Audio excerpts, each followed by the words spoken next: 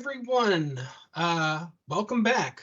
My name is Ed McKeel with the DragonLance Nexus, and this is the DragonLance Nexus presents Dragons on the River of Time. We're back. We're a little late by a few weeks, but not too bad. Not a full month, I don't think. Close enough. So, ayo, not full 2 months. Anyway, thanks for joining us. This is going to be a little bit different of a format because we are actually not doing this live. We're recording this, and the reason being, well, we're going to get to why in a little bit. But this is going to be an extended session, so buckle up. But anyway, if you are new to the game, you can find our recorded sessions on YouTube. Just go ahead and search Dragonlance Nexus. Give us a like or subscribe, please. We're also going to post this on Facebook. You can just find us searching Dragonlance. And of course, that's really it, because we're probably not going to be able to broadcast this live on Twitch this time. But anyway, my info, I believe, is somewhere to the left or right of me. I'm not sure. It's somewhere on this screen that you're seeing. Regardless, we'd like to thank our Patreon supporters. If you're watching, we love you. Our Patreon link is on the screen somewhere. So support the Dragonlance Nexus. It keeps our websites hosted and pays for us to continually commission new art and do things for our future gaming books.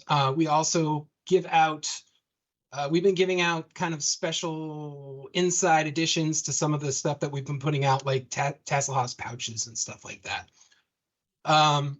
So anyway, let's go to news. In the last several weeks, I want to say 3 weeks, we released Tasselhoff's Pouches of Everything Revised and Champions of Krynn Chapter 1 on the DMs Guild in print on demand. And those books are beautiful. I feel like someone here on the screen, yeah, thank you, John. I appreciate that. Go, Tim. Go, Tim. Yeah. Everyone's got a copy yet. Put them out. Right. Yeah, Mine I've should got be a here copy on the tomorrow. shelf as well. Oh, Trampus is a little late. And I'm sure that whoever's watching, if you support us, you might have your own. And we're very proud. It's a good book. We're continually working on our other projects. So next, hopefully here in the next couple weeks, we're going to put out Champions of Krynn Chapter 2. It'll be revised because that was one of our other ones that we put out for free. I'm working on that with Chuck, who's not here right now. He'll be here a little bit later. And then, of course, Tim as well. Actually, the whole team. And really, what you're going to get is the second chapter that takes your characters from first to second level. It's more of a little bit of a dungeon crawl. It's a fun game. And we're going to beef it up a little bit with some extra magic items, some more spells that weren't in the free version, little things here and there, little something to make it worth your while. But this is actually, we're not going to put this on print on demand right away. We're going to put this on PDF for now until we get a couple more issues out or chapters out. And then once those chapters are out there, we'll put it in one big book that you can buy at once. I am also going to start layout design on Autumn Twilight. Tim, why don't you tell us a little bit about Autumn Twilight? Autumn Twilight is a 5th edition conversion of the first 4 modules, well, technically the first 5 in the DL series from 1st edition. So DL 1 through 5, everything that has a dice roll or a statistic or stat block or anything like that has been converted over to 5th edition rules. And we've even added in a couple of little nifty things that are completely new, new things that, like, a little bit of the more innovative 5th edition game mechanics that we've seen recently. Try to, fold those in to make just gameplay a lot easier and more interesting for both the DM and the players.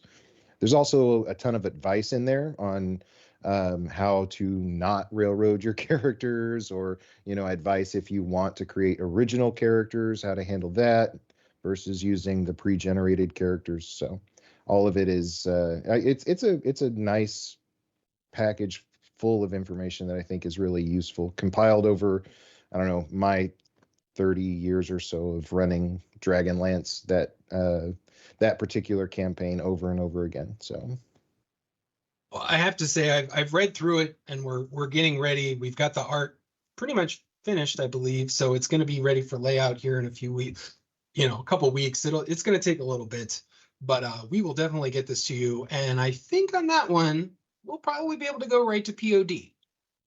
yeah, that seems like it. Because we've done PO, we qualified for POD. That's how the Dungeon Masters Guild works, is once you qualify on your first POD, every book or every person that worked on it that did a POD can print on demand can do that. And I think that'll be a gorgeous book to do that for.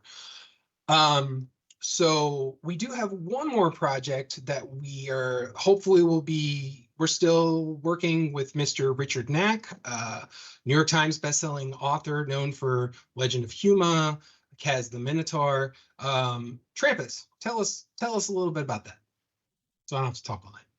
Oh, wow, put me on the spot. Yes.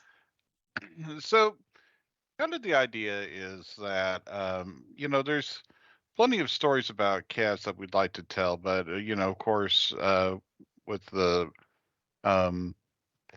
rules on fiction and there not being a fiction line, we can't quite tell it. So it's kind of set up in a way to where there's a little bit of flavor text, a little bit of a story, and then the story continues with you, the adventurers.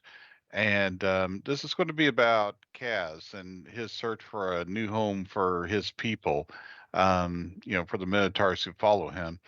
And,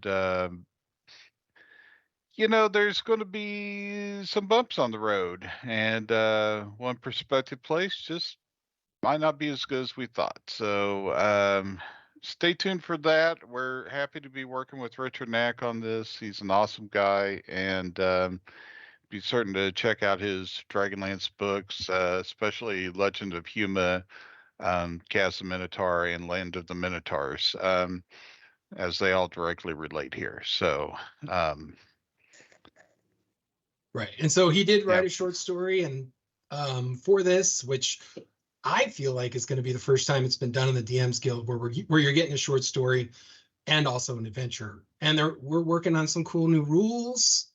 Because it's seafaring. I think everyone's going to be pretty happy. I'm just excited. I'm very excited, especially to work with him. He's a nice guy. So if you're watching, very much. Thank you, Richard. Thanks for choosing us. Anyway, all right. Checks in the mail. That.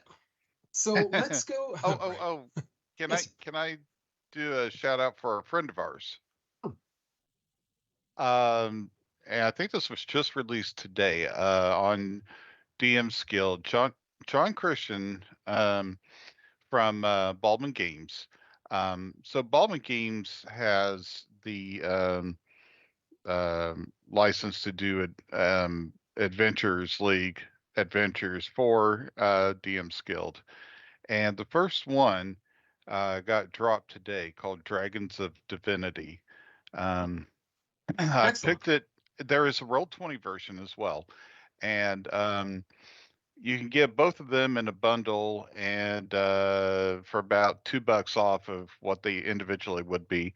I picked it up. I have only barely skimmed through it, but it looks pretty sharp just at a glance thus far. It does look cool. The thing I read on there to get. I'm sorry.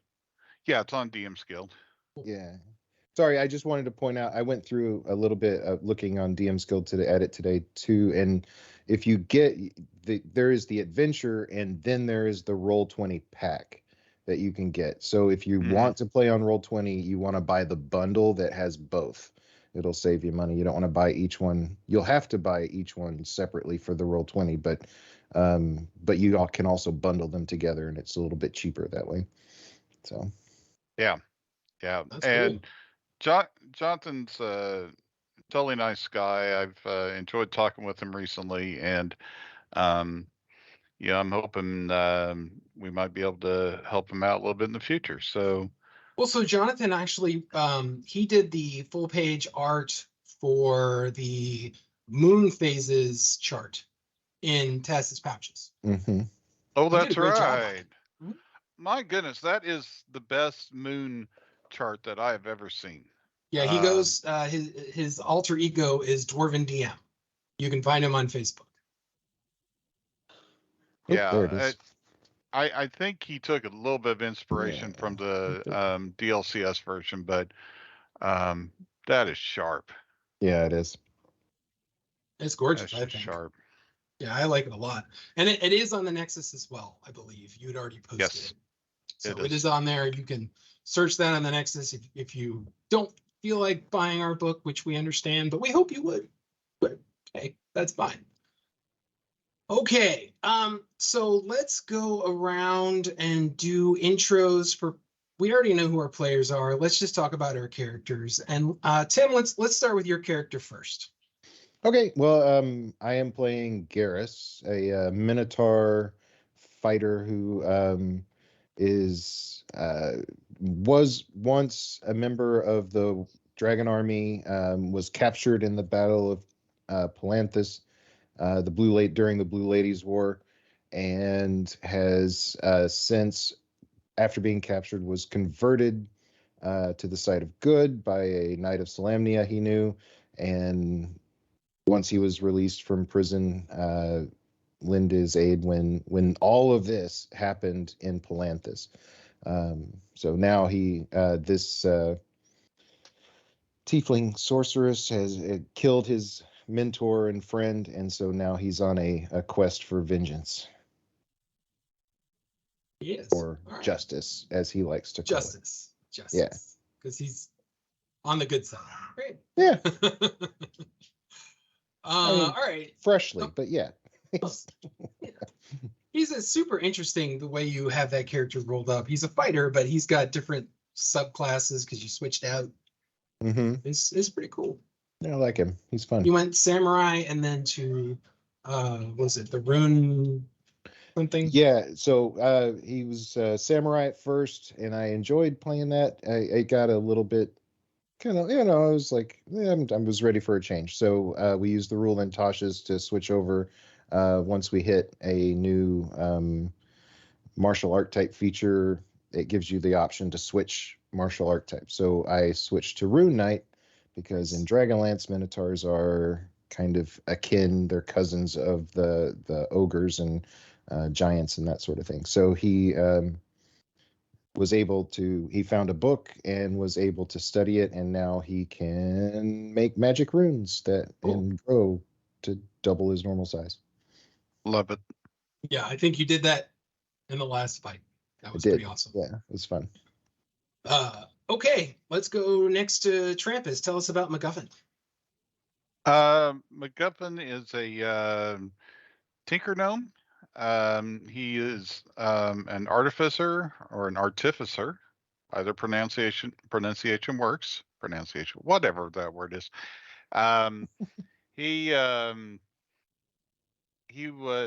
He studies magic, but his view on magic is a little different than other gnomes, So rather than other gnomes who think that magic should power their tech, he's like, well, tech should just be an implement to, put the magic out there. And so because of that, he was deemed to be quite mad. And he was kicked out of Mount Nevermind. He's fought with the Somnics for a little bit in the War of the Lance. And now he's gotten on this quest, and he's decided upon his life quest, which is to map the River of Time. Easily done, I'm certain.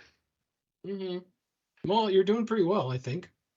I think it is one of the more unique life quests that I've heard of, and it sounds very gnomish because it's so big and so infinitely Unattainable? expandable. It's unobtainable, Right. You would think so, but I have hopes for you, MacGuffin. String charts. I just see big string charts. Oh yeah. Yeah, this with your string theory. this this is kind of like any cop show you've seen where they have the whiteboard and they've got the strings going everywhere, Yeah. Okay. Let us go next to Weldon. Tell us about Ari. All right, Ari Haversack is from Clan Haversack, and they are a clan of Kender who despise thievery. And one of the things that that clan has always had problems with is that Kenders are always considered thieves, right? So their bent is they are going to go out, their version of Wanderlust, at least Ari's version of Wanderlust, is to go out there and hunt down these ne'er-do-wells. His quarry is a person named, he has different names, but he seems to be a Tasselhoff Burfoot who's stolen a ring from Kendermore, from the daughter of the mayor. And so it is Ari's goal to find this guy, get the ring back, and bring Tasselhoff to justice. But he is being sidetracked right now because he was he met a nice dwarf in Palanthus, and by the name of Dugan, I believe. And Dugan Redhammer. Dugan, Redhammer, go visit Reorcs. and then blam, he's off on this adventure trying to stop this person Pandora, who seems to be stealing items through time. So that is this Kender's new quarry, bring Pandora to justice, and we'll see what we go from there. All right. Thank you. All right, John, tell us about Erevan. Kind of the crux. So Erevan is a Kaganesti elf from the point in time that Tasselhoff was supposed to have went to when he visited Karaman's funeral the first time. And then Who froze? while at the funeral, he saw Tasselhoff there, and he heard a voice calling in his head, and it ended up being the device of time journeying. Erevan reached out to touch it and agreed to serve the device, and disappeared in a flash of light, where he has since met this motley crew of adventurers that we have before you. In that time, he has found spell books. Let's pause for 1 second. Pause. Sorry, guys. We lost Tim. We lost Tim. He froze for a second. Yeah, there he is. You don't have automatic reload into the meeting? Excuse me? Oh, I thought there was something that you automatically grab someone and bring them into the meeting. No. Travis, are we good on your screen? Sorry, Okay. I just froze and had to come back. No, you're fine. Okay, so we're gonna go back to you, John. We'll do it on the count of 3. 3, 2, 1. So while in his travels, he came across some spell books and has studied them and learned rudimentary wizard skills. And he took the subclass of chronomancy, naturally. And since then, he has learned to kind of call upon the powers of the device of time journeying. And he has also recently gained mastery of a dragon orb. That is true. He did gain mastery of a dragon orb. And he also had a brief flirtatious affair with Sedition. He did. And that was Haven't we healed. all? No, it was just John. But I'm better now. I'm better now. I swear to reorcs, I'm better. Yeah. Are you though? Are you? I guess we'll find out. No, you are. You are. Okay. So the other person who is not here at the moment, who will be here a little bit later in the recording, is Chuck. And Chuck plays Tarn Winteraxe, who is actually a paladin of reorcs. And he is our resident grumpy dwarf, who was also, I believe, with Ari when you guys had met up with Dugan Redhammer. and Dugan had kind of steered you all towards the course to be at that point where, back in session 1, Pandora KO had made her attack and did a bunch of things that she shouldn't have. And obviously, if you've been watching a while, this is our 22nd session. And here's the surprise. This is going to be our last session. I didn't want to make a big hubbub about it. I've been planning for it, and that's why there was a little bit longer of a delay for this session, because we're going longer. That's why this session's going to be a little bit longer, but regardless, like, here we are, we're at the end game. And even when I sent this invite, we've got a Facebook group page that we do for recording, and so we can talk amongst ourselves and things like that. And that's what the session is called, Endgame. And so, sit back, guys. Here, thanks for being with us since June of 2020, I think. Is that when we started? Something like that. Wow. Yeah, almost 3 Like that. years. Here we are, May or April. June. Now, to be fair, we took some breaks. What's funny is, like, I'm going to get personal here for a second. I went through a lot over the last 3 years. Not good, fine. During this 3-year period that I have been running this game, I have had a son. My wife gave birth in February of 21.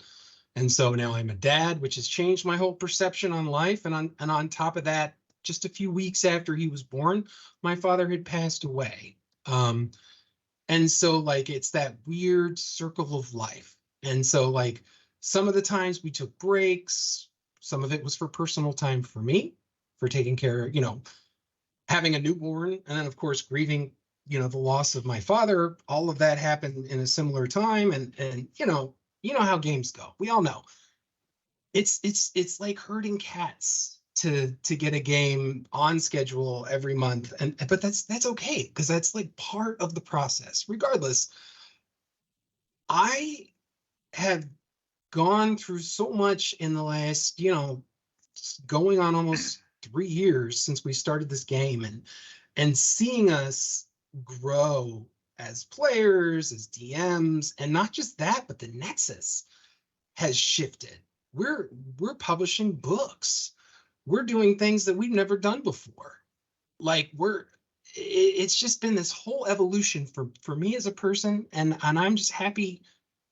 I'm happy to be here. I'm happy to have my friends who are my players here with the Nexus, and it's a lot. And so I hope you know that, like, I spent a lot of time working on this session to make sure everything in this campaign, every small, stupid little detail is going to come back. And I hope I catch everything. And I hope you guys all have a great experience this evening. And just one with the Lance. I love DragonLance. I love you guys. I love my friends here. I love my audience, all 10 of y'all. So, We have 10 now? yeah, I think we have 10. Maybe. Wow. When did that happen? Just, thank you all. I thank my players for being here. I thank our audience. I thank anyone who supports the Nexus.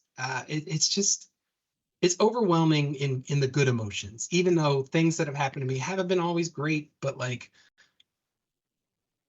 I'm glad to be here. So I hope you guys are too.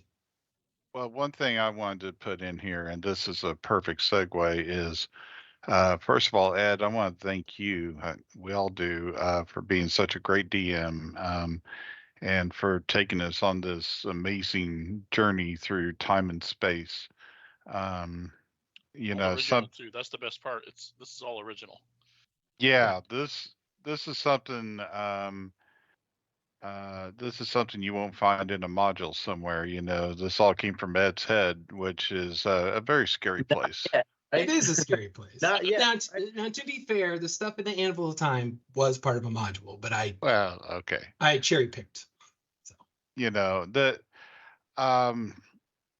I do want to say thank you to some of our former players who didn't game with us for too long. There was William, Mhm. and Megan, Mhm. and both of them added to the game. And Adam as well. Don't forget Adam. Yeah. oh, Adam, thank you. Yes. And then also want to say thank you to our producers. Adam was the first one of that, but Mhm. I'm especially proud that our current producer is my son Travis, and He's awesome.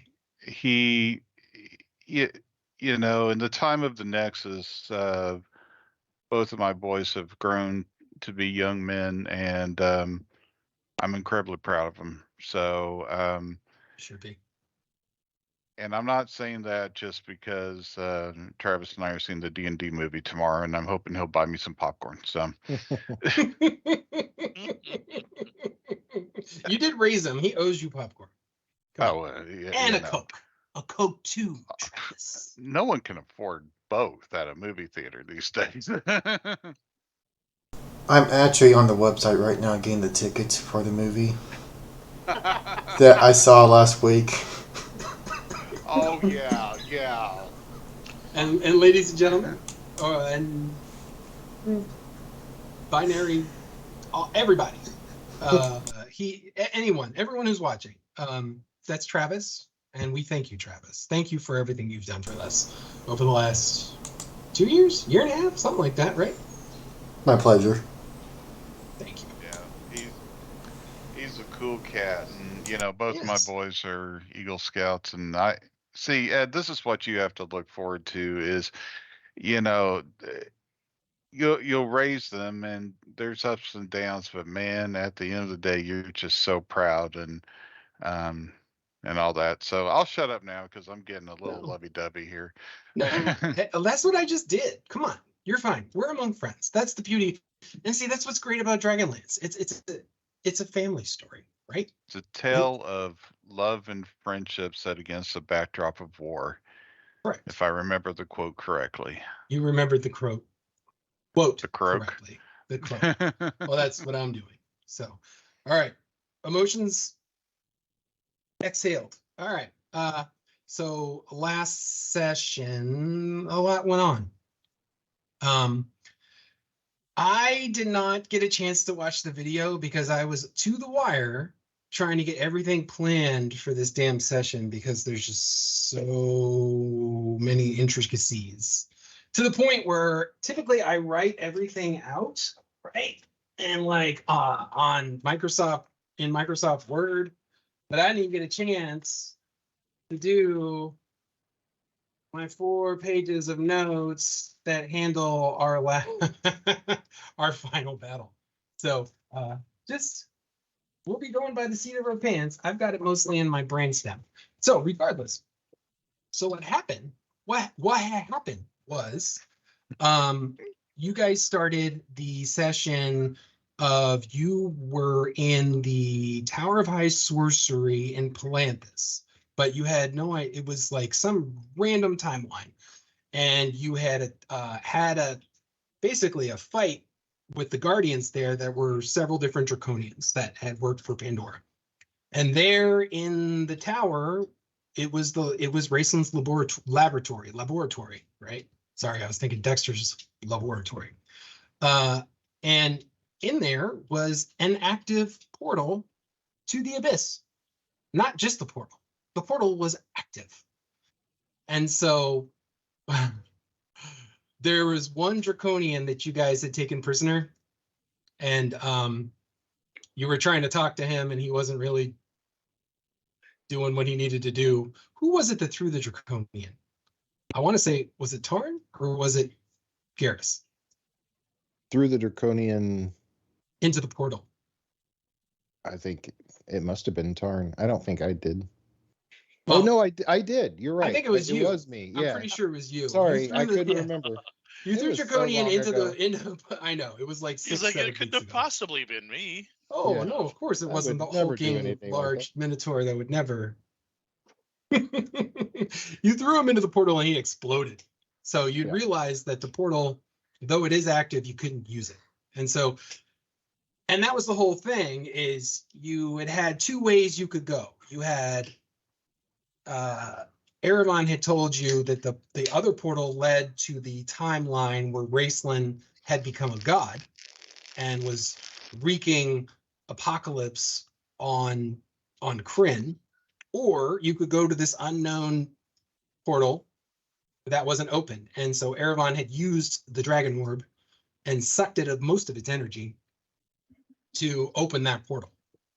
And you did that, you went in there, you fought some dudes, and now you're kind of at a dead end. So what you did is you decided, all right, well, I guess we'll go to the other place that we could go. And so you ended up going to the what looked like an abandoned room in the Great Library of Palanthas. And I believe MacGuffin was able to identify that because he'd spent some time in there. And in that, there was a large window. In the night sky, most of the constellations had disappeared. There were several missing, but there was one in the sky that was shining brighter, and it was in the shape of an hourglass, which showed you that obviously that was Raceland had already ascended. You had found different papers there, different missives and things written that great storms of tremendous power had ruined much of Ansalon. They destroyed many cities and had even brought the dead back to life. Sorry. Okay. And you found out that the mage god Raceland had been killing other gods. At that point, he had killed Syrian, Kislev, Zivelin, Kiri-Jalith, and Sargonis. And the last thing that you had found in that room was the mage god's cultists had amassed in Palanthas awaiting the arrival of Raceland. So that was a bit scary for you all, but you didn't want to come here in the first place. Once you found out that you were going to come to this time, you're like, nope, let's go somewhere else. And so you ended up going through that room into another door that led to the chambers of Astinus or Astinus, however you want to say that. Obviously, you met Astinus, who is a human, looks to be a human male in his 50s, lean and pale, gray receded hair, wearing gray robes. But sitting at, Travis, can you go ahead and put us on the map, please?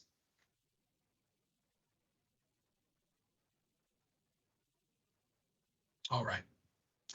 So sitting at the head of that table was, oh, where'd she go?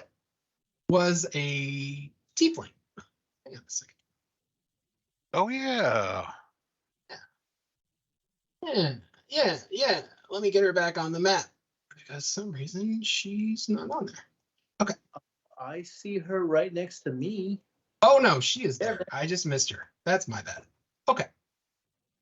And so the woman who was sitting at a table reading a book was wearing red robes that contrast starkly with her red skin and her auburn hair. And you saw that a medallion hangs upon her neck that is the sigil of the Silver Triangle. So this is Pandora, but a different Pandora upon a different tributary on the river. And you were able to speak with Astinus and Pandora, and they explain a couple different things to you. That because of the war with Raceland, Astinus was trying to assist the gods in anything that any information he could find in the fight against the mage god. And so Pandora had come to the timeline saying that she could help if she gained access to the other version of herself. And so, because basically Astinus had been collecting people to the Great Library because it was kind of like a meeting place. It was a safe place. It was the one spot in Kryn that wasn't being attacked by these storms. And so to trade for information to fight against Raceland, Astinus gave Pandora Ko access to revered sister Pandora.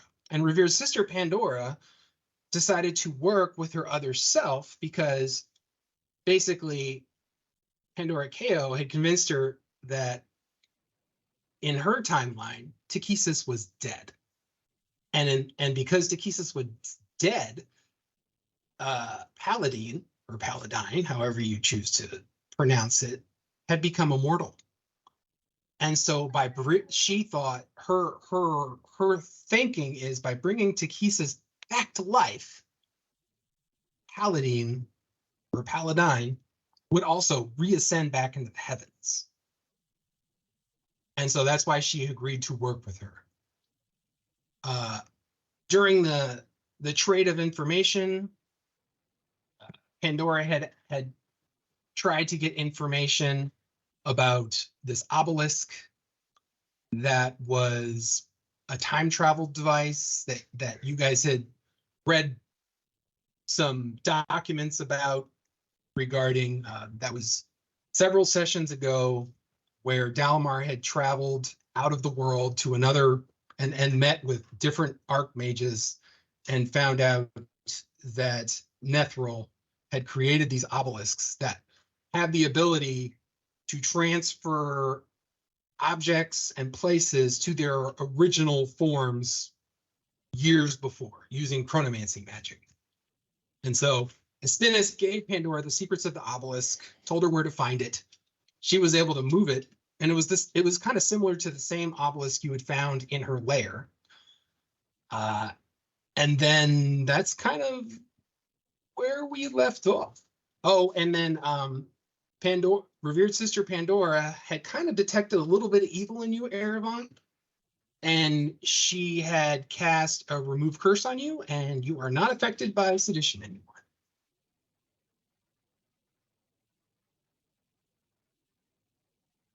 So That's what I like to hear. That's where we are. So we're back in this room. You are speaking with Pandora. And then, of course, Astinus is there at his desk looking out at a wasted landscape outside.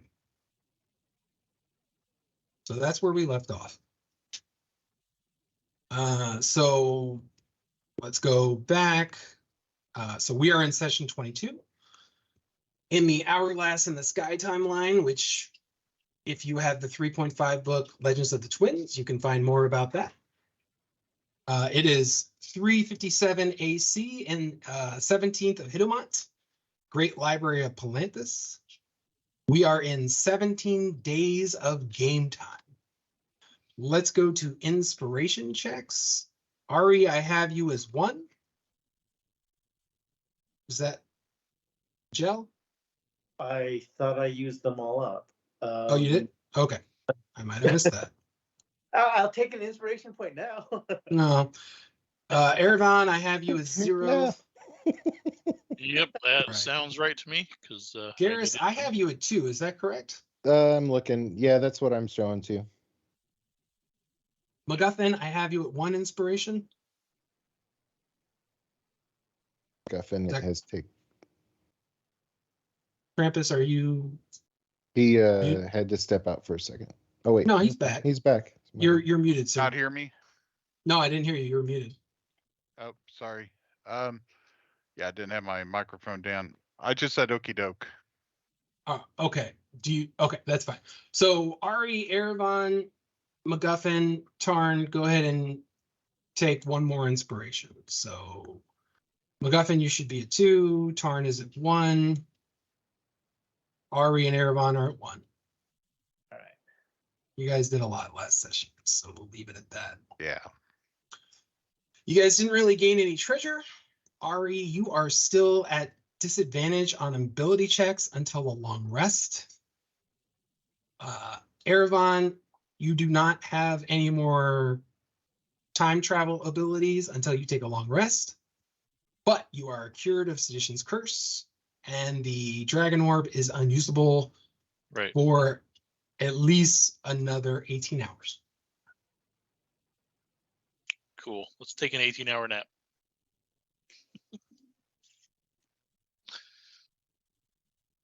So I guess the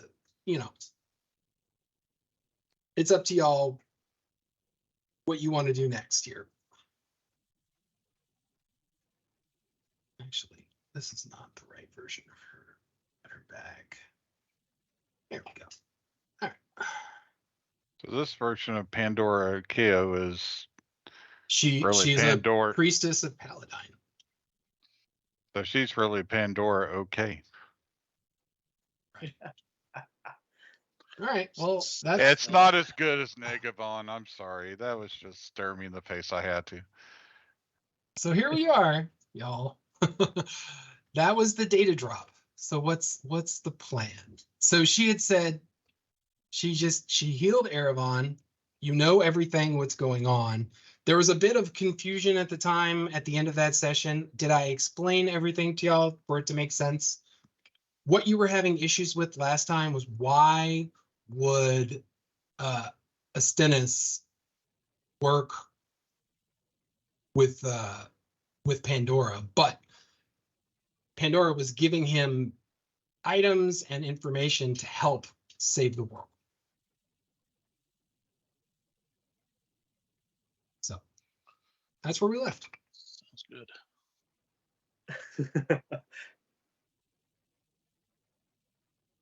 So I believe Tarn's whole issue of the whole thing, and Garrus, if you remember all of that, it was about the fact that good Pandora was helping evil Pandora basically restore the balance.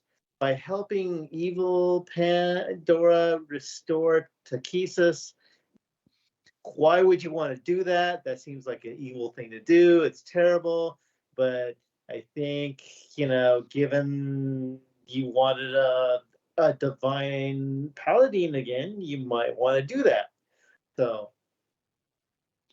Right, because you can't do one without the other. Motivations. Why would you want to bring back Takesis? Why? Well, she's also. You guys are just talking amongst yourselves right now. No role play, right? Okay. Right. So she's also from the world where Raceland takes over and becomes a god, right? And destroys everything. So she's hoping to use these artifacts to resurrect Takesis and so Pandora, other Pandora, she helped other Pandora open the portal to the abyss. So that Pandora would help Astenus save the world. And do we know how Astenus is doing that? Like, what is his actions?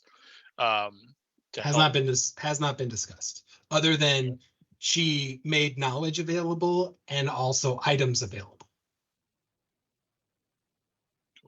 Think about when you have a time traveler who can travel along the river and potentially to other tributaries of the river. What could that person do to assist a world at war who's fighting a war amongst the gods?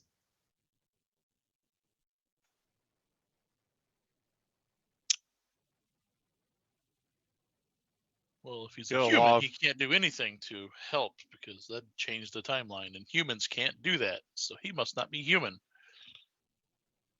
Right.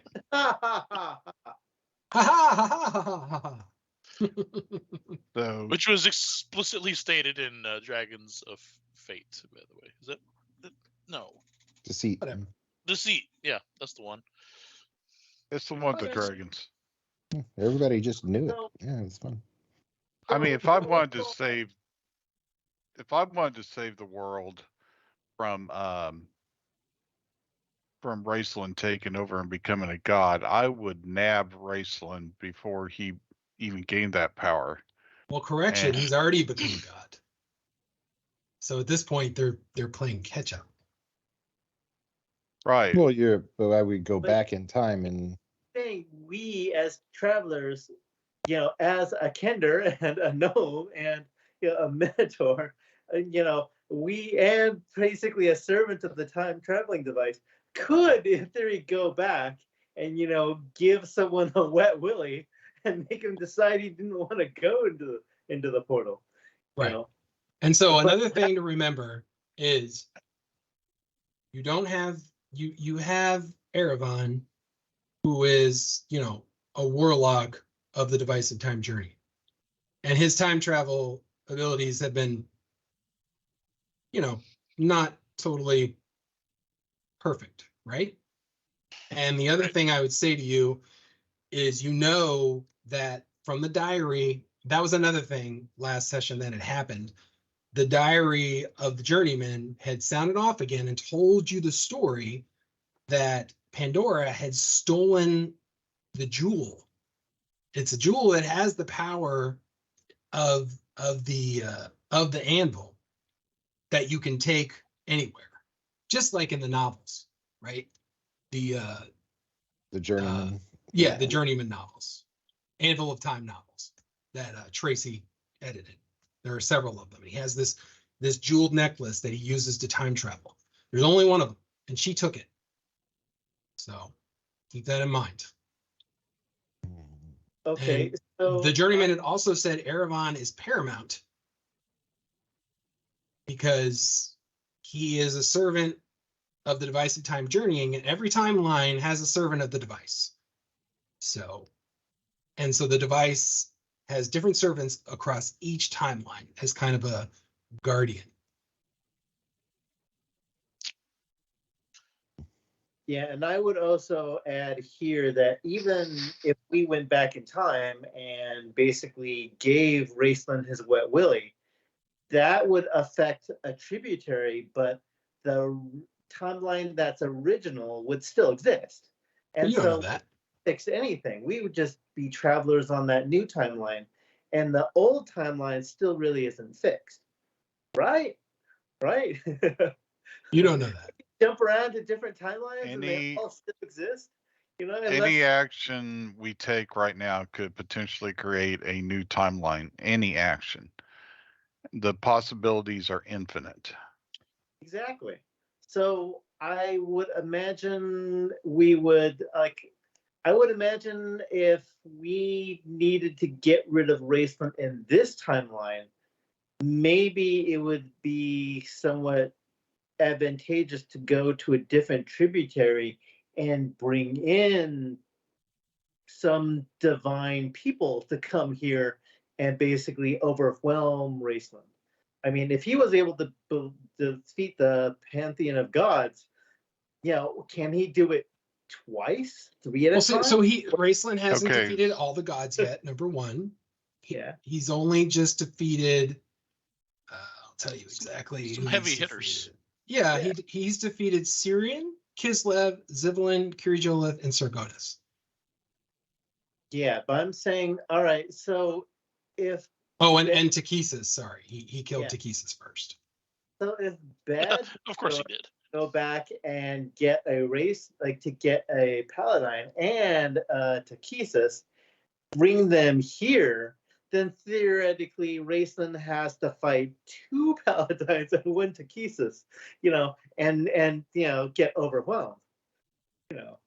So I would say an Arcana check potentially for what you just said. All right, let me see. Or even a religion check. A little higher.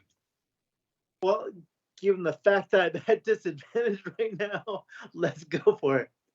Now, well, on your Arcana check, you seem to think that potentially, even on the 17, that 2 gods in the same timeline would create a paradox that wouldn't bode well. Oh, Yeah.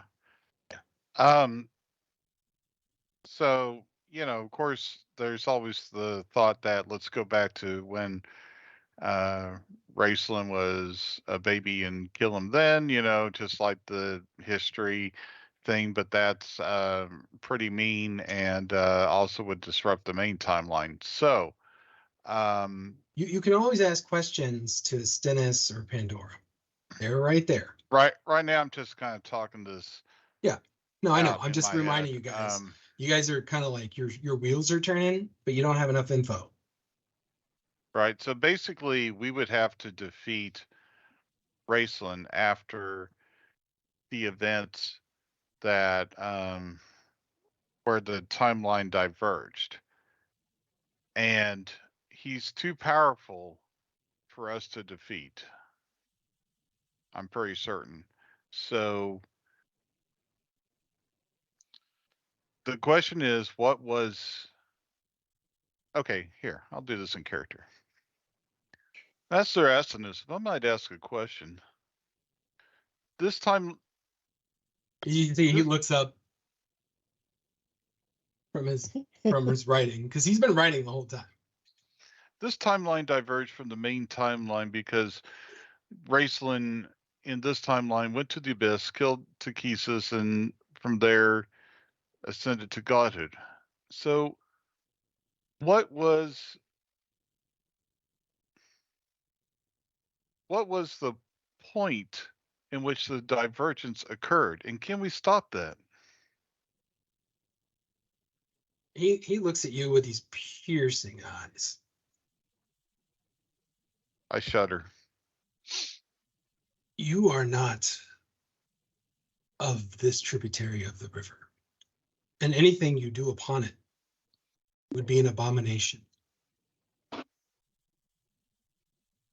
I have allowed you access to this room because revered sister Pandora may have regrets on her actions. And as Paladin, who is still fighting against the mage god, it may be her own salvation. And at that, he turns around and he starts writing again. So the object here isn't to fix this timeline. Yeah. He doesn't respond. He just continues to write. The object here is to get Pandora KO out of this timeline. And at that, Okay, Pandora hold stands on. up and is like, Master Gnome, do you mean me or my double?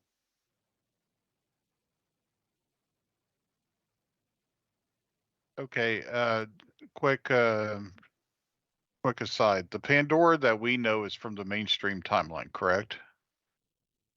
Your timeline, yes. So you assume. Okay. This is the first Wait. time you guys have traveled to a different timeline. So it would be your double.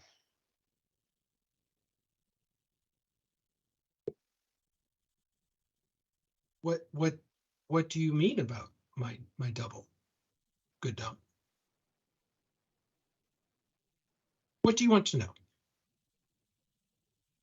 As Paladin's teachings tell us, we should be honest. We should speak with clarity. And so I will answer any questions you have. Then be clear and tell us what your plan is. With all of these artifacts, what are you hoping to do? Artifacts? What artifacts? The artifacts that she's been stealing throughout the timeline. I know nothing about any artifacts. All I know is she has supplied us with tools to fight for our survival. She's taken artifacts from her dead queen. And I thought of it to assist her to where she says that the Dark Queen, curse her name, has been You destroyed, and just not lost only. audio, Ed. Oh, can you hear me? Can you hear I me can fine? hear you. Can't hear Yeah. you. I can hear you. Everybody can hear me. I can see it. Or did I lose audio? You lost audio, sir. I did. Okay. Yeah. All right. All right. 1, 2, 3. She said to me that not only did the Dark Queen die in her timeline, but others There are other tributaries upon the rivers where she has passed. And those are other tributaries where my Lord is not a god anymore. And how This can is we true. how can we survive without his wisdom?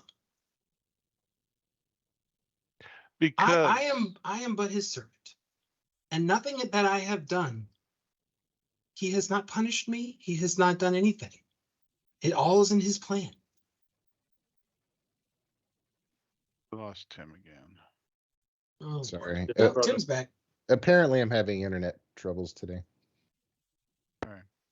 My fault. Perfect timing, Tim.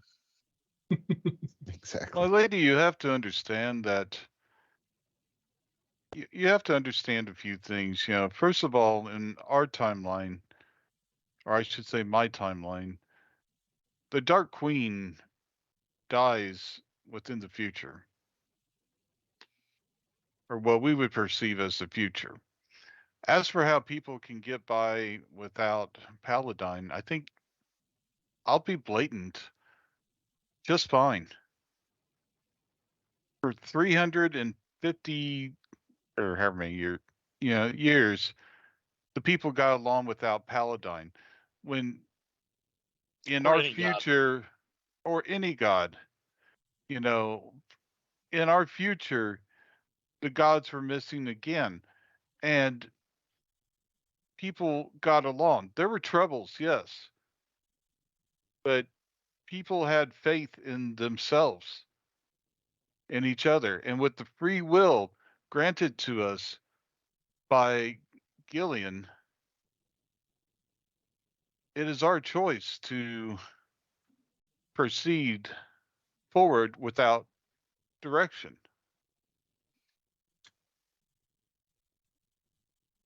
I was there as the gods were not present among us. We were a land in turmoil. And though, yes, we are a world at war, as the gods are at war with each other, I know in my heart that the divine spark of Paladine and many others have enjoyed the blessings of the gods, and we feel more whole as people. And so, yes, you're right. After the cataclysm, after the Beldinas, the terrible, terrible king priest, we were punished, but we rebuilt. And so here we are. I would feel more empty without the spirit of Paladine within me. And I know there are others among you that serve gods. The dwarf there, easily. And I know he's not here, but Tarn in the corner just grumbles. "Rawr. Keep my name out Don't your need to mouth. talk to no damn devil women. Rawr." Wow, That's my perfect best. representation. Pandora? Okay. So Asna said that you had regrets or that you had some troubles. So I'd like to know, why do you feel you have regrets or troubles about all your actions, if this is all true? The Orders of High Sorcery created those portals with the caveat that no wizard should open them, or no person that casts magic should open them unless in dire need, to where an evil person and a good person should come into agreement to do that. And though Master Stennis has asked me to assist, and I believed that Pandora KO was honest to me, I had no idea that she was hurting people to get these artifacts you speak of. All I know is that she wanted to save her goddess, and I can understand that faith. And when you look in the mirror at someone that looks exactly like you, and you see that they could be in another place, other decisions that you had made that put you on the path that you are now, how could you not try to help your own self? And so I thought her cause just. But as time has gone on, and I see her in league with evil people, and she's requested more and more of Master Stennis, I realize perhaps she's not as honest. But I had no idea of these artifacts. Ari, go ahead and Ari, wait. Ari, go ahead and make me a persuasion check. At disadvantage. Yay. No, a normal persuasion. You have advantage on this check. So I'm just going to say normal persuasion check. All right.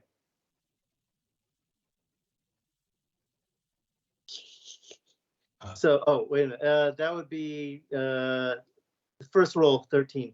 13. Let me see if I can role play this. So, that wasn't a terrible check. Yeah, so Pandora, you have to understand that we have been on a quest to stop Pandora's thievery. She has been stealing things across time.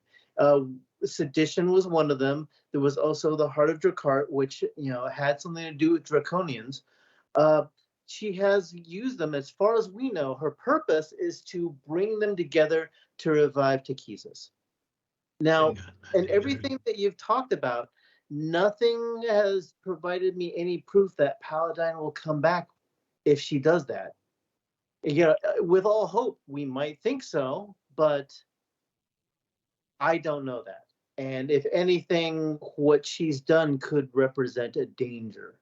And it may not, you may have been lied to, and Paladine may not come back. So we need to stop her. At the very least, you didn't know she took all those things, and we need to take them back, put them in the right place, prevent them from being used in the wrong way. So then, Because what can you do to help us? And revered daughter, consider this: your intentions are good. You want Paladine to be there to protect the world. You want Paladine to be there to fill you with a sense of being and divinity. But even in times that Paladine has been present, there's still been horrible atrocities done upon the world. So bringing him back, if the revival of Takhisis does bring back Paladine, it's not that all will be right in the world, because even in his presence throughout history, all has not been right in any form, in any time. the Go ahead. battles Anyone who wants to talk, between- go ahead. I'm going to be quiet. The battles between Paladine and Takhisis have led to many deaths and tons of ruin throughout history, from the Third Dragon War to the War of the Lance to, in our time, 2 other wars that are forthcoming. It's you include the War of Souls. Oh, yeah, you know about that now. That's right. You know about all that. Sorry, that's my bad. You know about those 2 other wars. I keep forgetting you have. MacGuffin reads. Yeah, well, it was Reed. Go ahead. Sorry, that was my bad. That's a DM So- being stupid. Go ahead. And I hope I'm not overreaching here, but You are not overreaching, sir. So it stands to reason that if she does bring back Takhisis, that for the balance to be maintained, that Paladine would once again ascend to divinity, and maybe nothing would happen for 1,000 or 2,000 years, but there would again be another war at some time, at some place, and lives would be lost, the world torn asunder. And I mean no disrespect to your god. He seems like a nice guy, but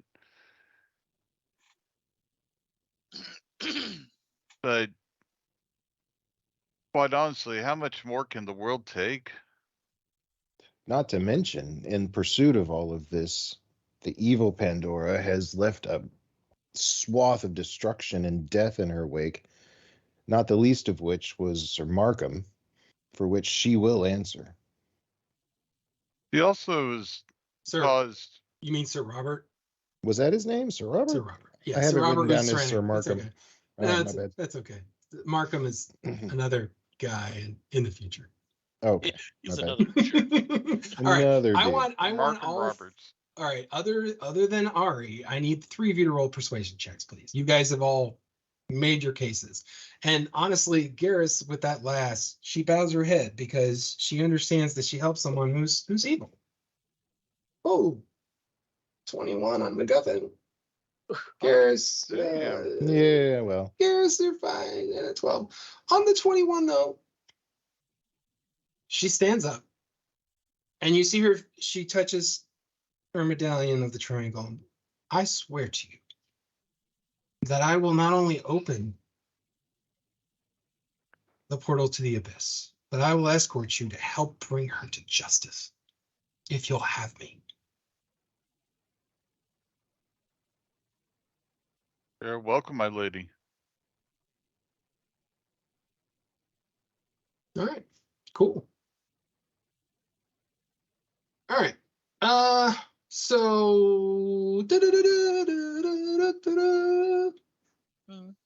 River's sister Pandora joins the party for now. okay. Do you guys? All right, I know some people aren't feeling so hot. Is there a rest needed? I'm guessing. I would like that. Let's all take a long rest. All right. So you guys are going to take a long rest. Mark some notes down. An 18-hour rest. Not an 18-hour rest. Any hour rest is fine. I right. tried. You did try, Travis. I appreciate that. On behalf of the Dragon Orb, I appreciate that. Think of you, buddy. I like But Tim's hey, after cat. this, we're only 10 hours away, and then the power will be unleashed forever. Unlimited power. Sorry, that was Negathon speaking. He slips out every now and then. All right. He really Travis, does. Hold on, phone call. Go for Papa Palpatine.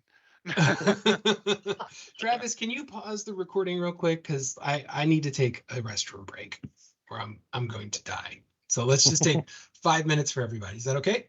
Sure. Yep. All right. Yep. 5 minutes for everybody.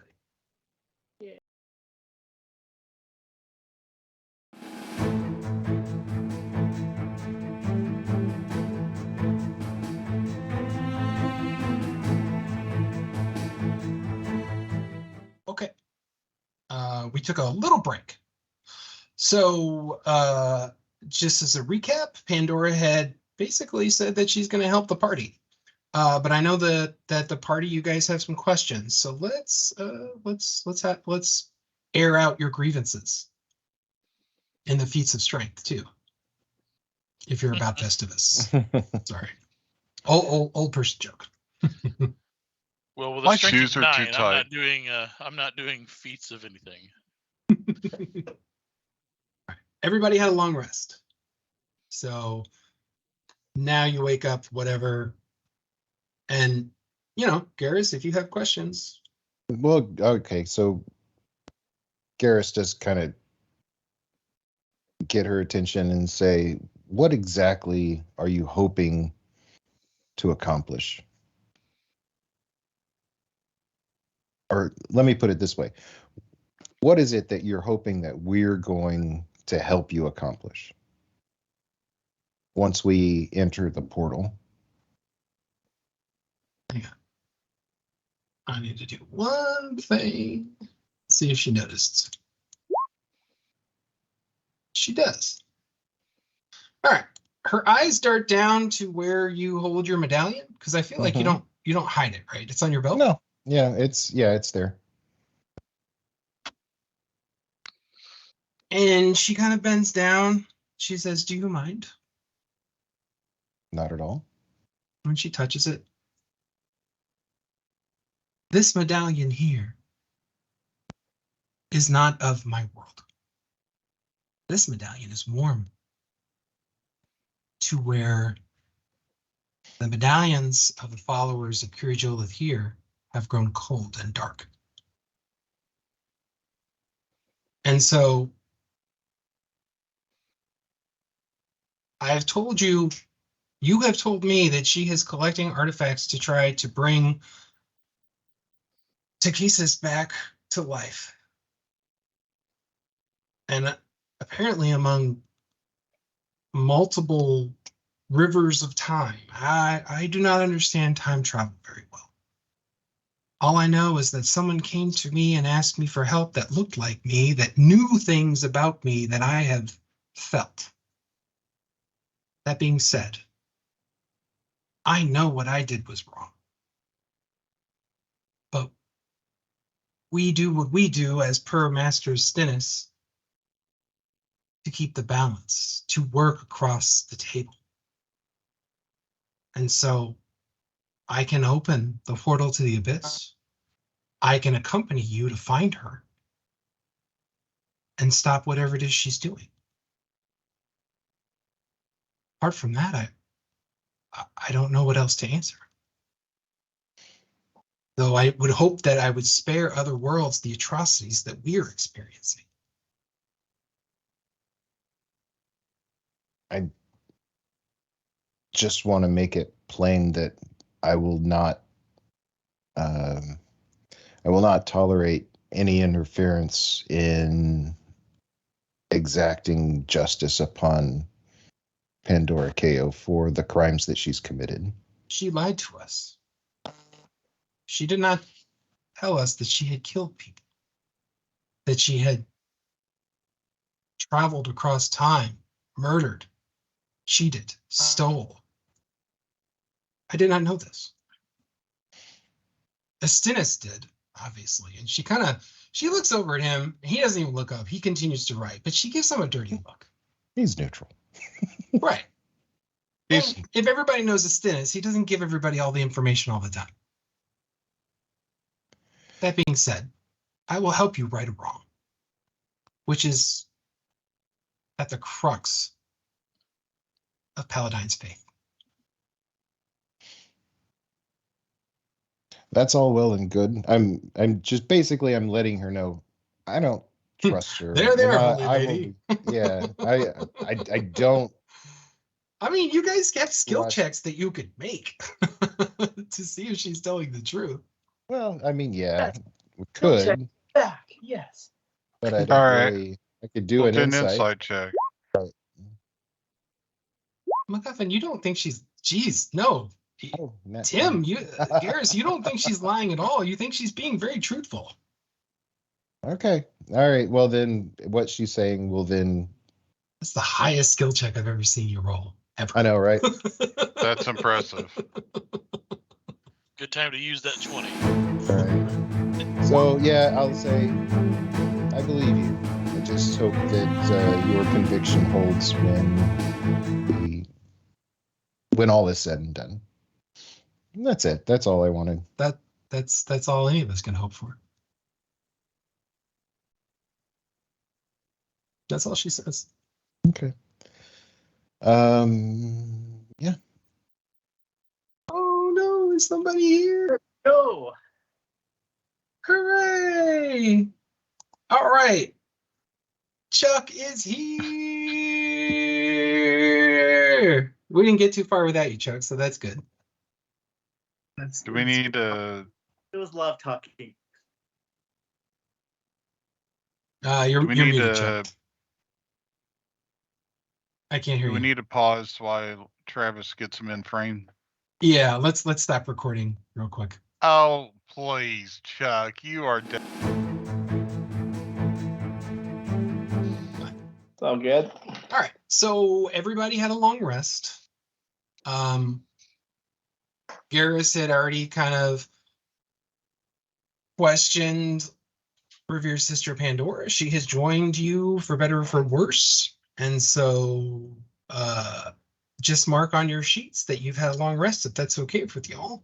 memorize your spells, do your things. I'm going to get everybody in an area. So I'm guessing you're going to go back to the portal, right? Unless there's something else that That's y'all where want we to need to be. do. Yeah, because this Astinus is a jerk. I Oh, mean, wait, they all are. yeah. Yep. All right. Let's do the thing here. Like an avatar of a god just told us, you all shouldn't be here. All right. All right. So you guys have to go back through some portals, do some blah blah blah blah blah blah blah blah blah blah blah blah blah. I guess. MacGuffin, the word was abomination. God damn it! Why didn't it? There we Thank you. All right. That was the word. All right, players, we are going back to the portal room. All right, you guys through some portals. Let's see if that has that changed yet. I don't see it happening. It's changed. Yep. All right, I'm not Okay. seeing it. So weird. Oh, here we go. Oh, there we go. All right. So you see this room as I have kind of explained it before. It just looks to be a circular room at the top of the Tower of High Sorcery. There are stairwells leading down to a locked door. There are all types of spell components and things like that. Fragrant herbs. You could totally, create a magical item if you wanted to here, or create potions, or there's beakers, mortars, pestles, blah blah blah blah blah. I would like to create Merlian's spoon while we're here. What's that? It's a spoon. It always fills a bowl with like some grits or porridge or something like that, and it's very nourishing and not quite I feel delicious. like that doesn't exist in 5e. It does not. It does not. More to the pity of all. They wrote that out. So in the northern corner of the room, you see an 8-foot tall metallic portal. Heads of 5 dragons, their eyes open and aglow, hypnotic. But their eyes are open, but they're just half open. There's a wasted landscape that lays beyond, gray stone, pink skies, crushing hope and swallowing happiness. Egad. It's Congress. All right. So revered Sister Pandora comes to the front of the portal. She beckons you to come near. Oh, that's the portal. Okay, got it. Yeah. Do you not see the portal? It's been there. Oops. Sorry, yeah, I was looking at this thing over here. That was Did where you you step came. on me? That's where Right, you came. yeah. Okay. As Pandora approaches the portal, the 5 heads of the dragons raise, their eyes aglow in the shifting spectrum of colors. The priestess kneels in prayer, beseeching Paladine, Platinum Dragon, your faithful servant, begs you to shed your blessing upon us. I have seen the error of my ways in what you and your wisdom have tried to show me. Please hear my prayer, Radiant One, so we may enter to right the wrongs done by my other self. Suddenly, a holy nimbus of pure light surrounds the revered sister, which actually then transfers to all of you while passing to the portal as well. The eyes of the dragons turn white, and they imperceptibly nod in deference. The strange barren landscape that appears stretches into a vast empty sky lit by a strange glow, as if the sun had set or a fire burned in the distance. But far off in that horizon, there looks to be arcane stone ruins that rise up with small figures standing in front. It would be perception checks to see what you see.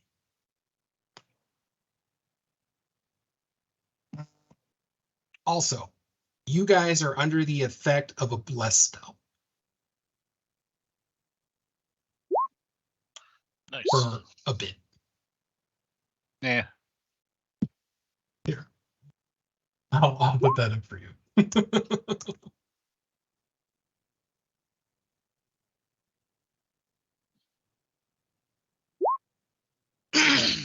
Okay. Did that go to the bank? All right.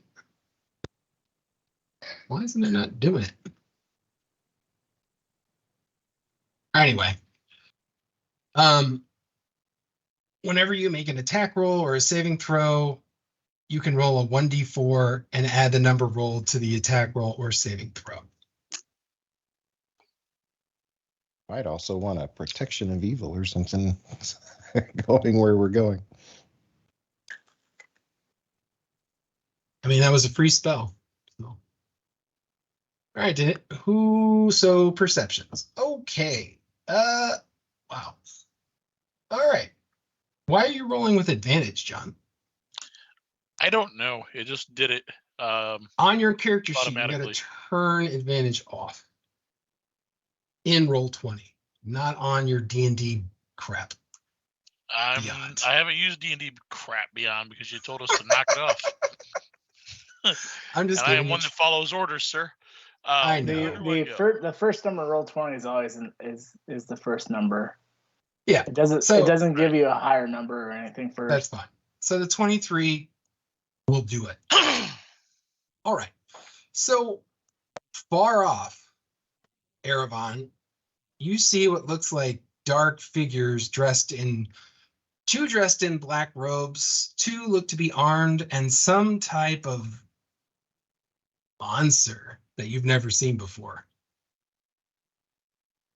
Some kind of what? Some kind of monster. You'd have to give me an monster. Arcana check. Okay. The only person who made it was John. Sorry. All right. Where on the character sheet does it?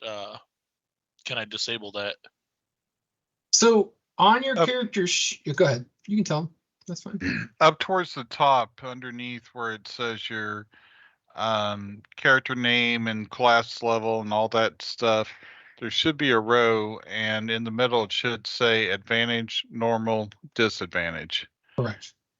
So click normal and you should be good. Holy cats. Did I just learn something about Roll20? You did. Hold on, where is that? On your character sheet. Uh-huh.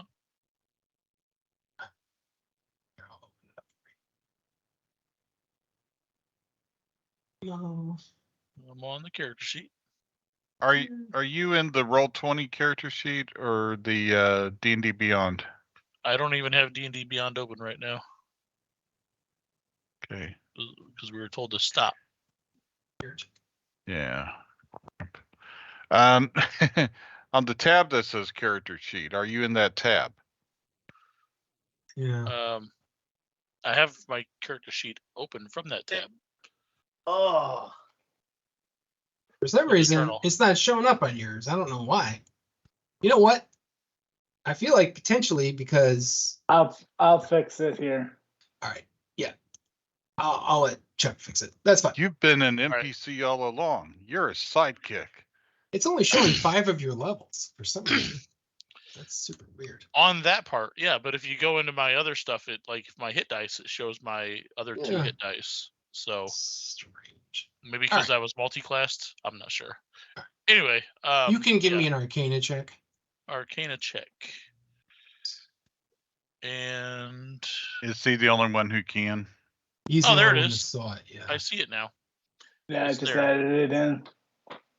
I'll get out of your character sheet now. Thanks, Chuck. Yep. All right. Arcana, but I do get to roll Arcana with advantage. You do. Yes. So I'll do that. Yeah, that is a Barb Devil in there. Oh, great. It's a devil. His name is Barb. It's fine. All right. Hold on. Let revered sister take a look, see if she sees it too. Nope. She sees nothing. She does say that. Well, what do you say, Erevan? What do I know about a Barb Devil? Do I know anything with a 21 Arcana? Yeah, you know a lot about it. Here, let me tell you. Sorry, I got it. Jeez. All right. Creatures of unbridled greed and desire, barbed devils act as guards to the more powerful denizens of the dying hells and the abyss and their vaults. They resemble tall humanoids covered in sharp barbs, spines, and hooks. They have gleaming eyes that are ever watchful for objects and creatures that might claim it for themselves. They're known for their alertness, and it makes them difficult to surprise. And so their traits,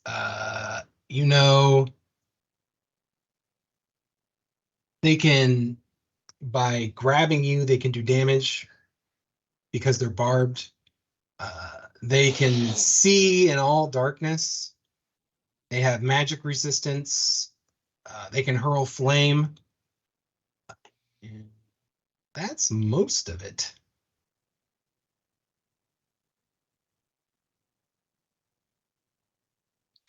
Okay. I will let them know. I will let my my Oh, and friends they're know. immune to fire and poison. Do not hit these guys with fire or poison. And they're resistant to cold, bludgeoning, piercing, and slashing. All right. Witch bolt, here we come. And so revered sister Pandora says, if you trust me, I may be able to order them away. But Everything turn.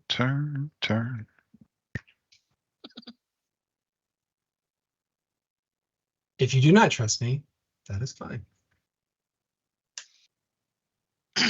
We have no choice. Yes, I trust you. Yeah. She looks around at everybody.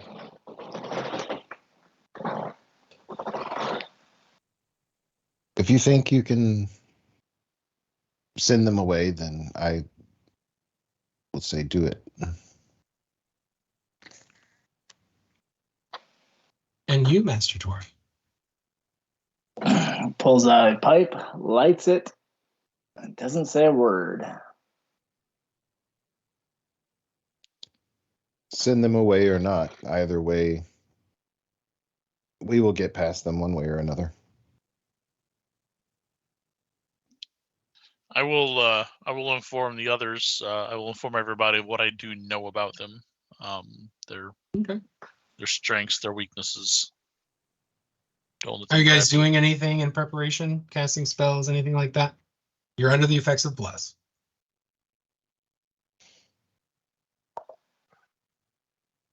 All right, well, I'll go into stealth mode. Hang on a second. For some reason. Well, you got to walk through the portal, dude. There's not really much stealth you can do. Oh, well, All right. in the abyss, can you really be stealthy anywhere in that? I got to move this table out of the way so I can grab you guys properly. Son of a bitch. And the chair. Oh, the furniture is just flying around. Well, no, there's just tokens that get ported in. Oh, by the way. Okay, dang. Might be two. It takes an hour to attune a hat, doesn't it? Oh, well. I was thinking of giving her the hat of disguise so that she can look like evil Pandora. Yeah. But, yeah, not enough time. We're just starting. We are. All right. So let me move you over. So you pass through the portal, and going through it is just not very comfortable at all. Yeah, let me move you guys in the right squares here. There's Lady Pandora would have come first. Whoa. And so you come into this area, and it looks to be ruins, but everything is chased in red. There are a number of different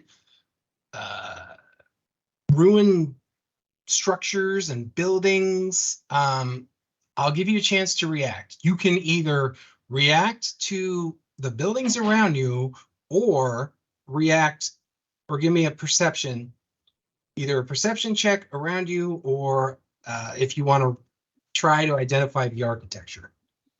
Either or. All right, I'll do a perception check. After you tried to sell. I'm going, do I see a particular character that seems to be on top of a building? Your perception is pretty bad. MacGuffin's perception is pretty bad. Tarn's perception is pretty good.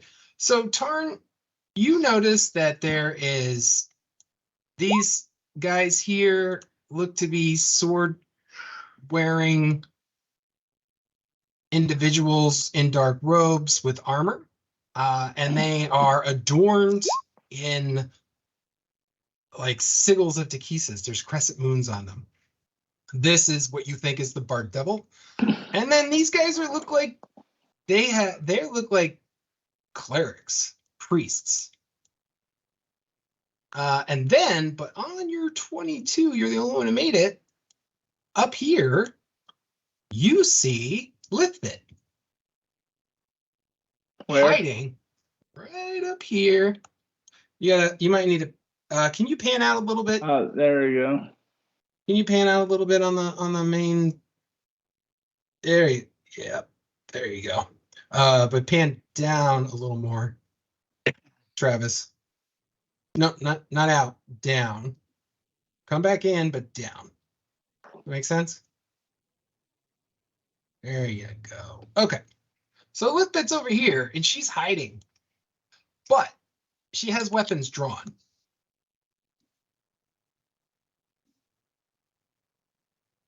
So anyway, Pandora comes, raises her hand. You are not needed here to guard. By order of Pandora KO, you are to stand down and leave or face destruction. And she yells. And so let's see. I think how that's she a does. 412. 412. Overacting. Oh, well, yeah, of course. She is going to get an intimidation check, but she gets it with advantage. So it's a straight charisma. So we'll see. I got to roll twice because I don't know how to do it off an NBC. Oh, no, advantage. There we go. All right, here's your charisma check. Oh, she did it. All right. So as she raises her arms, and somehow her voice projects, like perhaps Paladine is helping her. But all of them look at each other, including the devil, shrug, and then just disappear.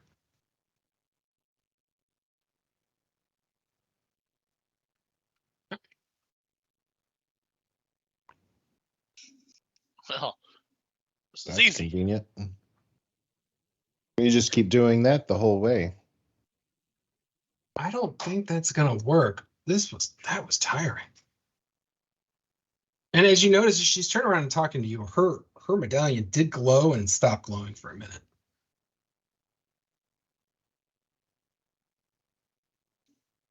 So over here,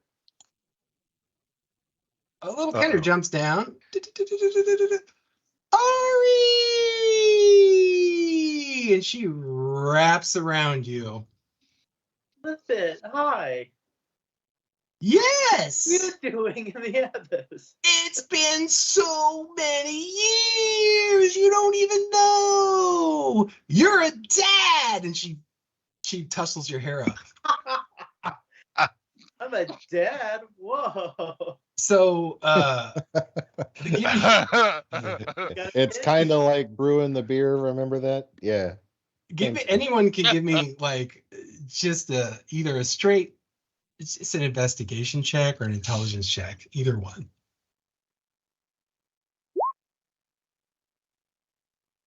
Investigation, you said? Yeah, that'll work. I feel like. Yeah, all of you. Erevan, not so much. Not so much. Lithbit has some age lines. She looks to be at least 10 years older. And She looks the exact same to me. So she's probably pushing 40. She didn't have any grays yet, though, surprisingly.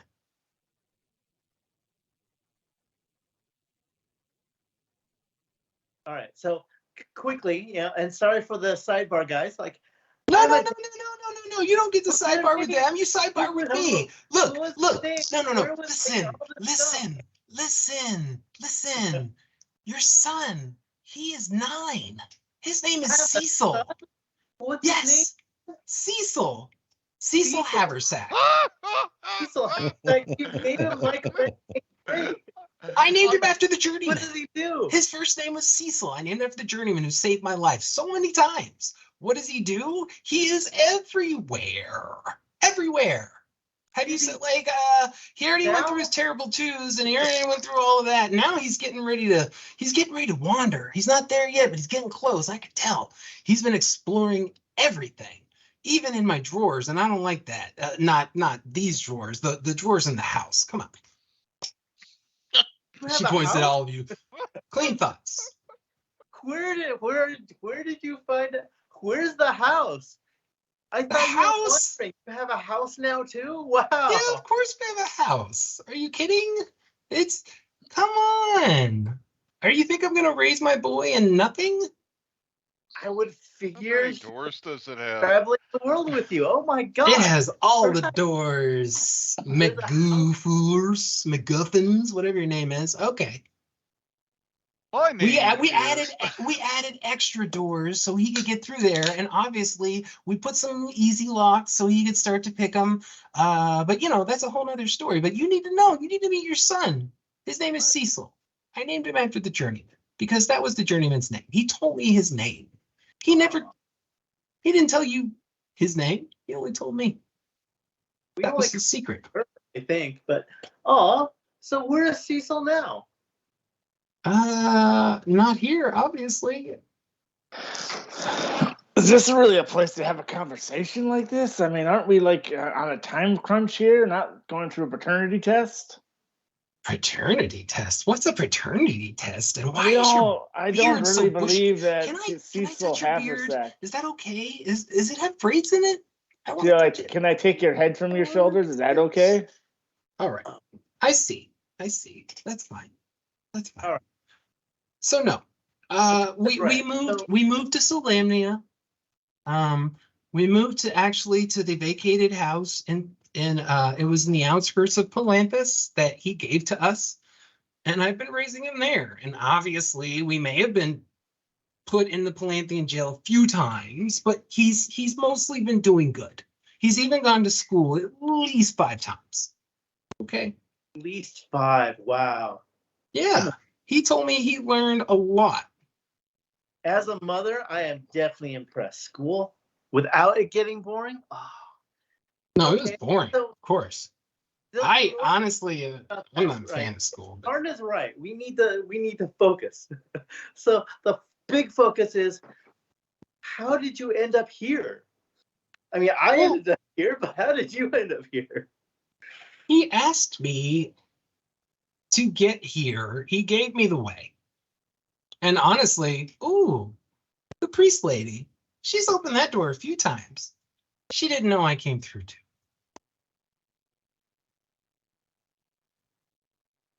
And Pandora kind of looks and like puts her hands on her hips. It was you, wasn't it? She's like, yeah, it was me. It was me. I was invisible. Anyway, I've been here for a while. I have no idea what Cecil's up to. I'm sure he's in trouble, but that's fine. He's got to learn.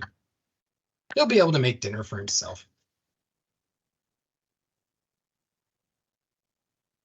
I'm still continuing with my name.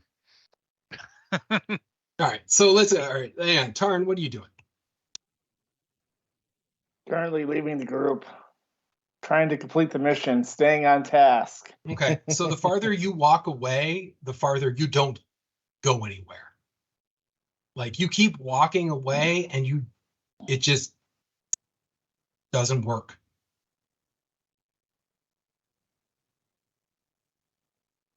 Damn it. It's called an invisible railroad. No, it's not. It's the abyss. This is where we've been the entire adventure. Oh my gosh. Oh, It's the wow, you guys are mean. it's the opposites of TSR. I mean, it's the office of Tracy and Margaret. They made these rules. I think about finding Tahixis. Takesis isn't here. She's gone. She's dead. Wait, so Said I dead, asked, baby. I basically tell Lithbit. So Lithbit, you walked into the door where you've already met good Pandora with horns, right? I've So- seen her. Yeah, she's not impressed. I'm not impressed by her. She was helping Dum Dum. I'm not impressed. I'm not impressed. So can you find out where Dum Dum is? I know where Dum Dum is. She's in lead the the temple way. over there, and she points, and now you like out of nowhere, a temple appears, Neat and convenient. and it's like vast cyclopean structure that appears way off in the distance. Yeah, it's funny here, by the way, and so you know, I was warned. It took me a little while to learn how to travel in here. You gotta really want it. You gotta want it more than anything. You gotta wish for it, and you will travel there. You will get there. You will get to places that you wouldn't even think you could get to. It's all right here. This is a weird spot. I don't like it, but I'm doing okay. I made it. How do we know she's real? How do you know she's real? Because I have a headache. She's real.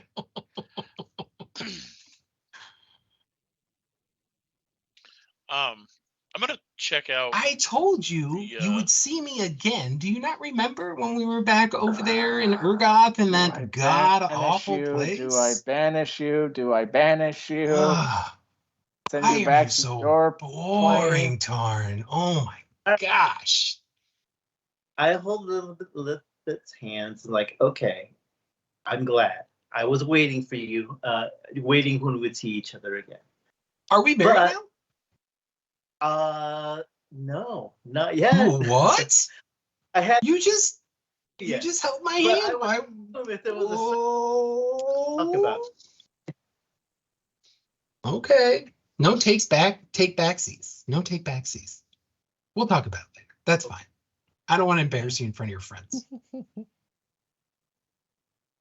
I think we should Ah. continue on. you might have to tell me exactly when I propose because I'll have to do that. I You will. just did now. oh, You took my hand and said we would. but there's supposed to be a ring, and you're supposed to have it for more than 3 weeks. That's human silliness. No, You've been that's- hanging around. no. You've been hanging around all these dolls for so long. no, Ah. 3 weeks.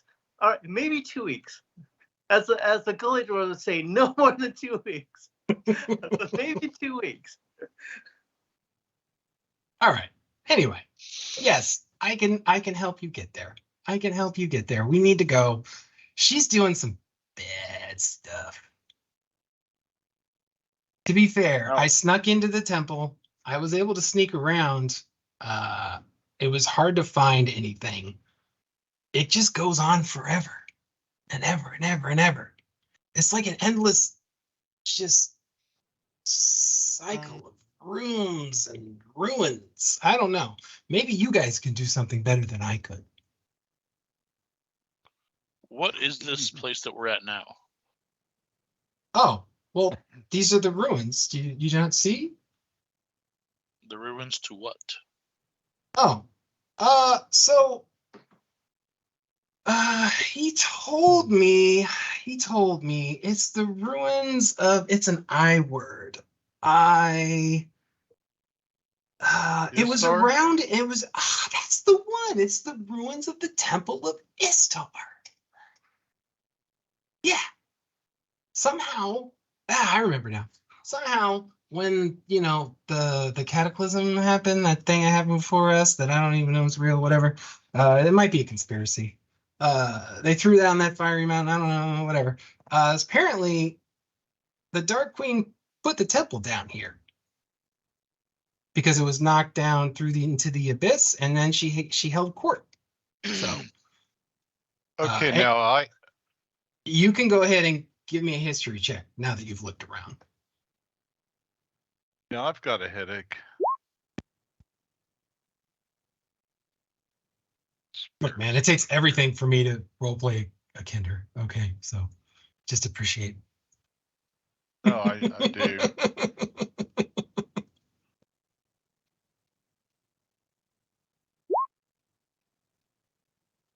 I'm disappointed in my role. MacGuffin, you got a history of 16. Yeah, you see Istarn architecture, but it has been twisted and shaped into what looks like almost like a mockery of that architecture, where you would see, fresco, different things, the gods of light. It's all been warped in to look like Tikhisis and some of the other gods of of evil. It's Istar, but it's not. Same with Ari. Ari made it. The architectural style has been twisted. Tarn, I'm going to give you kind of a bonus because you know about stone, so I'll give you that you know this too. Well, what a fine place you've come to have us all die in.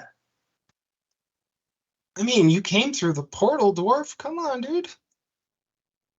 What'd you think you were going to do here? Have a party? Look at those plants. They're like Sorry, the most I'm dying disgusting from plants I've boredom ever from your seen. monologuing. Oh, okay. What's that word mean? Monologue? Monologue? You look over, Tarn has his bedroll out currently, smoking a pipe, eating a piece of jerky.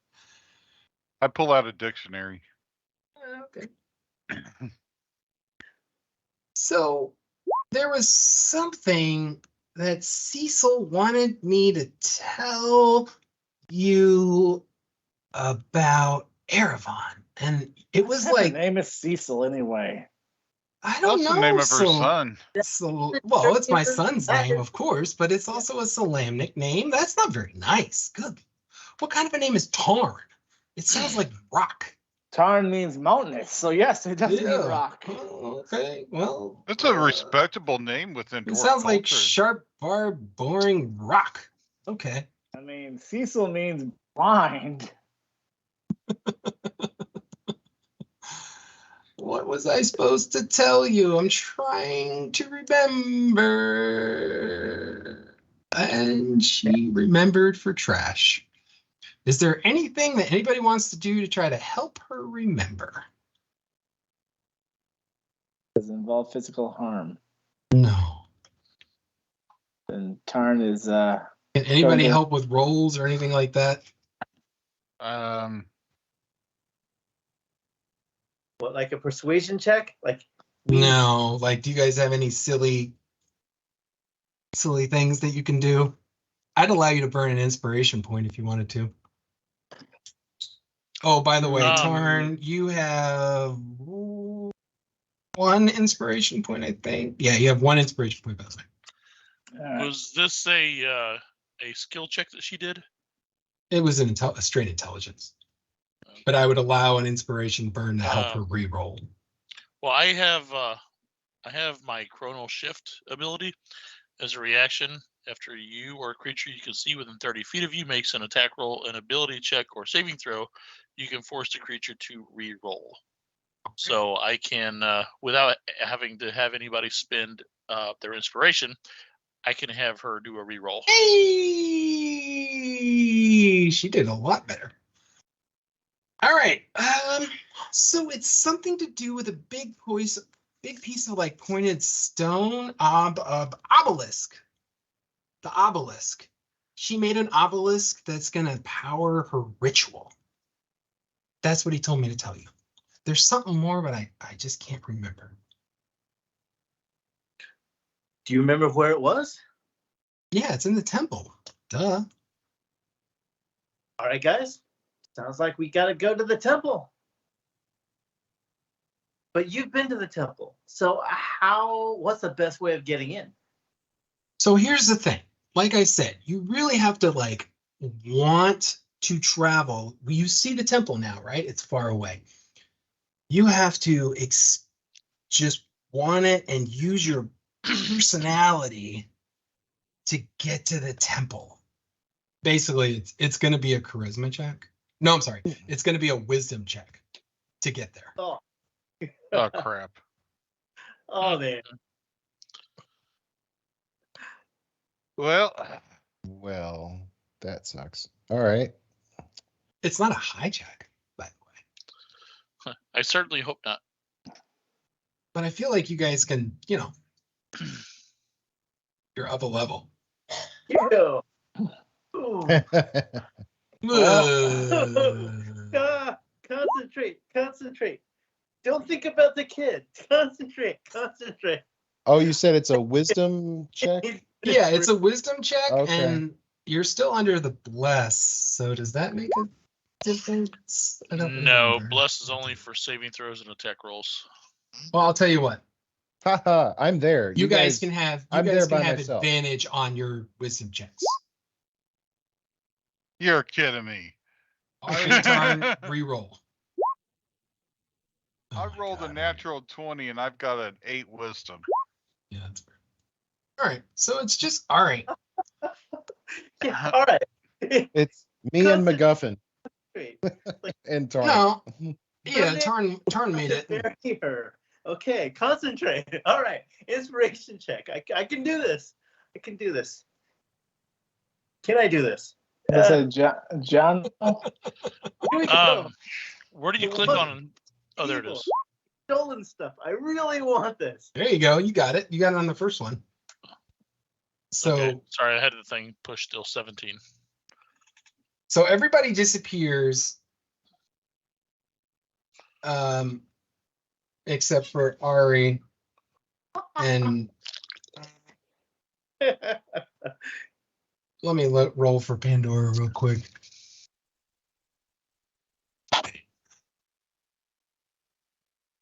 And if you hear my kid in the background, I'm sorry.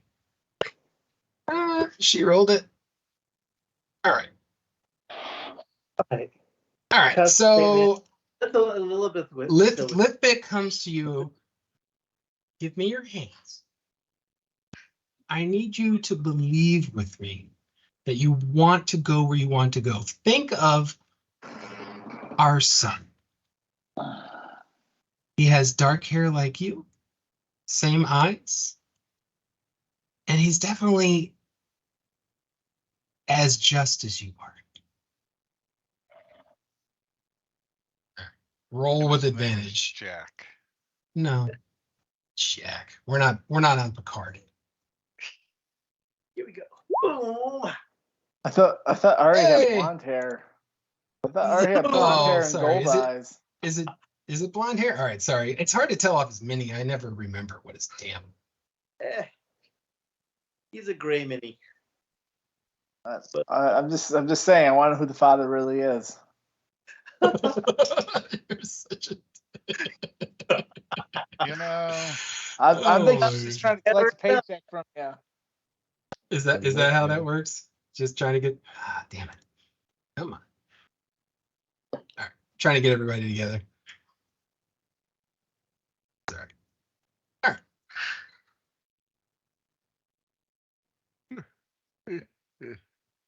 That's funny. Everybody's funny now. You're funny too. Okay. one bourbon, one scotch, One scotch and one beer. one beer. All right. Boom. Willing yourself toward the temple, a vast cyclopean structure appears before you. Where its architecture once was the flowing majesty of Istar, its walls and ramparts seem distorted and twisted in mockery. The stone is red tinged, and where once idols to the platinum dragon stood, now the faces of Tiamat, or the seductive dark lady, beckon. As you step near, it's as if time itself warps, a familiar feeling you felt when traveling upon the river. The aura itself pushes against your mere presence, threatening to expel you. All right, Who is this Erebon. Tiamat? You know, Tiamat is the aspect of Takesis. You know that. I know. I'm giving you crap. Yeah, I know. Okay. Erebon, you don't need to make any rolls. You know instinctively the temple is being affected by some amount of chronomancy, but there would need to be checks for more. Anyone who is not Erebon, you would have to detect magic. Okay, like make a those checks. Arcana check. Correct.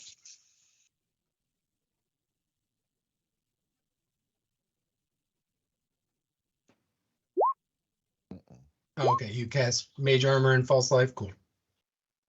Your Arcana was butt.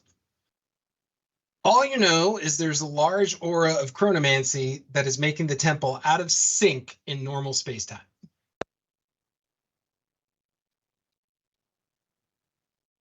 Oh, wait, you mean a 4? Yeah, that's a 14. That's what you know. Yeah. Anyone else who wants to make the check would need to be able to detect magic for the spell. So out of sync, what do I know about that? What does that mean to me? It's not experiencing time like you are currently. So kind of like when you were in Pandora's lair, similar, but you don't know enough about the field to know that, but that's what you suspect. Okay. What does Tarn know? Did Tarn detect magic? Yeah, I have detect magic. Okay, so Tarn knows a lot. I just don't have it prepared. Tarn knows that potentially there are several tributaries of the river flowing into the temple at once, converging into the same place. And when you concentrate more, you see that there are 8 timelines existing at once in this temple, as if 8 rivers of time are dumping into a very large lake. And that's as far as you know. It's the Mississippi. I don't share any of this.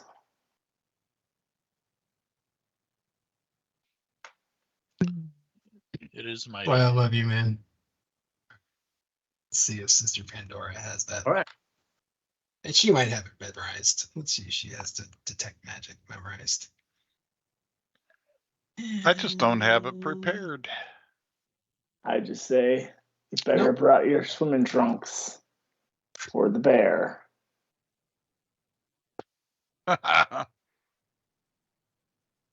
You're weird. Erebon, do you have detect magic? Because it would allow you to roll again if you wanted to. I can do it as a ritual. I don't have it prepared. Or I could cast it out of the Orb of Dragonkind, but I still have 8 hours before I can use that. You got more than 8 hours on the orb.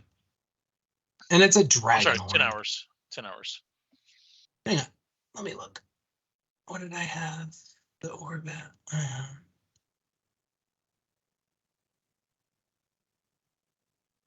You said it was 18 hours, and then we took an 8-hour rest. So, oh no, you're right. So 10 hours. 10 hours. 10-ish. Have we been moving around for an hour? Maybe, I don't know. Maybe 9 hours. Who knows? I'll give you 9. But I don't have it prepared. But I can do it as a ritual. It'll take me 10 minutes. On you. I think we should keep moving. Let's go. I'm thinking let's go in. Yeah, I mean we can keep moving. Hang on a second.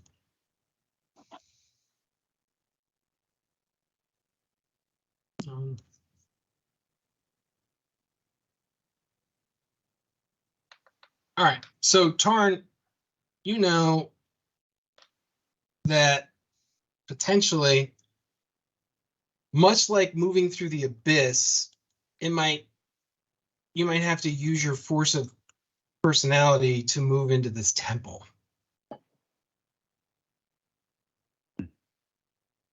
Basically, you think it's going to be a charisma save. All right, folks, so you better put on your best smiley faces to get in here.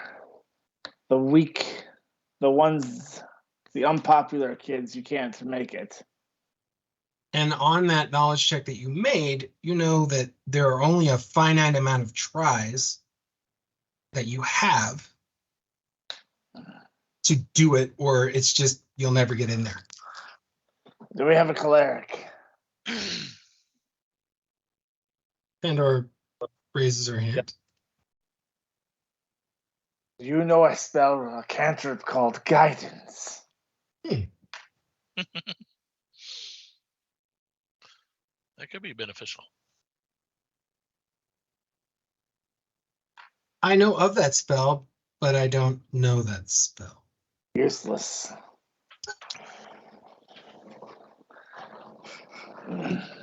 Actually, you know what? Hang on a second. No, she doesn't have it. Gnome, do you have it? You're always throwing out advice all the time, whether I wanted it or not. That's not part of my repertoire. That's a little bit more of the divine. My specialty is more of the arcane. Doesn't your aura allow you to buff checks or something, or no? Yeah, paladin. Don't you have it? Saving throws. Oh, it's saving throws. Yeah, it's not a saving throw. Only for those who I like, so. Tim, you're fine. Yeah, I don't know the guidance cantrip either. If you'll allow me to pray, I believe I could, if that's all right.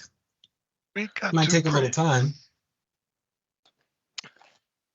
In a land where time has no meaning, I don't think we've got time. I feel like time is still passing Does here in it? the abyss, but I don't know about over there. Very well. So she gets. You see, there's 8 rivers flowing into this building of timelines. Oh, Really? And if we sit here and dawdle and hold hands and sing songs and hear about people's love stories. By the way, I heard you're a rock star, Ari. The Yeah. fact that a Kinder remembers him 10 years later is pretty impressive. That's impressive. why I said rock star. Kinder in the sheets. I think we push forward. Those who can't make it, can't make it. so Do you suppose that they're Rebecca's trying to sister resurrect Pandora looks up for Zacchaeus' prayers and says, Pandora KO did say that there were multiple times that Takesis is dead. And then she goes back to her prayers. And she's trying to resurrect Takesis in all the timelines. Or she may need all the energy from all those 8 to bring back to go. I view the timelines as a forge fire. It's feeding it currently, making it stronger, and we sit here and wait and dawdle. And it's not even a gnome's fault this time we're sitting here. So Lead the way. So Yeah. she prays for the better part of an hour. And then her medallion flares silver. And that light is comfortable to you all. It drives away this red, disgusting tinge that is everywhere in these ruins. Okay, I think I can do that now. So she goes and starts casting guidance on everyone. So 1, 2, 3, 4, 5, 6, 7. So when she gets to the 7th, she's like, we all need to go when she explains that we all need to go at once because this only lasts for 1 minute. Now you're in a hurry. So everybody gets a D4 added to their roll. So straight charisma check. It's straight charisma check. I didn't really want to go anywhere. Well, okay, Tarn, you made it. Nope. Ari, okay. Killing it with the ability checks this time. You are. 4 plus 4. Tarn, you rolled Arcana, Four. not Charisma. I rolled charisma. I rolled a 7. Oh, plus a 7. 2. Got it. So Plus 2 is 9. not enough. No, Okay. I'm good. 18. You also have a bless spell on you, Chuck. But that's only for saves. Oh, that's it. Erebon, you made the 14 fine. Garrus 18 made it. total, yeah. But Guffin, did you roll? You did not make it. That's just scientifically impossible. No, roll again. This makes no sense to me. Roll again real and add your die 4 to it, please. I didn't even. Erebon, you bother didn't even that need to time. roll the die 4. You made it. All right. There you go. All right. I believe, Ari, Ari, I need you to roll your die 4. A die 4. All right. Whoops. Cool story, bro. You gotta roll it on the dice. Dang, Tell us in the- so many you ways. made it. but There you got go. more. There you go. Yeah. All right. I thought there was a command line to do that. All right. So let me just pick. I think there is. I'm sure there is. Slash R space 1d4. Okay. She made it on the dot. All right. And Oh. flip it. That worked. Where are you? Flip it. Damn it, flip it. There you go. Elizabeth has high charisma. She needs to roll normal, but that was fine. Yeah, she made it. All right, cool. So should I roll again? You made it, I thought. I only had like a 9. Oh no, yeah, you need to roll one more time. Come on, Rolo. You're fine. All right. Before I move you There you are. all guys there, I gotta read. Oh, so a couple things. Erebon, as you pierce the veil for the first time since you've left, you actually feel your native timeline upon the river. The only issue is it feels weak, as if it's flickering in and out of existence. That is You're in just the for you. abyss. Entering this timeline, entering into the temple, into this area of flux time, you feel for the first time your timeline. You've never felt it before since you left. And when you left, you didn't know how to feel it. So Quick, bring out a picture of your family and see if anyone's disappearing. all right. Before I take you to the next map, you travel the strange, twisting grand halls of the. Wait, Chuck, when do you need to leave? 20 minutes. Okay. You travel the strange, twisting grand halls of the ruined temple, transported here by the cataclysm centuries ago at the machinations of the Dark Queen. Holes in the ceilings and walls reveal antechambers that look to go on forever. As you walk, tracers and halos affect your vision, entrancing you to see several versions of a broken table or a crumbling fresco. You blink, and it returns to normal. As if a grand hallway arranged itself to your perception, It ends at a very well-constructed wood door chased in precious metals and jewels.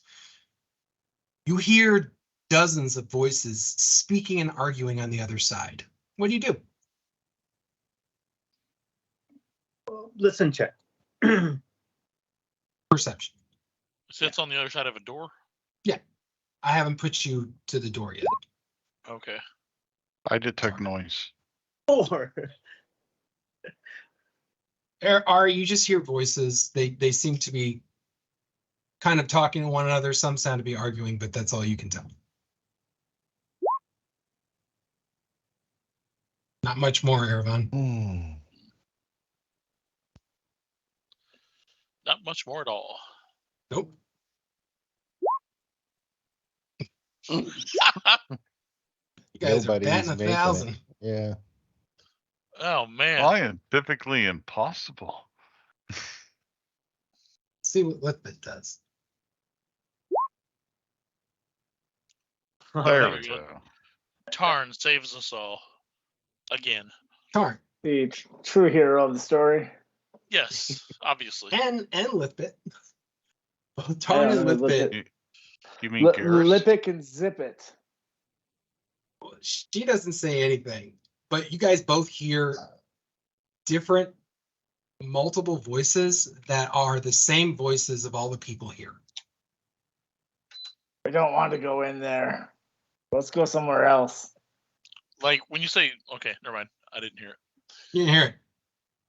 I'll, Lithbit looks at you and she's like, "Did you hear that? Yep, I did. Oh, that's super interesting." Mr. Sorcerer, do you have a spell called Fireball? Not fireball. So are we keeping this in the dark? Or are we going to talk Ice about it? Storm? Do you No, have a mass area of effect spell that can do massive damage? the biggest area I have is a shatter. Oh my god. What the hell? What's going on? Well, you see behind the door is probably some not so nice people who are currently Not discussing. so nice people. It's y'all. It's you guys. It's you. I'm hearing all your voices in there. It's all you. So yeah, so That lip- so we Yeah, have that's- good it's- Pandora that- here. what We're we're hearing? chasing evil Pandora, which means what's behind the door is not probably. I didn't hear Pandora. I'm just hearing multiple versions of you guys and some other voices too Yeah. that I haven't heard. Hey, Well, hey, no, there's hey, one. Hey, Did you I guys- I did unzip it, so keep the lip it up. I don't. What is that? What are we talking zippers? Like, is that? Are there such a thing? Like, what is a zipper? Yes, I heard there's a gnome thing. I heard. It is. Yeah, the gnomes no. are very smart. Well, thank Yeah, you. A shatter is half Dwarves the aren't size so of a bad either. fireball. Didn't you guys travel with some other human guy? What's his name? What's his name? Was the guy Cecil. who was at Anvil time with us?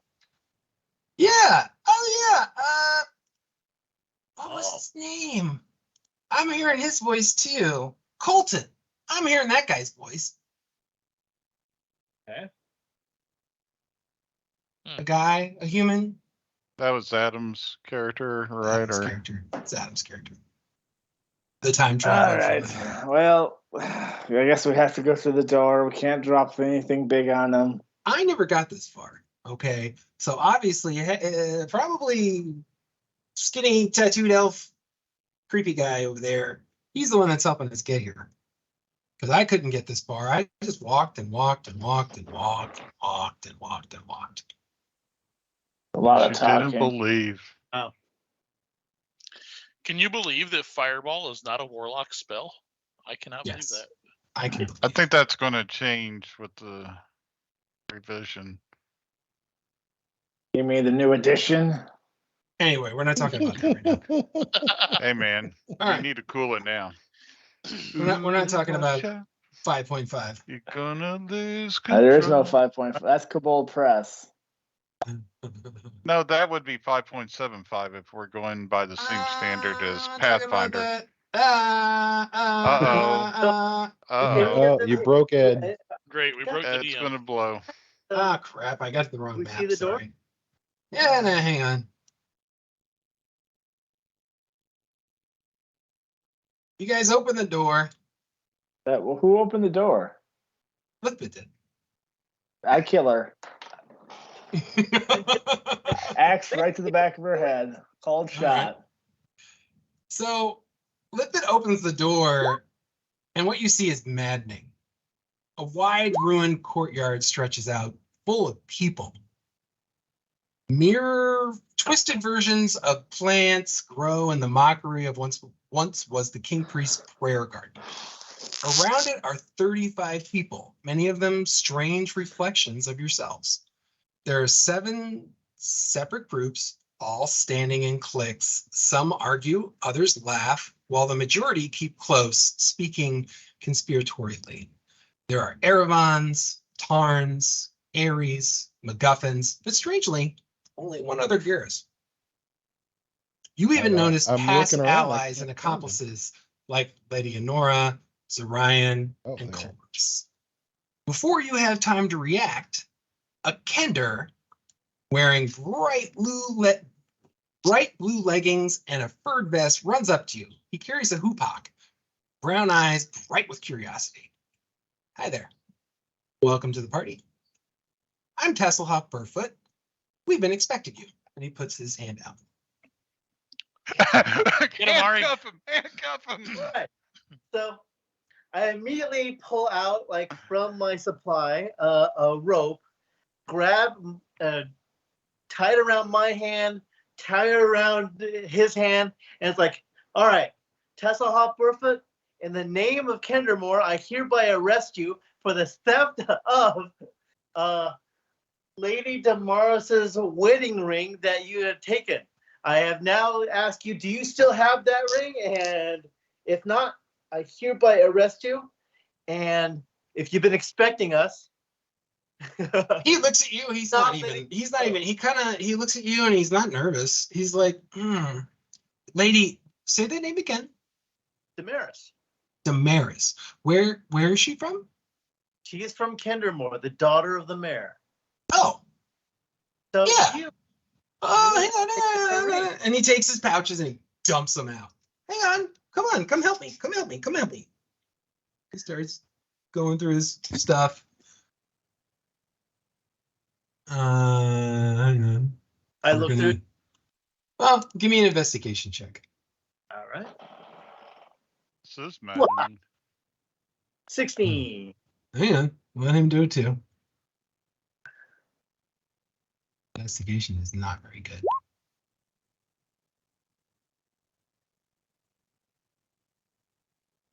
Actually, on a 16, you find it. All right. And he's like kind of going through his stuff. Oh, I forgot I had this. And he picks up a spoon that looks very silver. So I take the ring. Basically, it's getting this. It's Merlin's spoon. And he looks up. Oh, if that's the one, you can have it. And he starts putting his stuff back in. All right, everybody else, give me perception checks.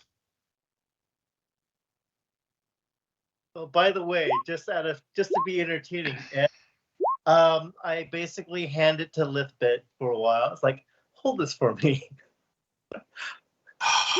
Her eyes light up. Oh no. She puts it on her ring finger and she's just like happy and like kind of starts skipping around. All right.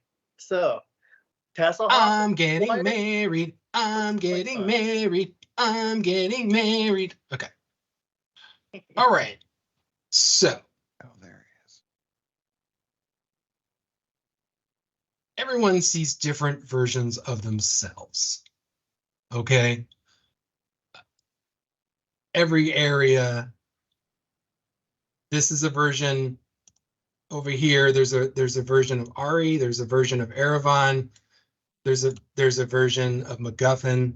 There's a version of Tarn. The only person that's not really repeated is Garrus. Like, Lady Eleonora's here. You're seeing different versions of Colton or different versions of Zorion. But over here, let's see. Tim, you definitely see a version of yourself. Mhm. His fur is darker. He has scars all over him. And he has a medallion of faith that is definitely Sargus upon his breast. And he has a huge great axe that he has out. Okay. Erebon, you notice all those things, but you also notice Negavon over here. Yes. Vagabond. Sweet. And everyone seemed to have rolled a decent perception check, but all these guys over here, these guys look just darker and depressed, scarred up, worshiping bad gods. Tarn, did you make a perception check or are you mine? You did. You notice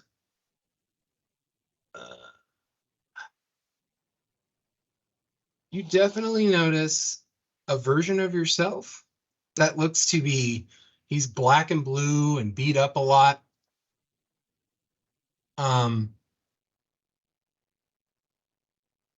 But when you look upon him, your medallion grows warm.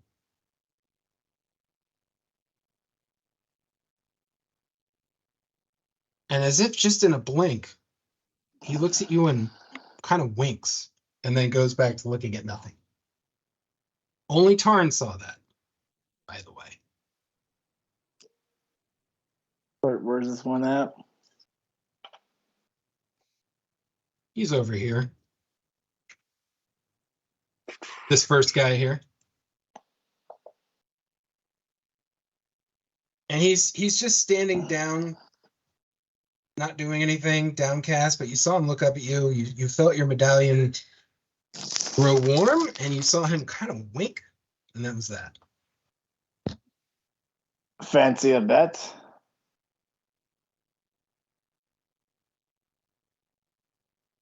He says nothing. And so a knight the comes up other to version- you, Garrus. I'm yeah, sorry. I whenever I see my alter self with his great axe out, I draw my great sword. Well, as you're doing that, a blonde knight comes up to you,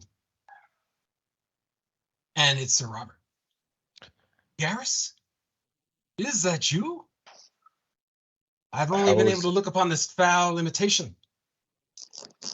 How is it possible that you are here? The different tributaries upon the river, apparently. Different choices. In the destruction that when Pandora made, it was you who was killed, and I swore an oath to avenge you. So you are not my Sir Robert. But I have missed you, none the same. It is good to see you. I'd shake his hand. And he shakes yours. And so Taz, all right, let's Tarn, he has not responded to you at all.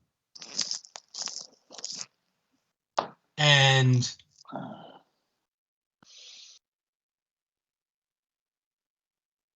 the version of Garrus comes up and stands in front of you and just looks down at you and grumbles. Pardon me for a minute. Mind your business, dwarf. Do you look like quite a warrior? Sargus protects us. And when you're in his respect presence, you instinctively feel palpable evil coming off of him. In fact, there's palpable evil coming off of everyone in this group. The floor made out of. So this looks to be like a grim mockery of a prayer garden. So it's stone and dirt, and like the plants look to be like these weird versions of plants that you would see on back on Ansalon, but they're not. They're weird echoes. So Tass kind of gets up, gets his stuff up. He's like, hey, why don't you come talk to me over here and leave those dark folks to their own business? Is that okay?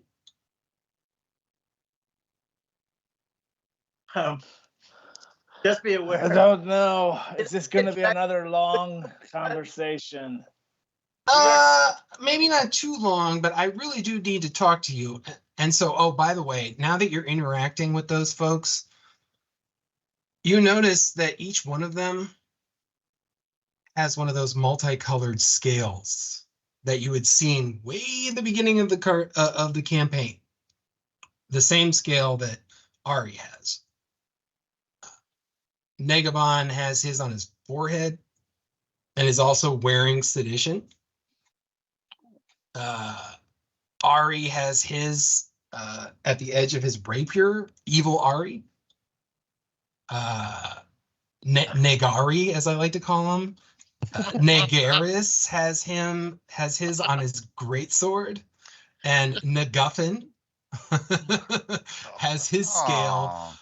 on his also in his armor.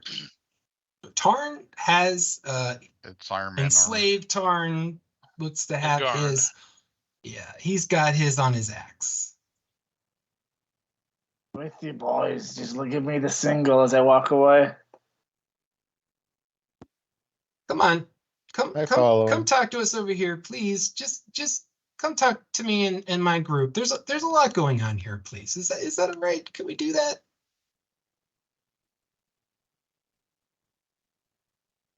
Is that Tasselhoff?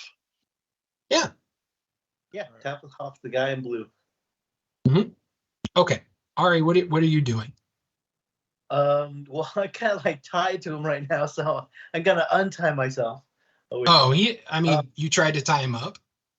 Well, no, Yeah. basically the equivalent of a handcuff. So we're tied together, so he can't run away. And gotta. No, he wouldn't have let that happen. Like that would have been you would have need to make a check for that. Well, it wasn't gonna be a friendly like tying down or anything. It was just like attach myself to him. It's With just like with wrap- He rope did it or when they manacles or When they shook hands, he clapped Yeah, when they manacles on him. wrapped around my, it's Yeah, before I sure. You there- still need to make a skill check for that. That would have been there is a skill check for that. Oh, Maybe okay. like a grapple check. All right, I'll be back shortly. Well, let's go ahead. So we're here now. Let's just go ahead and take a dinner break if anyone hasn't eaten while Chuck goes and picks up his kid. If you need to take 15-20 minutes to go eat.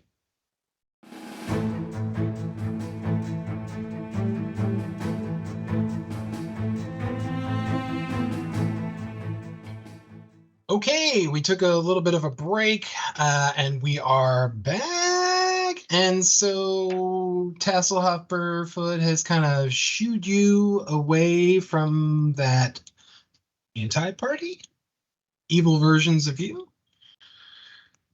And he's like, okay. So before we do that though, Ari, Mhm. you were gonna try and, I guess, put rope on him or something? Is that Originally, when I said hello, but I can No, do with that's that. fine. It already happened. No. I Didn't want to work with that. You would have to try a sleight of hand. I think he slipped it past you when he first met him and shook hands and described it. I was not totally paying attention. He would have had to have sleight of hands to do that. All right, so let's go back and do a sleight of hand thing. That's pretty damn good. Sleight of hand. Sorry, the clan has told me to go out and get him. It's like a life quest. And Oh, he's yeah. been a bad boy. He's like stolen. You're right. You totally. He's like, and he was doing all the things. He's like, oh, huh, okay. Well, how are you gonna? Anyway, can we? Do you want to discuss this first, or would you like to? I am, because now it's like we're done. I need to return the ring. You're cleared. Okay, here's the ring. I didn't even know I stole it. She probably put it in my pack so I wouldn't forget her, which I obviously did. It's okay. You emptied out your pockets and you immediately delivered the ring. I'm gonna assume this was just basically a false, accusation, which happens among us. So as long as I have the ring, I can now go back and do what I need to do to return it. And Elizabeth's dancing around. It's my ring now. It's my ring now. We're getting married. Ha ha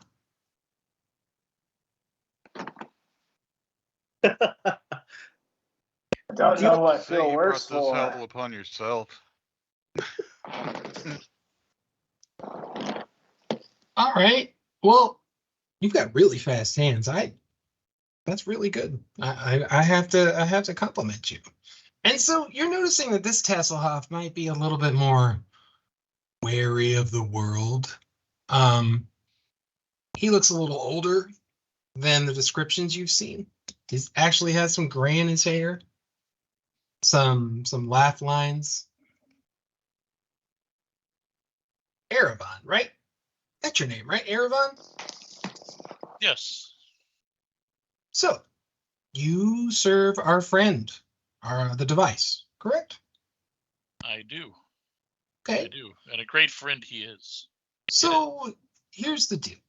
We are all here from our prospective tributaries on the river to stop Pandora. And she's done some mumbo jumbo, timey-wimey things, and we have 8 timelines that are all concurring here. So there's 8 versions of Pandora that we're all trying to get to. Just like there's 8 of us. And you look around and most of them are out. They've stopped whispering and they're just watching you guys, all 7 of the parties.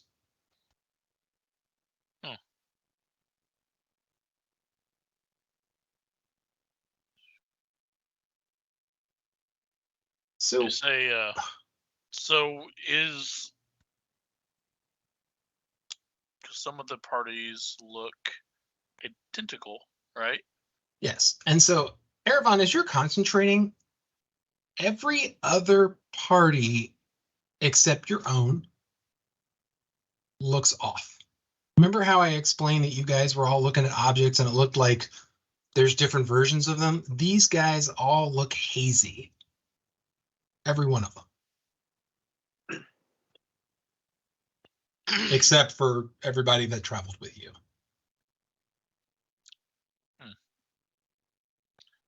Like, kind of like if you're seeing them through like a heat wave kind of thing. Exactly.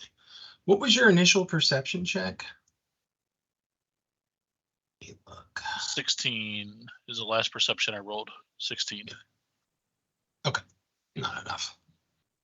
So Taz continues, and he's just like, we're all here and we can't get past this room somehow. And we don't understand why. Is there an exit in this room? Well, that's what we're trying to understand.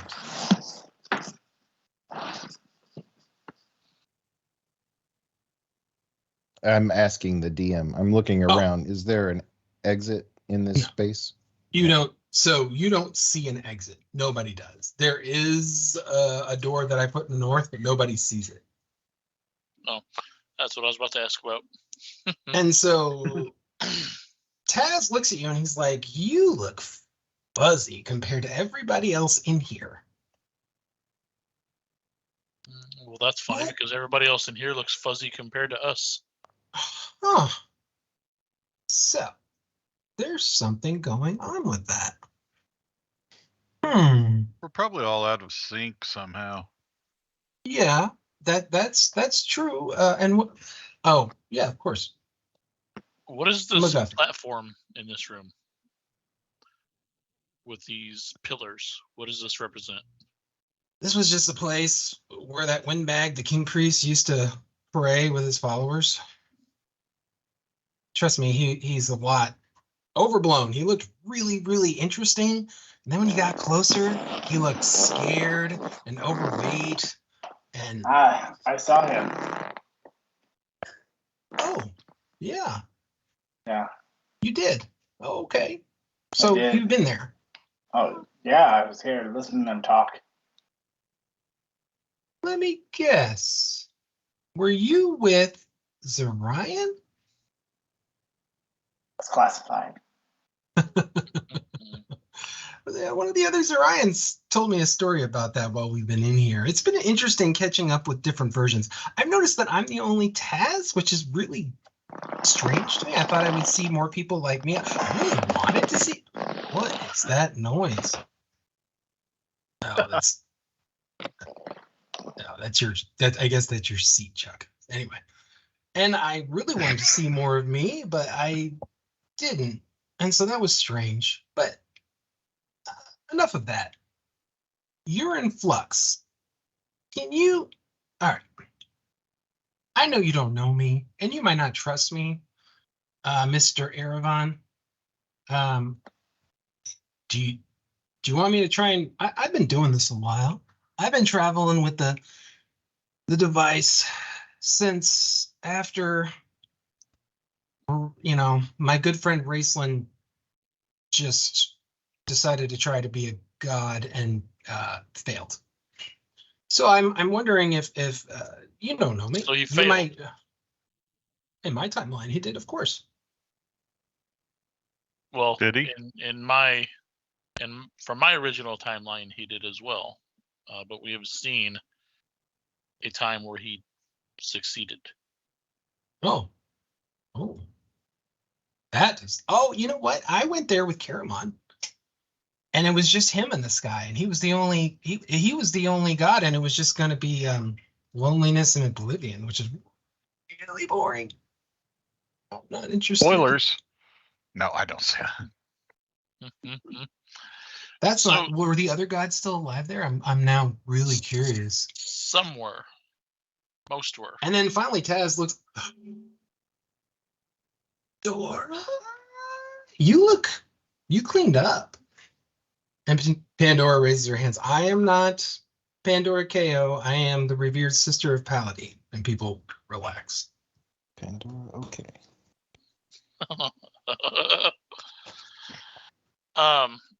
Tasselhoff, where Taz, please. are you we're from? friends. Where am I from? What timeline have you emerged from? Because we know you have had.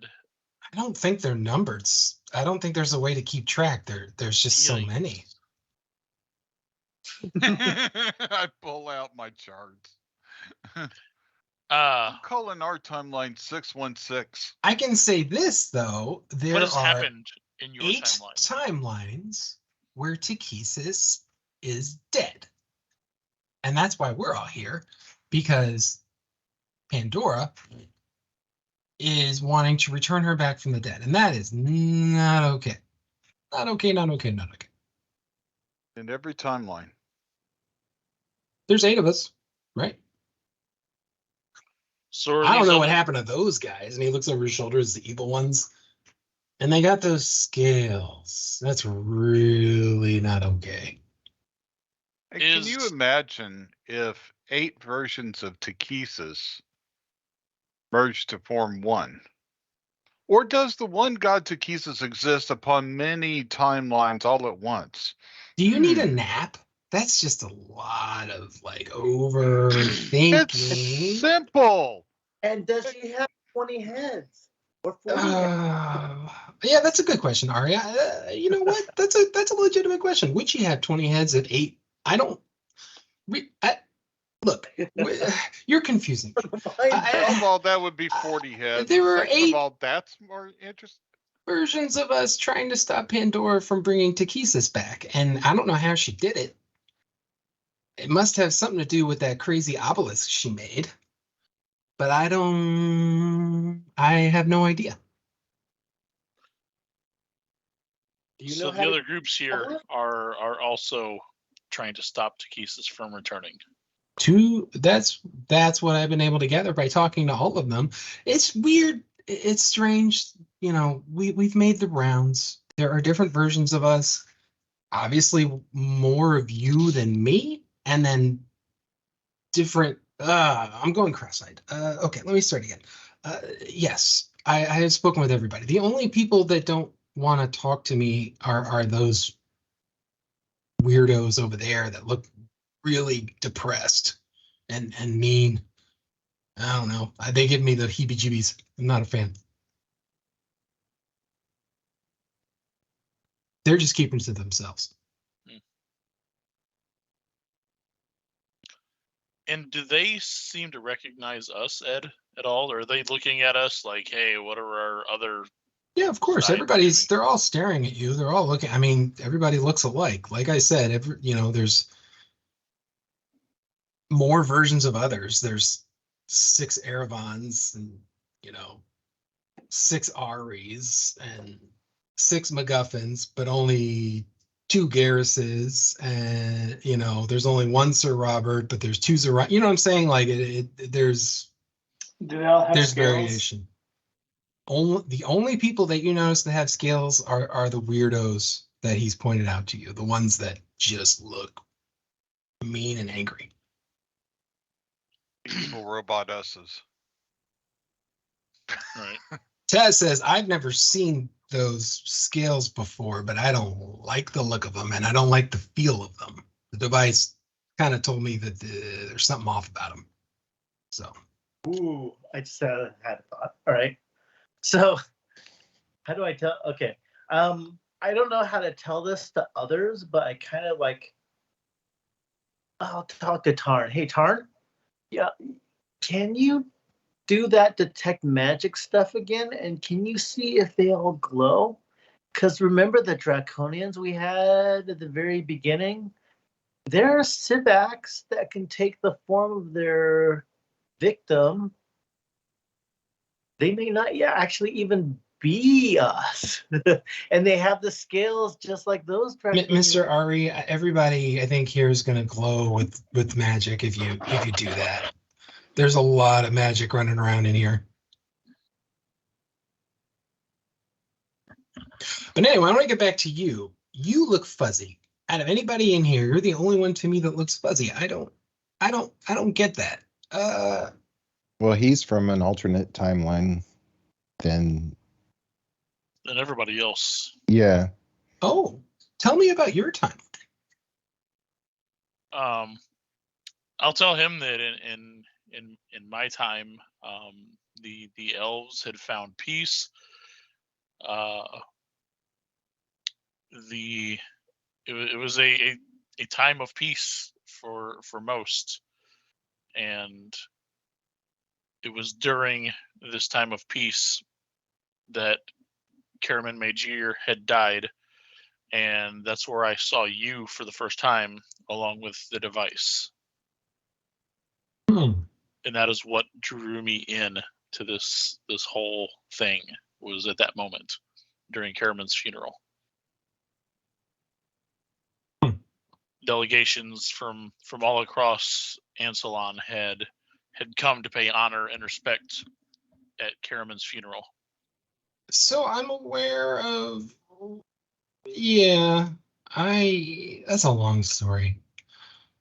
I was never able to get back to that exact place, though. But you remember it. You were there Of once. course. Yes. I did do that. I did travel, and Fizzman let me because I didn't want to get stomped. It's a long story. I still need to get stopped at some point in time, but we don't need to talk about that.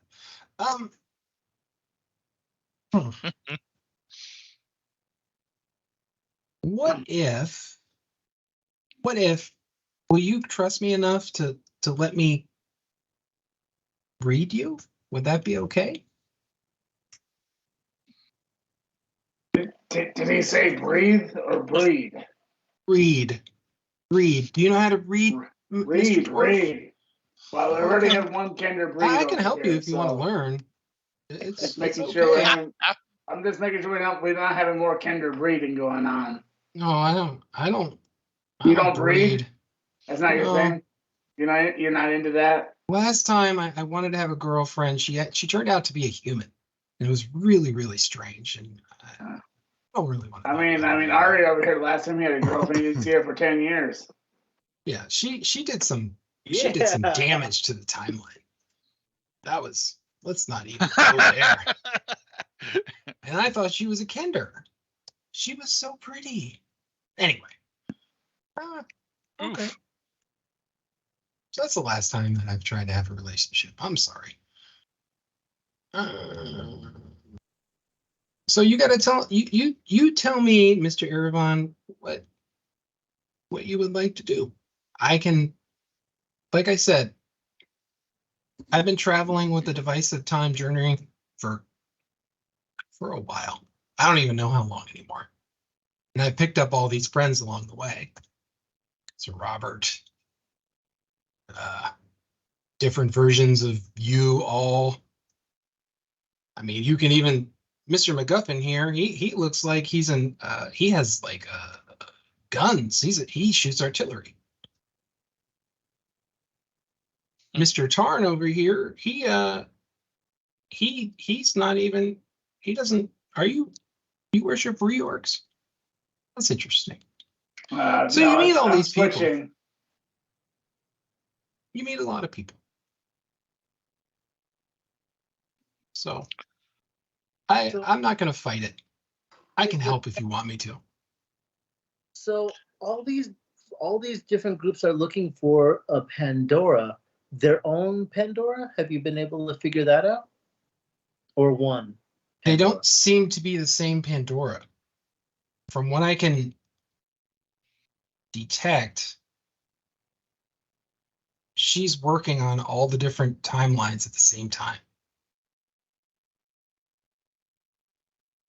Which is really, cross my eyes, hope to die type stuff. How does that even happen? A lot of weird time magic that she got access to.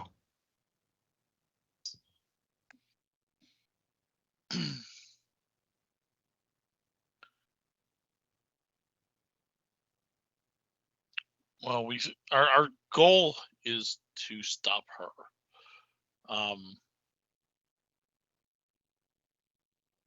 We need to figure out what is the best way to do so. That's fine. Can you help me to help you? What do Take you my need our hands. help with? Take my hands, Erevan. I'll make sure I don't have any rings on. Very well. If I wanted to steal something, I mean, if I wanted to borrow something, I would take it. And you notice he did say steal. I'll give him my hand. And so he makes the same check as you do, a time travel check. Oh my gosh, that was really high. Cool. All right. Nice.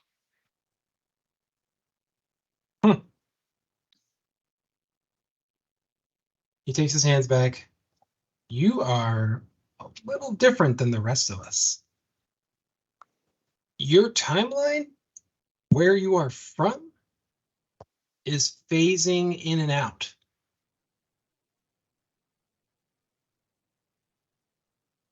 What does that I mean? want you to know that there may be a chance that if you stop Takesis from coming back to life, everyone you know or ever have known might never exist.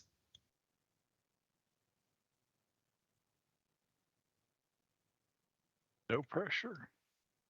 Not at all. I don't know if that's true, but that's what, like I said, I'm really sorry to tell you this. And you see that Ted starts getting emotional.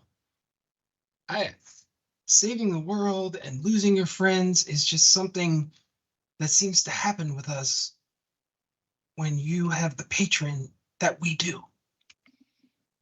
And this is not okay. And I'm sorry. Tears start coming down his eyes.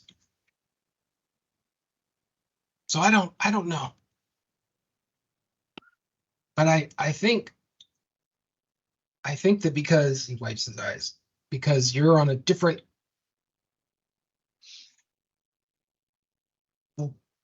wavelength than us, you might be able to get through.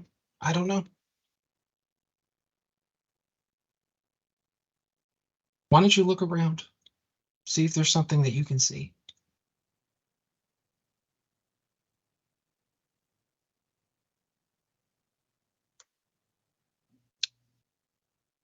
Okay.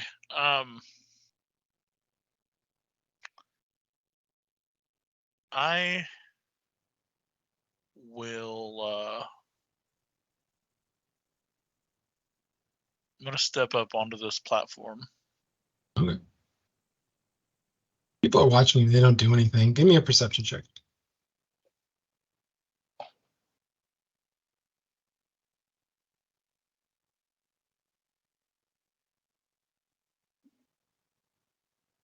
Did you roll it?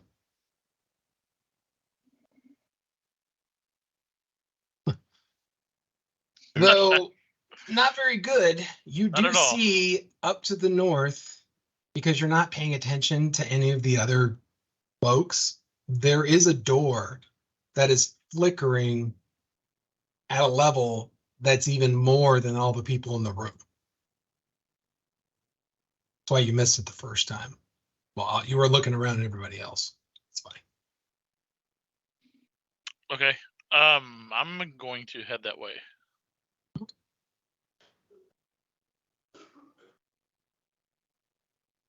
It's on the move, folks. Okay. And I'm gonna try to, I don't know, focus, and concentrate on that area of that door, and see if I can maybe stabilize it somehow. So you focus on it. You know you can't touch it currently, but you think that you could make a check to stabilize it. The issue is you would still have to transport the rest of your friends. So you're not sure. I don't know if it would stay around that long. Is that what? You don't know if you could stabilize it well enough to let everybody else pass through, just yourself.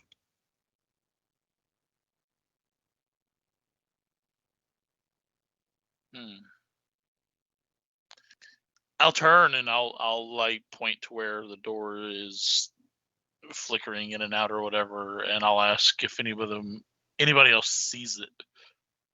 No, well, everyone's looking at you strangely, but they're nodding. And You do notice that these guys over here, the anti guys, they're like whispering amongst each other. okay, and I'll even look like to the other groups, the other parties, when I ask if anybody else can see the door and see if anybody else. Not everybody answers you. So the only people that answer you are these guys here. They say, we don't see a door. These two here don't answer. And these ones over here aren't really noticing. Nor these guys back, the ones back in the front. Okay. Taz kind of weighs you over. Okay.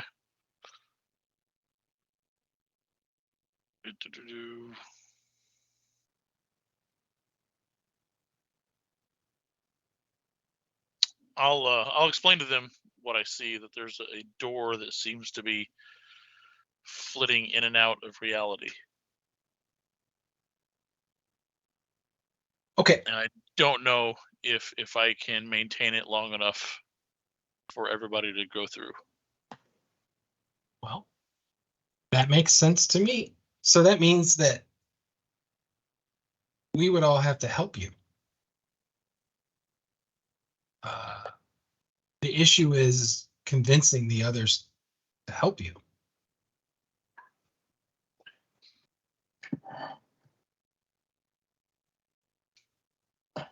I'll ask Tasselhoff. I said, so do the other people that we see of us, our copies in this room, do they possess the same capabilities as we currently do, or do they possess capabilities that we once had, or even perhaps capabilities we might have in the future? That is a good question. My suspicion is they have at least most of the abilities we have. I might have a little more than the others because I've been doing this longer. And do they all I can't imagine that they would all possess the same possessions that we have. They're all inherently different. Some of those guys over there are very agreeable and others are kind of grumpy. But the grumpiest are definitely those guys over there. Do you want to go over there? And I mean, we can all go over and talk to them. Do you want to do that? I've talked to them before. They know me. Yeah, let's do that. Everybody seems to know who Tasselhoff is. It's really strange.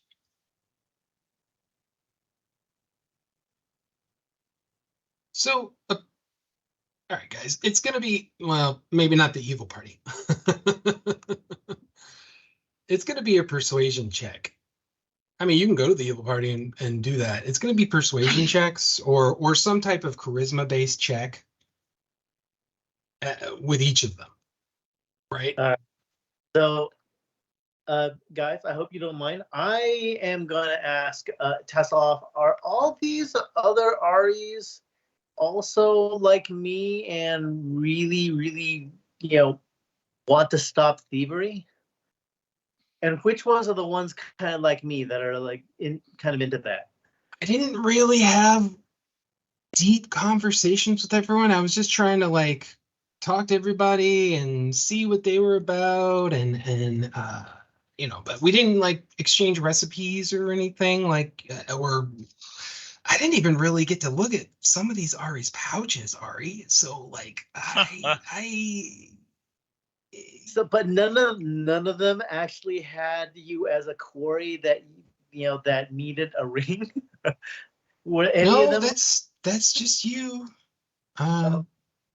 So, but it looks like you're going to be happy with your friend. And Lickbit is still skipping around happy. Getting married. It's really getting old. All right, so guys, I'm gonna talk to each of those Aries. If they're anything like me, they'll want to stop Pandora just because, like me, they don't like thievery. So I'll see if we can get each one of them to like kind of get their group to like help us. Well, Ari, I think that's a great idea.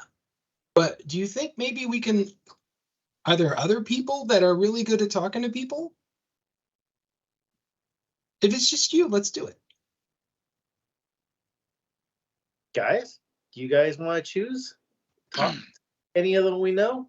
Who is good friends with all the others? You for a minute. Oh, that would be Torn. I can convince anyone to do anything. Well, you're a dwarf of a different color, sirs. You're a Kendra that talks too damn much. Oh, you're not the first dwarf to tell me that. Have I ever told you about my good friend Flint? Sounds like a stand-up fella. Flint Fireforge. Too bad he's not here. Yeah, it's too bad. He passed away like some of my other good friends. I heard he was an old dwarf, but really is only middle-aged. He wasn't that old. Yeah, it was really strange. He White had a haired is what the story says. Very probably had a walking cane, half senile. all that matters is Fizzband took him up, and he's waiting for me at his By forge. some damn tree. Tree. Interesting. I didn't know there was a tree. It's common dwarf knowledge. Well, where are we going first? I guess there's Ari. Let's follow Ari. All right. All right. Here, Anybody Ed. can. We're going. Yes, sir. I've already unwrapped that rope. Tasselhoff doesn't need to come with me unless he wants to. Oh, I mean, he doesn't have to. Okay. He doesn't trust you, though. But that's fine. If you guys want to break off and do persuasion checks, that's fine. I'm going to tell you right now that Tass is going here with you. So so I will say this. It could be any charisma-based check that you're doing. Doesn't have to be persuasion. It could be whatever. Just know that you're working around folks that don't trust you potentially. All right. So I'm gonna talk to the Ari here, get some information from him, find out, what he wants with Pandora, and basically clue in that I'm looking for the same thing because she's stolen some things that need to be brought back. So here's my persuasion. Between both you and Tarn, Ari's like, oh, yeah. I'm really interested. And he's like, come on, guys. Lady Elnora's like, oh, you seem like worthy types. And they all kind of agree with you. You could tell that they're of probably good alignments. All right. What exactly is the ghostly looking person that is in? Oh, that's the Erebon. groups? That's Okay. Erebon. Yeah, I just wanted a different mini that didn't look like a normal rando elf.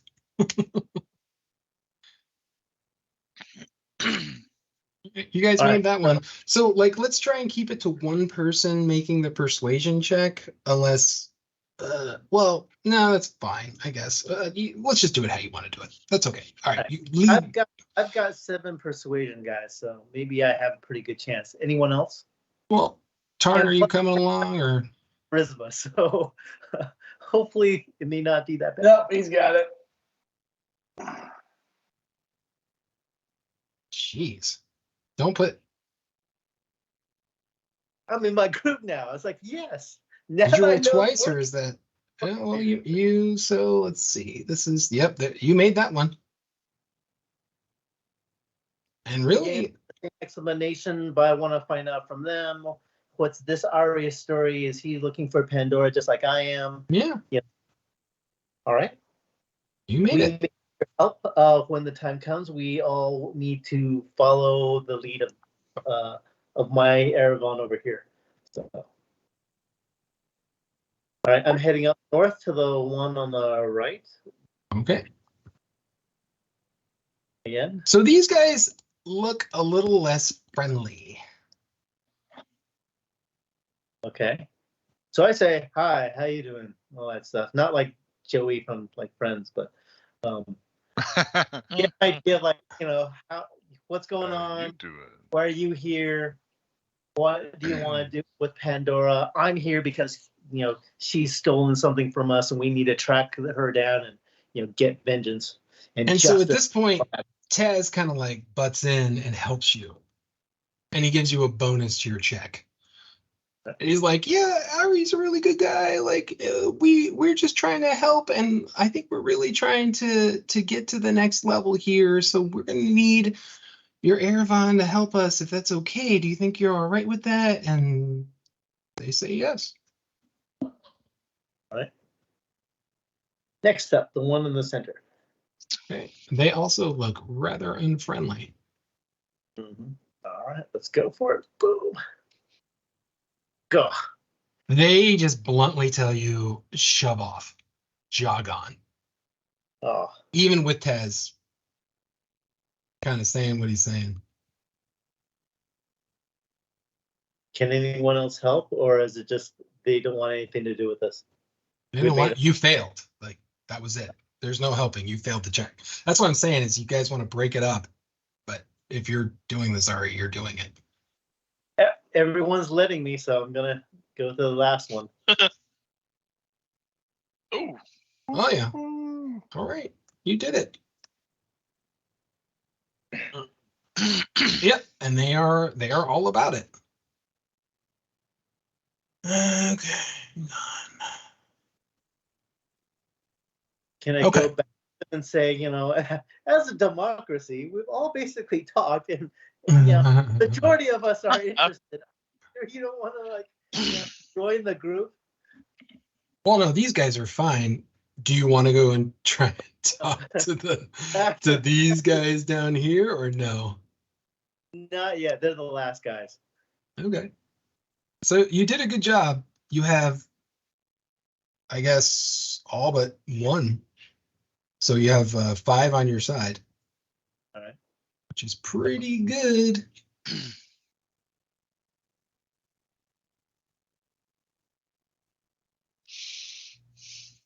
All right, so back to Aramon. All right, Aramon. Do you think that's enough? Where the hell did I put him? So are there some people? All right, we all need to go down here.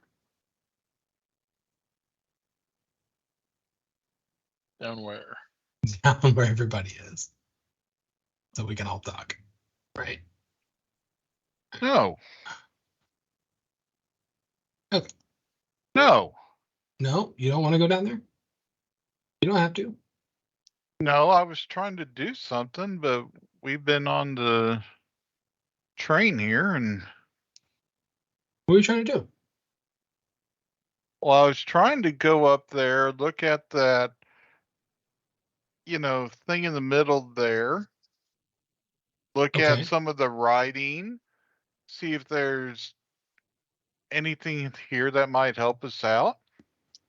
Oh, okay. Can you not move your mini or something? Is that a problem? I moved my mini, you moved it back. Oh, I'm sorry. I'll move it over there. Here. Okay. Go ahead and give me an investigate. Not my bear. Okay, move your bear. There. Okay. All right.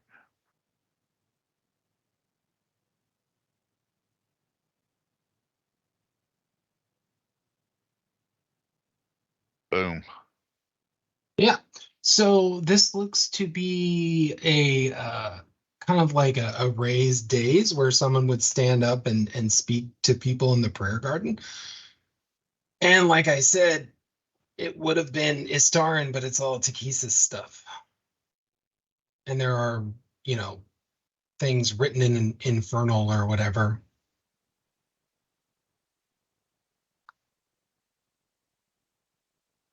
No, I don't have that as a language.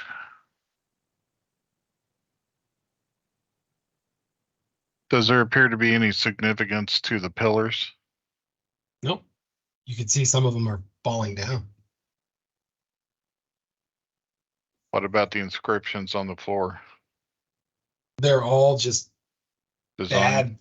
Yeah, they're all just made there to look like they were once Istarn and now are just like a cruel, nasty mockery of them. Yeah.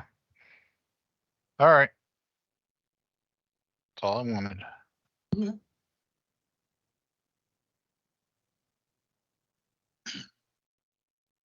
Well, I think we've talked to enough people. I think they're going to help. My only issue is do we want to try and talk to the weirdos over there? Does somebody want to try and embrace that, or are we going to ignore? Garrus will walk over there Okay. to my doppelganger. What do you want, meat? But he says it in Kothian. I respond to him in Kothian. I said, "It is in your best interest for your Erevan to help with what they are working on. If we are to move beyond this point, unless you wish to be stuck here." And what is your silly elf, and he's speaking Kothian, going to do? It's going to allow all of us to leave this space. All of us? Every last one of us? I don't know what you're getting at or what you're playing at. If you wish to leave, your Erevan might need to help. If not, if we can get the door open, your people can stay. We'll discuss it amongst ourselves. He goes, So, yeah, I mean, just trying to he snorts at you. intimidate him a little bit, just kind of Okay. show him Do you want to intimidate him? Sure, why not? Let's try it. Yeah, 13.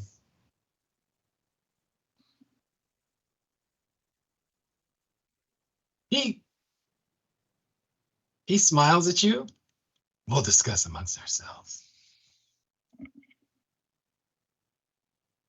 He doesn't seem by any means cowed, but he looks Cowed. he looks at you Gosh. approval.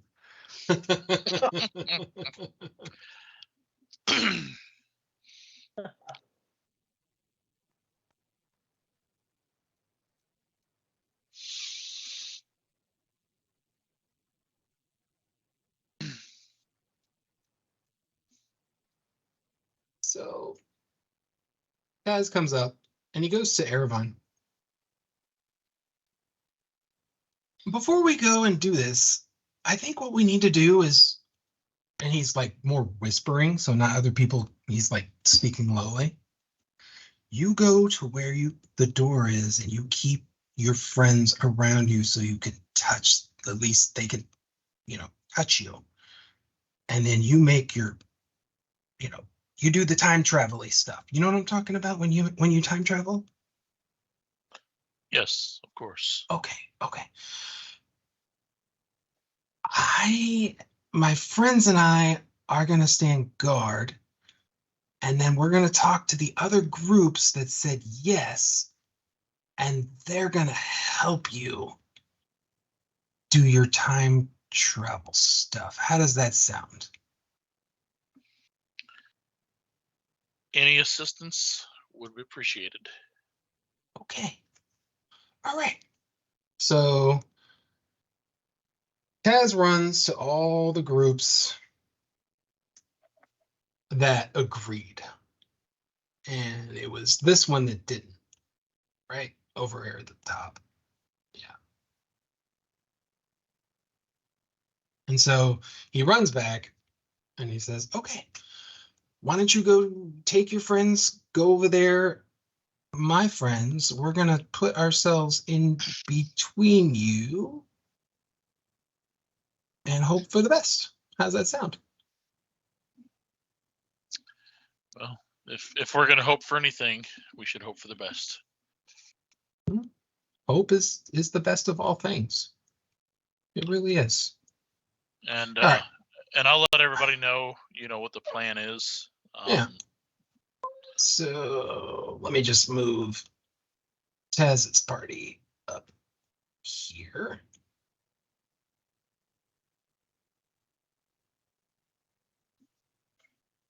Sorry, there's so many damn. You guys can move yourself to the door if you want.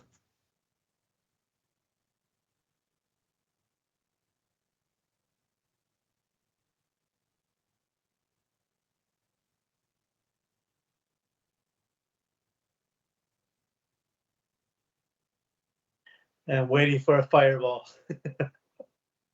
And you have to move yourselves so you can all be in the range of his touch or to be able to touch him, if that makes sense.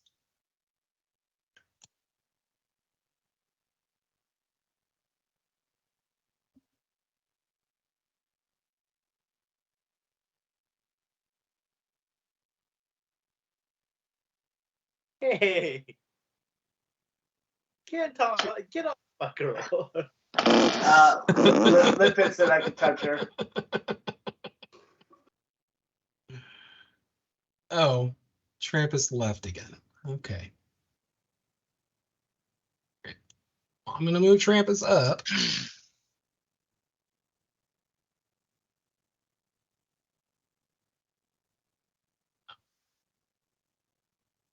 Trampus on his bear. All right. Sounds good. Okay.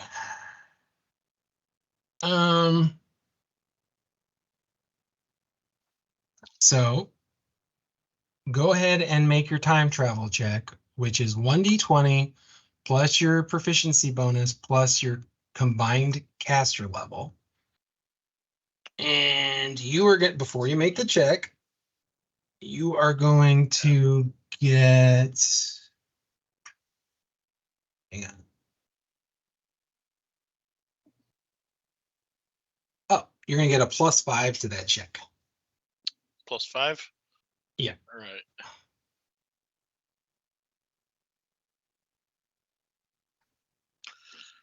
All right. Here goes nothing. Yeah, I just start concentrating. I focus my will upon the door, and everybody that is aiding, you know, I try to gather their strength as well. I tell everybody So- that's around me to. As you start doing that, this party starts running up and they start getting into battle with Taz's group. Oh shoot! That's okay. Holy crap, dude. Maybe talk faster. Yeah. So as you say that, Taz yells at you, but you don't hear it in your ears, you hear it in your head. Mm-hmm. He says, you can pull items from your previous adventures, you know. Ones that you or your friends have handled. Doesn't count against your time traveling. But don't try it more than a handful of times. And then you guys all disappear. No. Uh-oh. Where the hell is Trampus? All right. He had dog issues.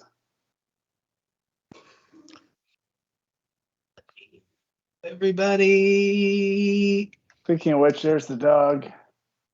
The Yeah. dog won. Trampus is down.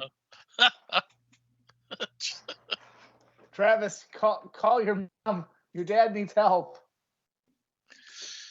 Oh my god. Hang on. I'm working on it, guys. Oh, never mind. I overreacted. Stand down.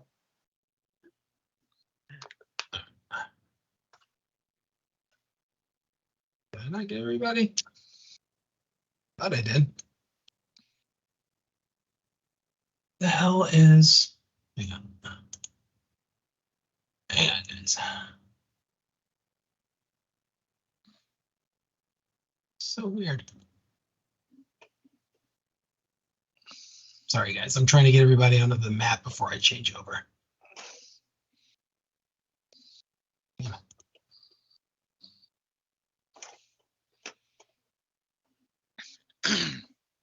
So, who don't I have? Oh, I see who I don't have. All right.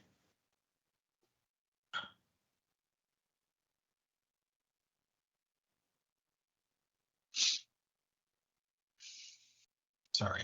Bear with me, guys.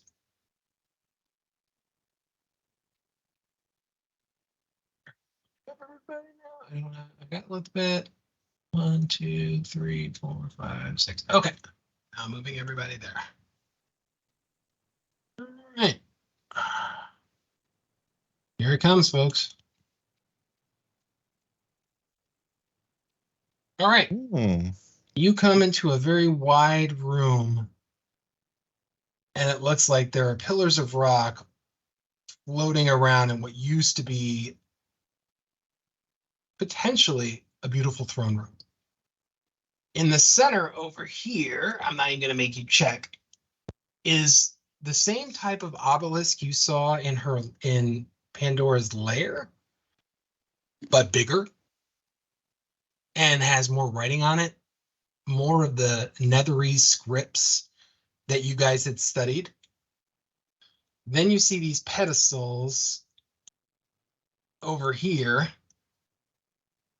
And on each pedestal is one of the weapons. Over on this pedestal here is what looks like a DragonLance that's been turned black. Totally just a utter, mirror image of disgust when it comes to a lance, a dark lance. Over here, you see the Axe of the Ancients. Here, the Heart of Jakart. Sedition, surprisingly, is here, but when you focus on it, it's flickering. And then, of course, here is what looks to be a shroud.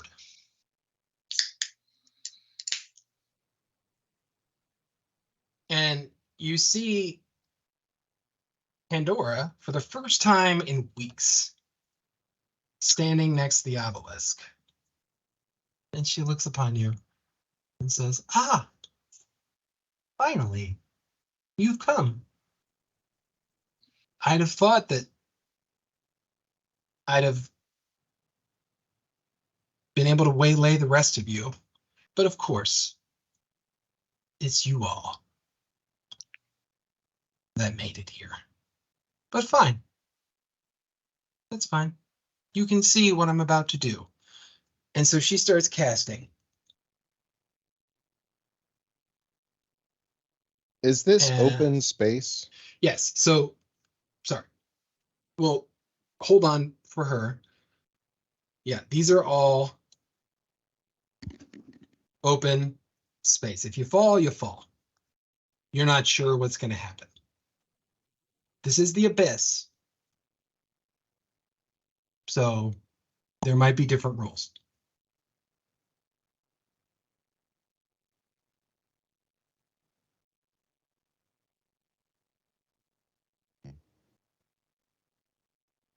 So I'm thinking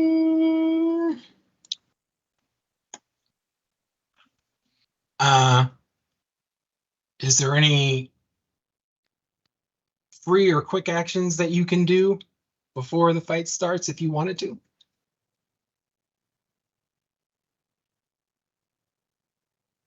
I don't know.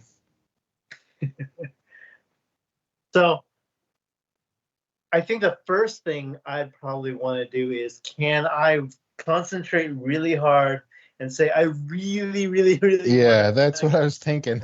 All right, then let's go into initiatives. I really want to be in this space right All right. here.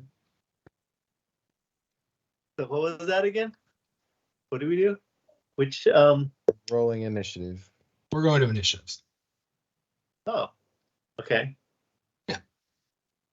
Go natural 20. Oh, that's not me. I rolled a natural 20. Jesus. Yeah, I saw that.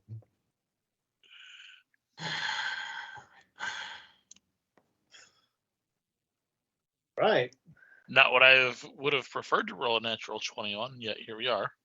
I rolled higher than she did. That's all I care about. Yeah, that's fair. All right, let me get the initiatives for the other. I love that Ari has a plus 10. Arc. I'm just gonna take some That's- time. So when you go down the assassinate channel. It's Pandora. Let me roll her initiative real quick.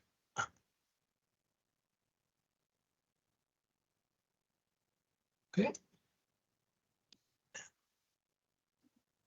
A bit.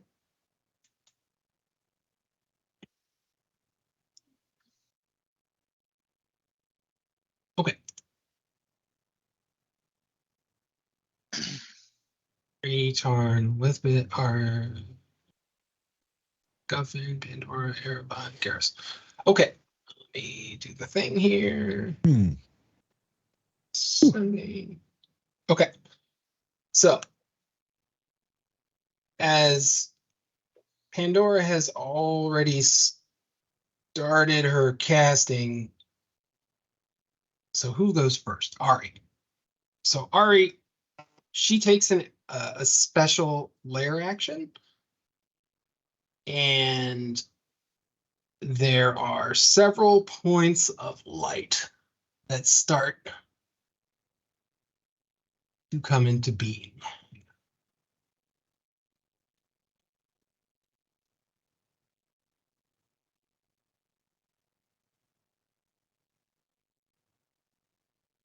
That was her lair action. It's your turn, Ari. All right. So she already started her combat turn, didn't she? Well, her lair action can be done on anybody's turn. Okay.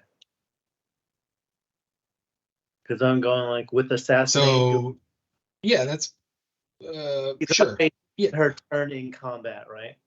correct. You are going before her, and that would work. I'm just telling you, she did a thing, and there are 5 points of light that are starting to coalesce right here. All right. I'll go for a quick crossbow shot. Let's see how far she can get. Okay. Where are you? You So are I am in here. front of Liftbit, kind of like closest to her as part of the group. You're almost 100 feet away from her. Yeah, but I've got the light crossbow. I don't think that get. That's 120, right? You can do the line. Okay. All right, here goes. So advantage, right? Sure. All right, 20. 20 hits. All right.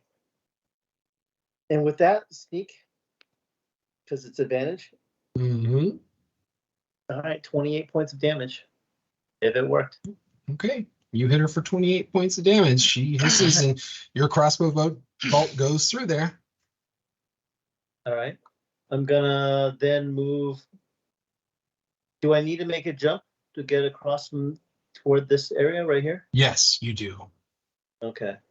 So I think I can only move this far before I make a jump check, right? Correct. All right, jump check. That's acrobatics. Uh,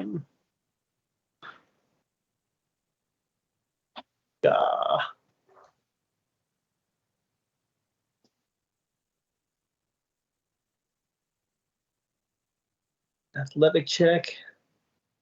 Acrobatics. Oh, sorry. I should switch back to normal. Take the first roll. Okay, that's fine. You make it to the next one. How far is the jump? All right. Looks like it's about 5 or 10 feet. Okay, then my movement's over here. Yeah. Okay.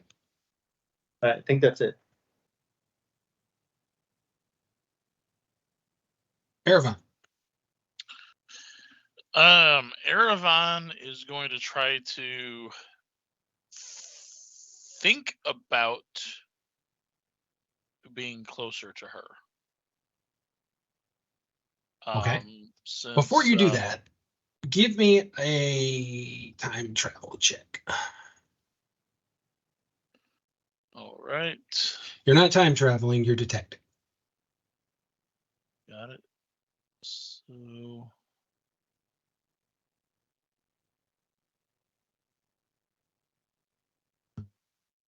yeah. You're not getting the bonus. You're just getting your what's your caster level? Okay. If I'm not getting the 7? bonus, it'd be a +10. Okay. So it'd be a 14. On a 14. You fall. Oh. No. That's okay. I remembered Featherfall. We're good. Right. So you know that this thing right here, this obelisk, seems to be the crux of what she's doing. She is funneling energy into it. And you're noticing that there are striations of energy going into each of the pedestals of artifacts like chronomancy. Hmm. You think that you could potentially, if you get close enough, damage the obelisk, but that's all you know. Okay. Yeah. Since they said, the way to move around in the abyss is to think it. I'm going to think myself over that way and All right. see if that does anything. Make me a wisdom check. Tell me where you want to go, though. I'm gonna go to the right near this pedestal here by the shroud. Okay. Make me a wisdom saving throw. Wisdom. Okay. Or, I'm sorry, a wisdom check, not a saving throw. Just a straight up wisdom check. Yeah. Okay. Yeah, you made it. You get there. Sweet.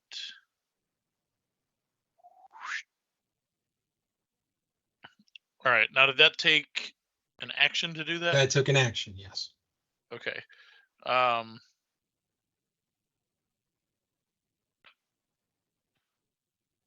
So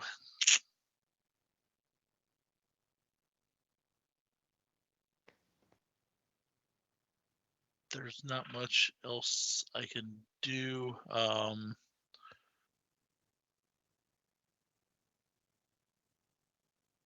Well,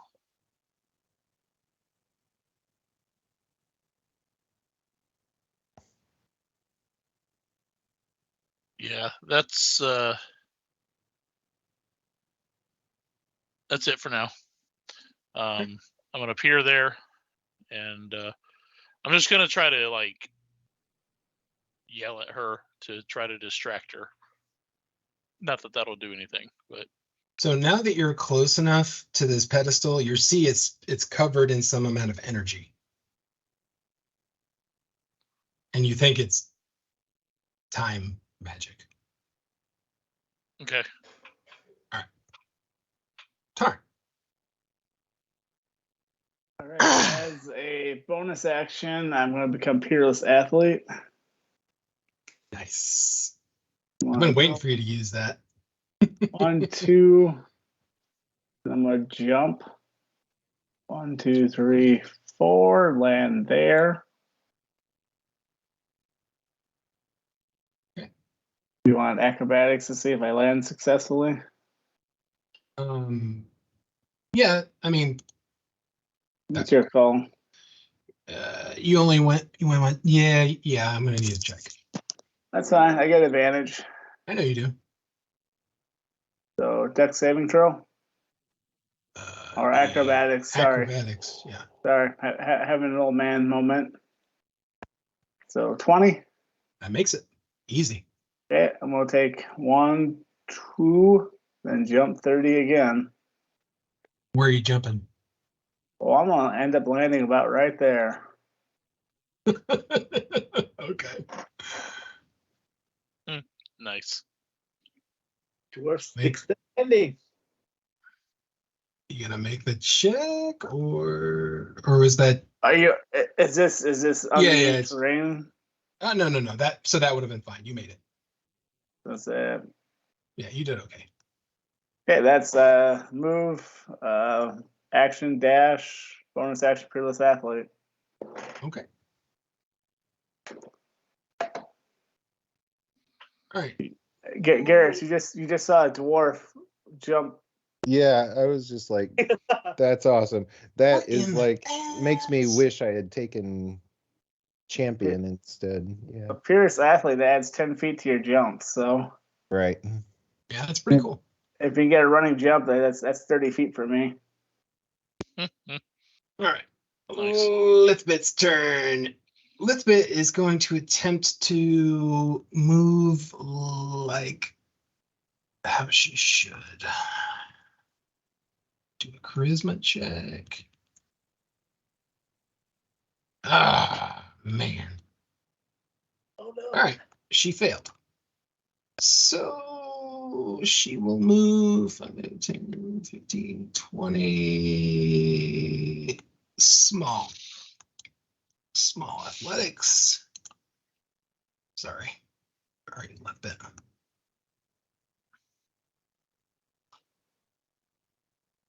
Shouldn't have any of those.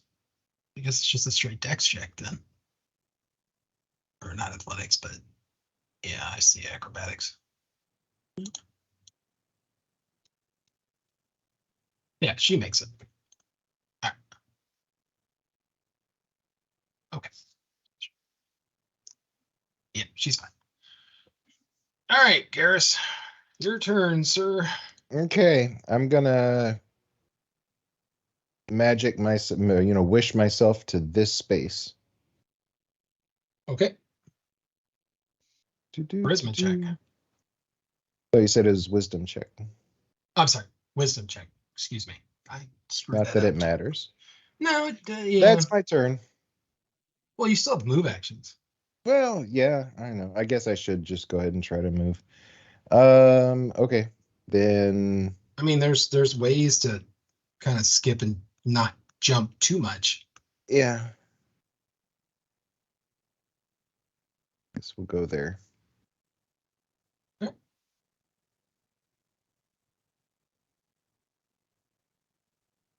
Do you need an athletics check for that? Yeah, I'm sorry. Sorry. Not a problem. It wasn't a problem. All right. Yeah. Is that it? That's it. MacGuffin.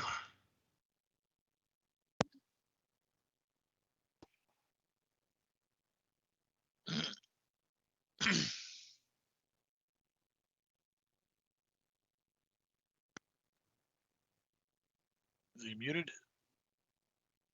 I don't know. Are you Yeah, muted? like his Microsoft. You're muted, Trampus. I can't hear you. Oops, I am so sorry. Mhm. It's not like we've had a few years since the pandemic to figure this out. So I want to wish myself about right there. Wisdom check. I will allow you to take your Great. bear with you. Good. That's my other question. Straight wisdom or wisdom save? I guess it doesn't matter. Wisdom check. Like a wisdom roll. Yes.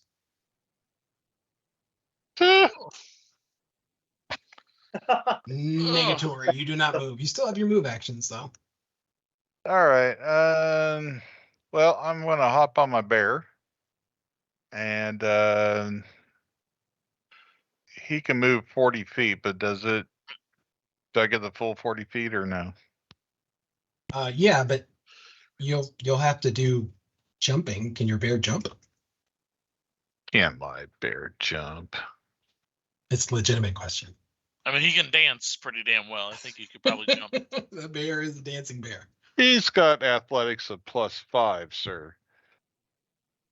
Okay. And, Do what you got to do. Oh, hell yeah. It's all about strength, There you go. actually. Yeah. It's Come your on. strength, Trampus, is your jumping ability, not your athletics. I thought athletics covered like jumping, swimming, that sort of thing. So strength covers how far you can jump. Athletics is used for like landing or. Yeah. So Okay.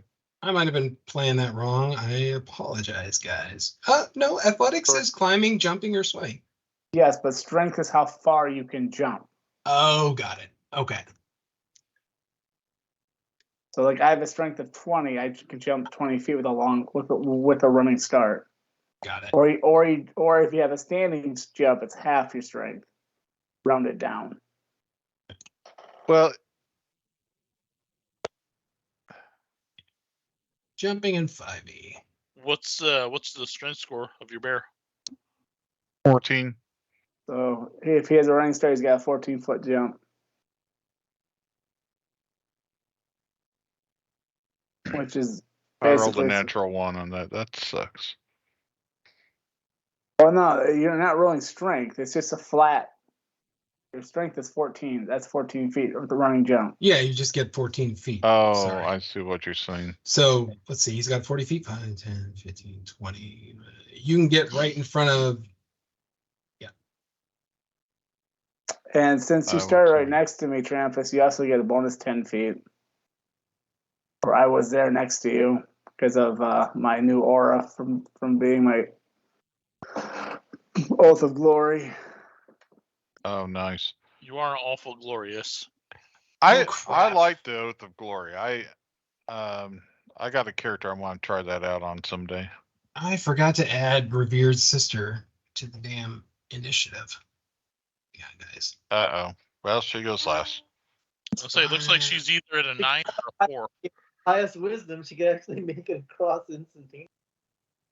She's so we're gonna go with her going first. Jesus. All right. I'm just gonna go for her real quick. She is also gonna try and go right here with a wisdom check next to Tarn.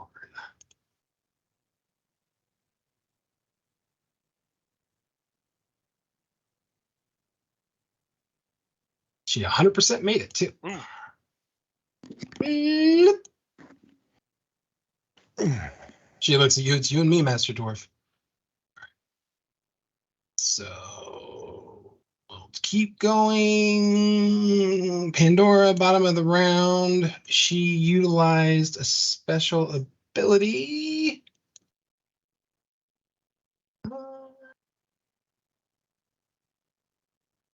Why don't you let me do what I want you to do?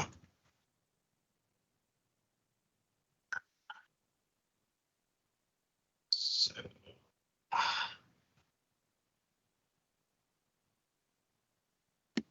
actually, you know what? I'll do it this way. This is easier. Hang on, guys. I just got to teleport in some bad guys. Mhm. Yay.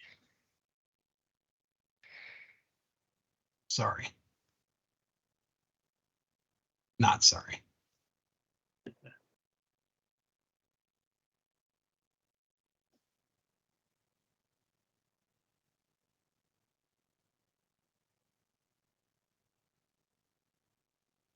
Damn it. Oh, there he is. All right. Oh.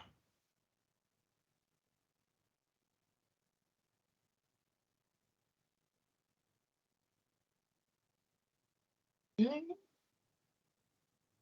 I will position them properly.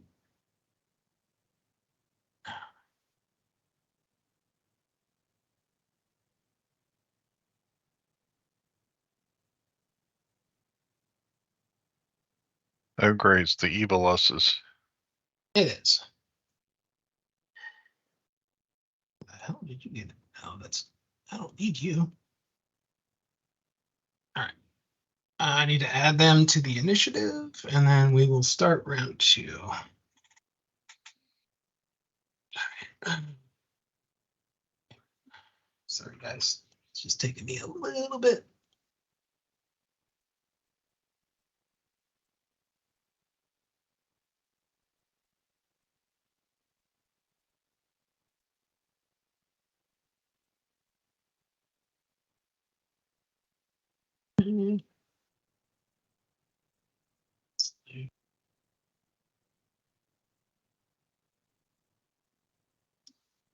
Sorry, it's just taking me a minute.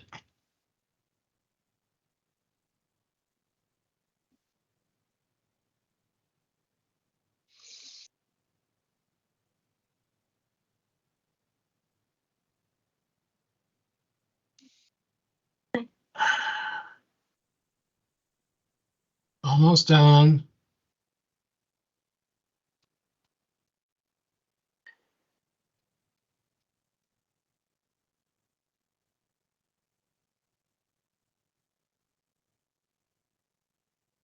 All right.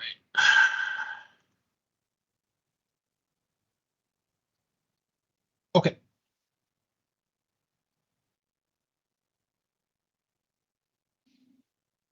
All right. So Pandora's turn. She actually doesn't do anything because that was her turn, was getting these guys here. Ari, it's your turn. Okay. The worst one of the bunch. So I quickly say to Elizabeth, here, let me show you how it's done. I taunt Negavan. Okay. You are a jerk, and you Cecil, the son, the namesake of my son. You're gonna take it in the butt. Of all the Jeez. Eravons in the Well. multiverse, you've got to be the worst. So it's a charisma saving throw, correct? Yeah, it may not work because charisma. Yeah, no. Nope. God. Oof. Sorry. Oh, and in front of my girl too. How embarrassing. Ah. All right. So then I'm going to make a jump because I think that was. Oh, wait a minute. Can I still do the think? And Yeah. try- Yeah, you can. All right.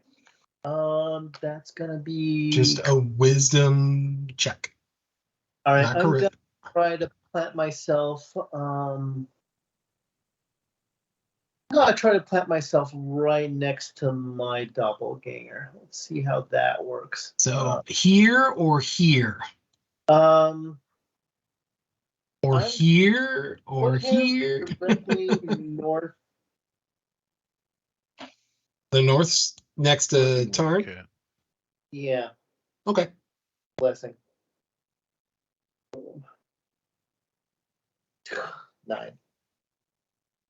Take it at the fifth. All right. No, it's a wisdom check, not a charisma check. Oh, sorry. Oh, this has got to be great. All right.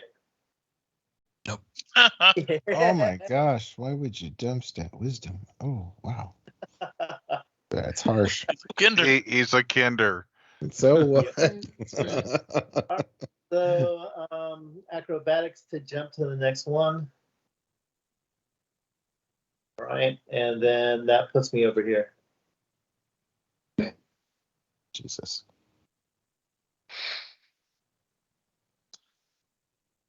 All right, Erevan. All right. Erevan is going to focus on the obelisk and cast a 3rd level shatter, Okay. which will do a total of 4d8 in a 10-foot radius. And I'm gonna center it right here so it hits her in the blast as well. Okay.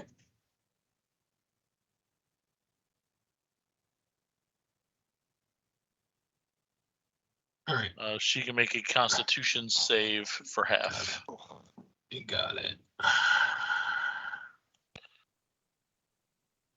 Working on it.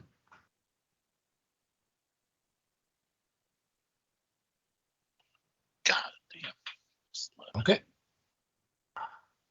So she takes 9. And you notice that your magic hits the obelisk, but is blunted. Like it resists that magic. The obelisk itself does? Yeah, the obelisk is only going to take half of that damage as well. Doesn't save. Okay.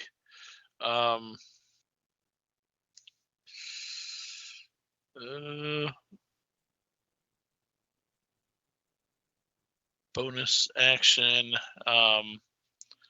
As a bonus action, I'm just going to cast Magic Stone.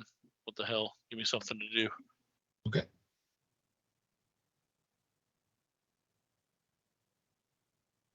And that's it for me. All right. Revered Sister Pandora, what are you doing?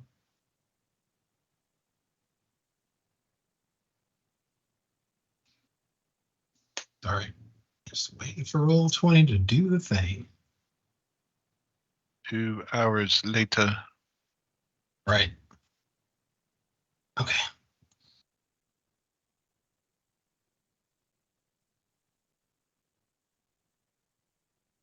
So she is gonna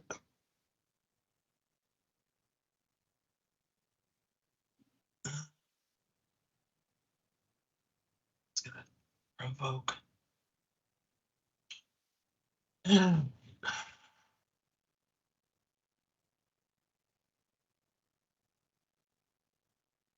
God damn it.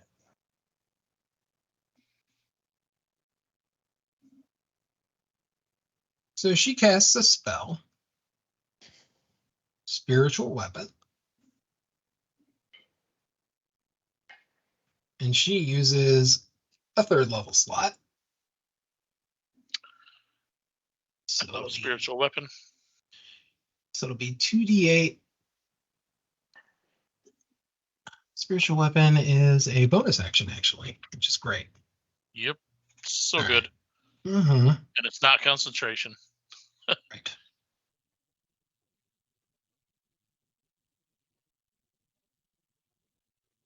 All right. She's going to attack the Minotaur. She hits the Minotaur. The bonus action.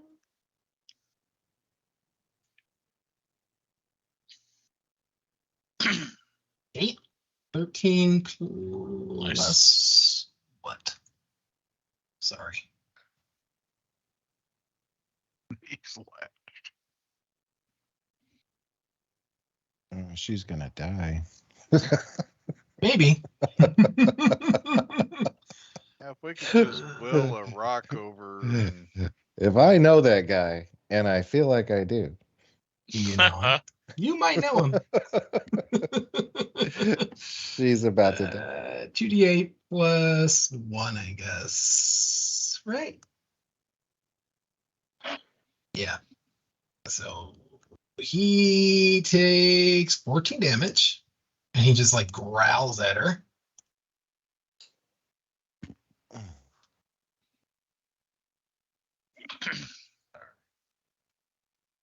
fuck yeah.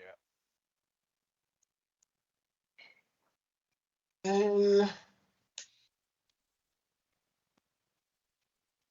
so you can do a bonus action and then still disengage, right? Pretty sure. It should be Yeah. 2d8 plus her spellcasting modifier. Oh, why did I think plus 1? So weird. And Okay. no, you cannot take a bonus action to disengage as an action, unless you have the evasion or the special No. I was ability. saying she can take a bonus action and then disengage. is Oh what I meant. yes. Yeah, disengage as her action is fine. She goes over here. And so she does an extra. So I think she did an extra 3 or you said it's your. I'm sorry. It'd be plus her wisdom modifier. 2d8 plus wisdom. Got it. Okay. So 3 more extra damage. That's a good hit. I play a cleric in Megan's game, and I use spiritual weapon a lot. You put a spiritual weapon over there. How about that? Well, we'll do that. Tarn, it's your turn. So I will do the.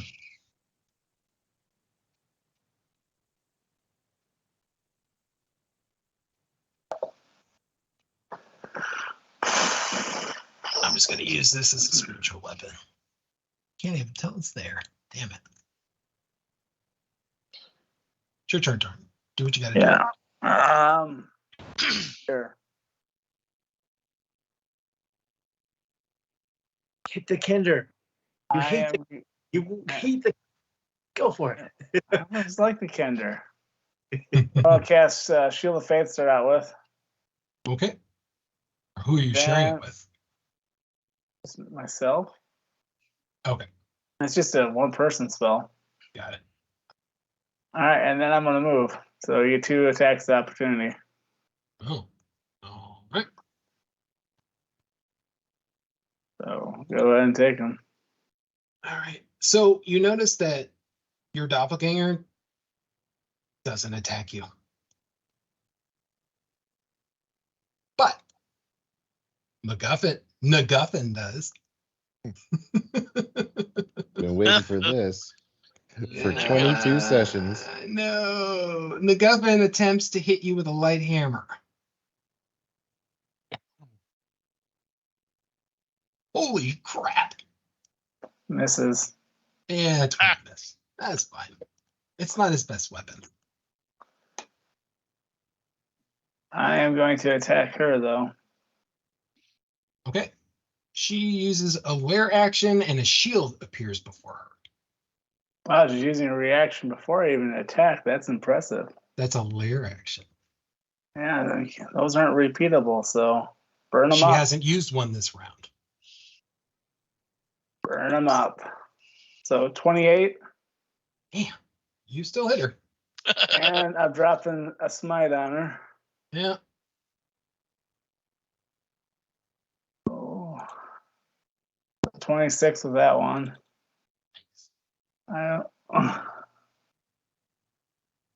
26. Hang on 1 second.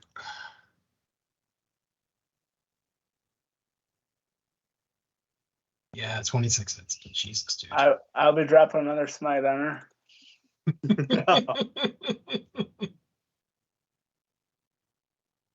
So that's 27 more. Nice. I'm going to finish my movement now. All right. I'll end up right there.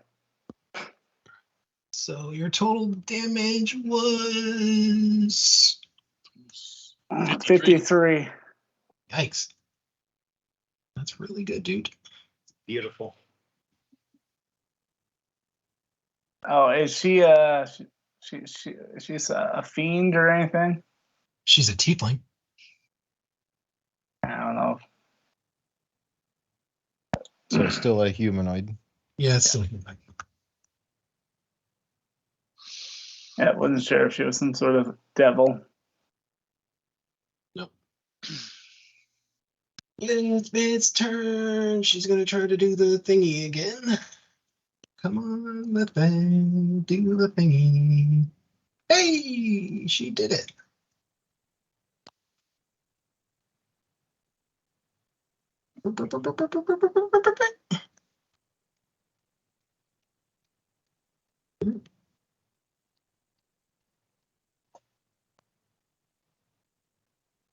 And she will stay put. All right, Garrus. All right. I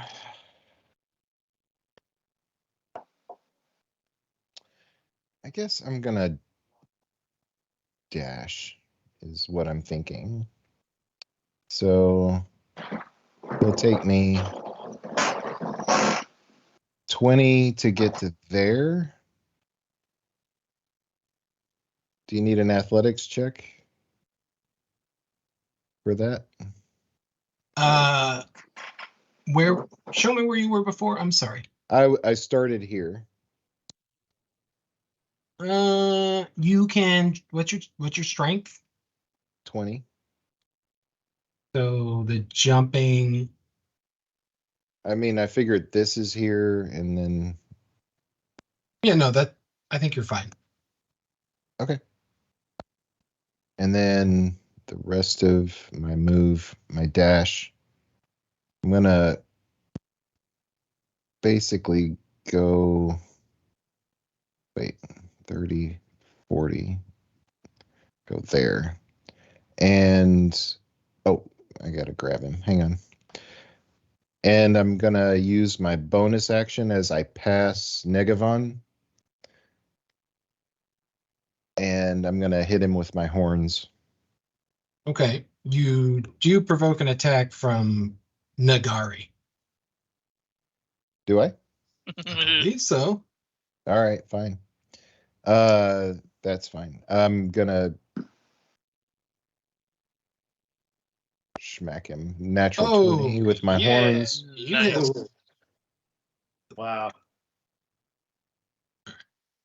For 11 points of damage.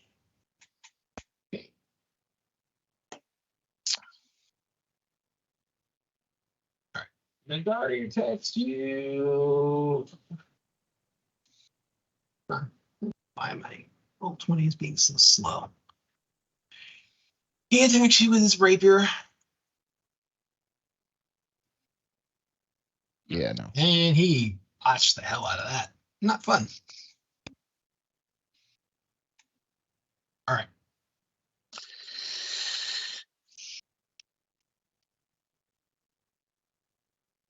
I think he just does damage. I'm pretty sure. I don't think this is the one that knocks him prone. Yeah, because there's a horn attack and then there's hammering There, horn. yeah, Just goring, knocks them prone. goring rush. Yeah, that's what I just used. Okay, yeah, it's all good. Okay. Are you done? Yeah, that's it. All right. So I need to go refill my adult beverage, so I'll be right back. that's fine. So Tarn, the evil version of Tarn, screams, and red energy covers him. He pulls his battle axe and attacks the closest Nagaris. Nagaris. And you hear this scream, normal Tarn, and it's like your medallion is just like feels warm, and you know that your god is interceded.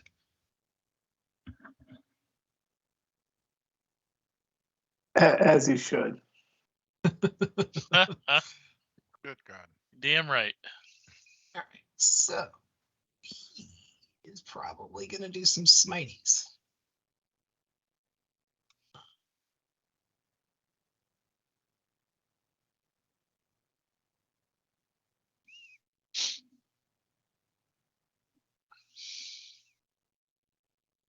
Wow. Okay. So yeah, he smites and attacks. Battle axe. Oof. And he rolled a freaking 1. Mm-hmm. Good Lord, what is going on with my angle? Keep rolling as you do, Ed. Keep rolling as you do. We're Whoa. fine with that. He's helping you, dude. Oh, that's true. That's true. Knock it off. All right. Hit better, Ed. Hit better. Yeah. Look up. All right, I want to try to will myself. Dang, it's not doing the thing. Hold on. Oh, maybe because I have to hit that. There we go. That's it. Okay. I'm going to try to will myself over there. Please work. Probably not. No, Says no. you made it. I made it? Wait. Let me hang on. Hang on. You said I made it? Wait, just let me double check. Let me double check.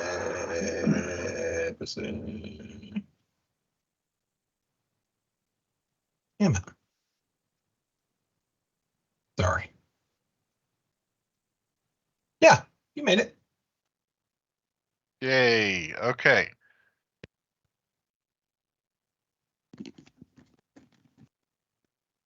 Getting off of there. Or getting off my bear.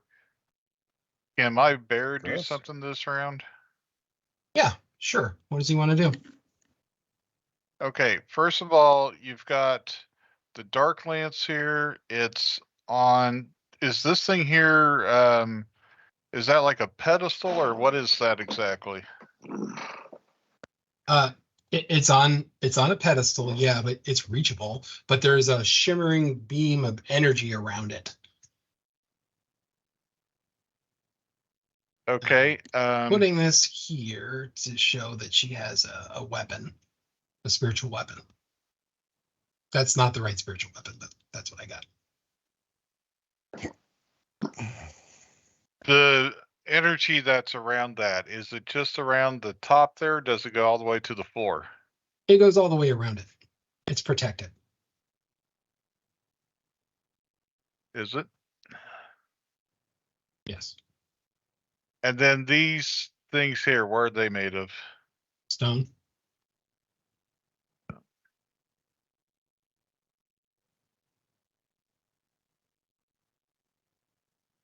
How much damage would it take to knock one of these over?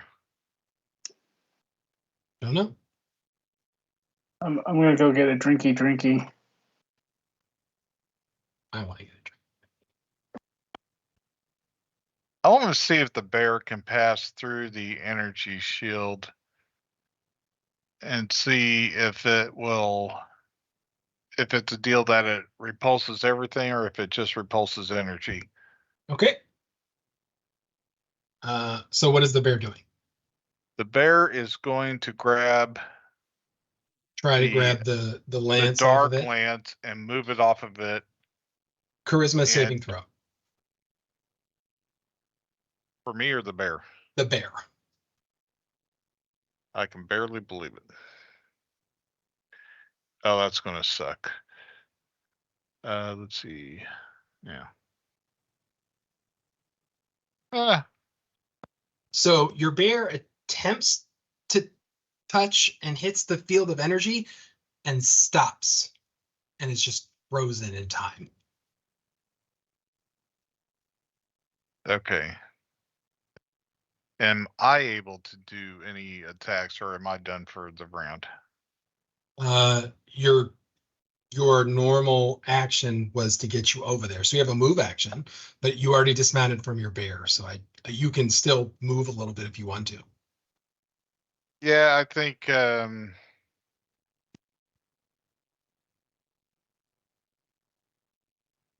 going to try to move into the field.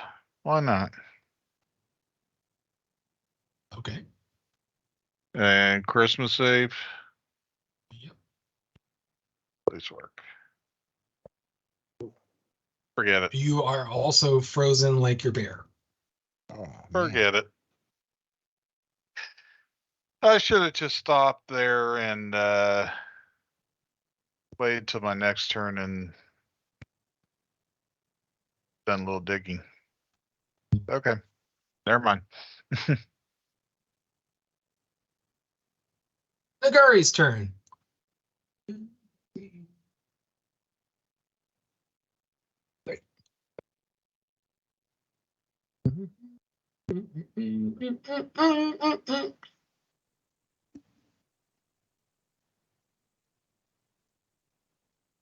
All right.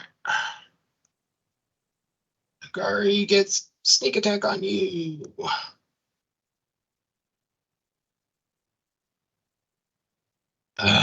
Sneak attack. Nagari sucks.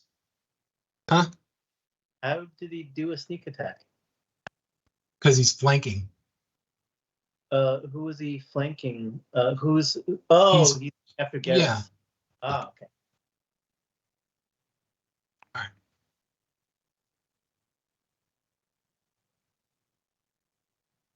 All right. Nagaris' turn. Nagaris screams at the dwarf. What are you doing?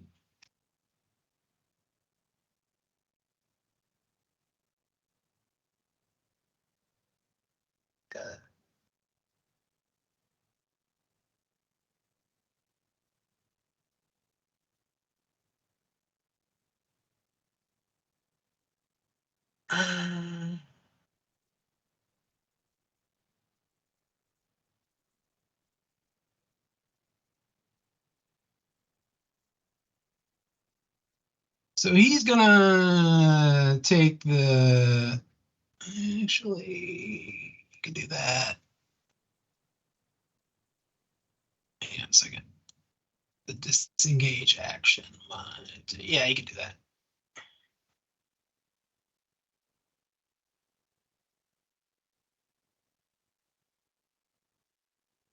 All right.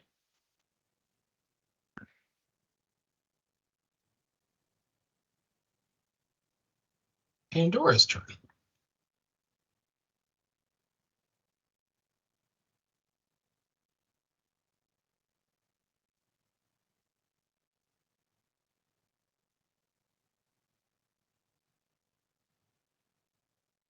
Right.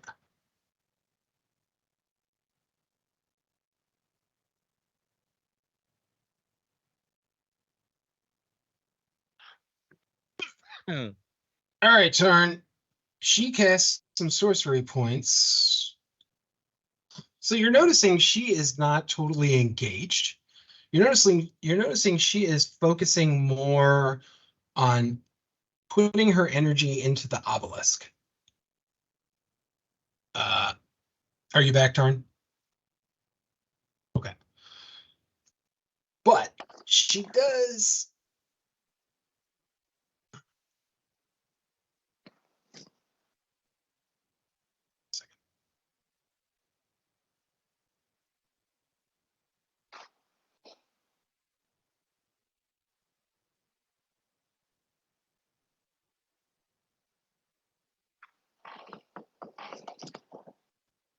She can so she you could tell she uses her energy reserves. She uses 2 sorcerer points to cast. I need you to give me a wisdom saving throw, I believe. Hang on. Who? Tarn. Yeah. Wisdom saving throw. All right. You can add 5 to this one. Okay.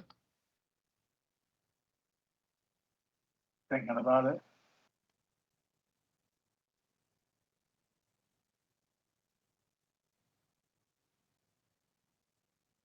Holy crap.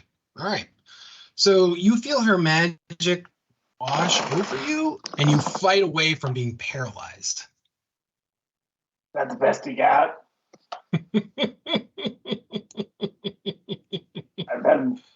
I've eaten the gnome stew for the last 6 weeks.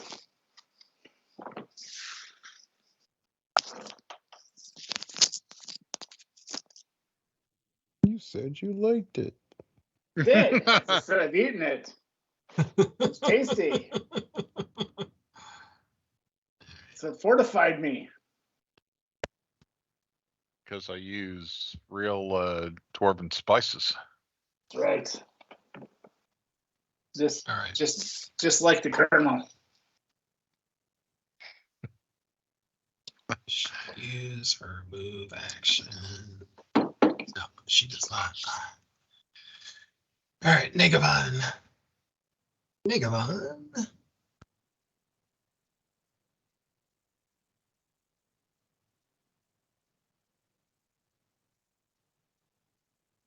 All right.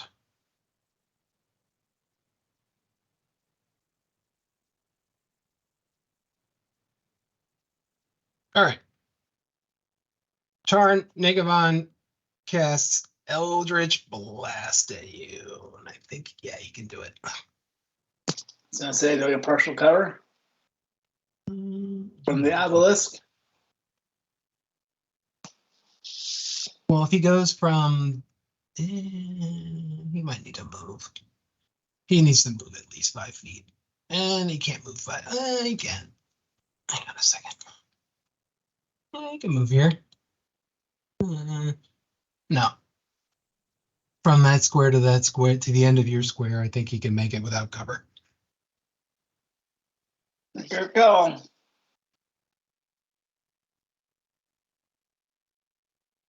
All right. So here comes. All right. Shield it. Can you shield an Eldritch Blast? I can use Yeah. shield to increase my armor class. Yeah. What is your armor class increase to? 27. Hey, son. Nice. Well, actually, he gets two. He gets 2 Eldritch Blasts anyway, though. So he still gets an extra. Still at 27. Yeah, I get it. Yeah, he missed. Damn. Pretty good. How about the magic initiate? That's pretty damn good. No, that was That's why really I good. took it. That's the only reason I took it, for the shield. All right. The Duffin's turn. All right. 10, 15, 20, 25, 30.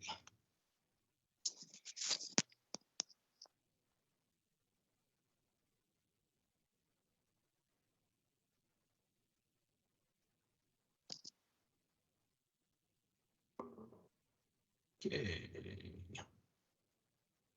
Oh man, I could have done that, but that's fine.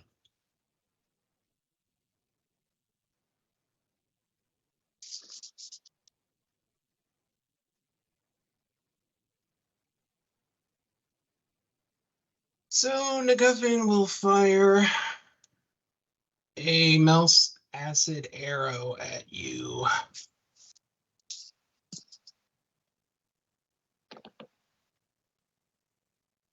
That'll probably miss. All right.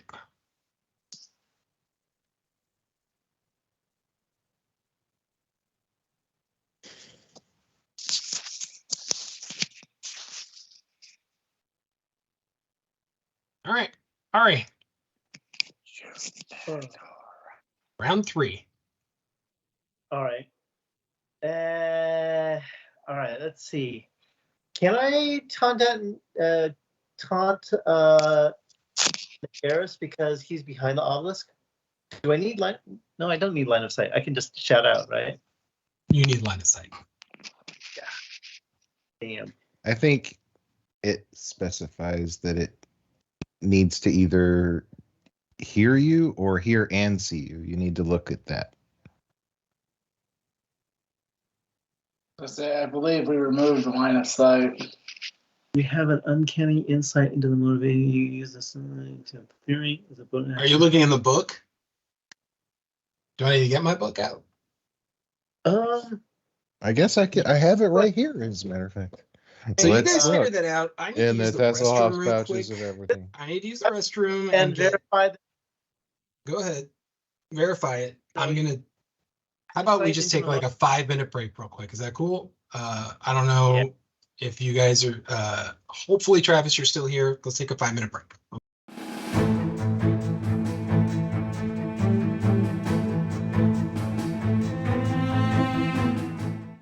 Okay.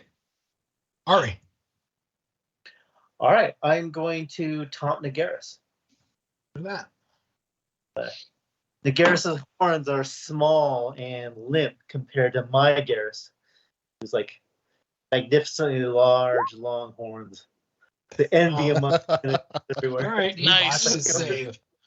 So that's If what I I'm saying. had is a up- nickel for, if I had a copper for every time I was called long and large, You'd have 5 cents now.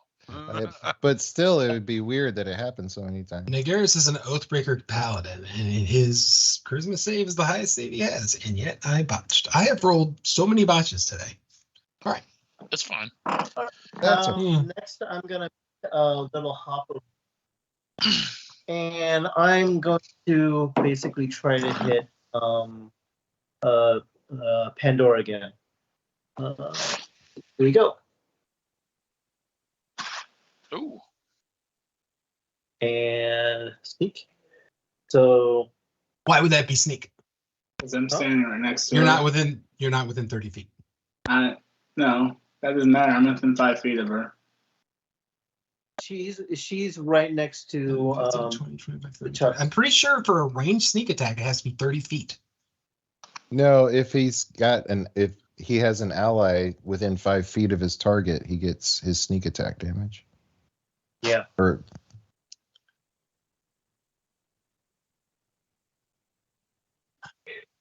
Are you thinking Pathfinder? I said that might be a 3rd edition thing, maybe. I'm not sure. Listen, I remember it's a Pathfinder thing. It all blends together at some point. It does. It really does.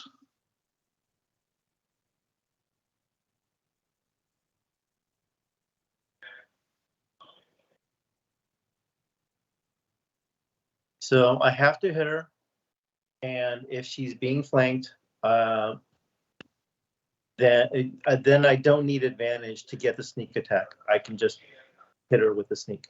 Wait.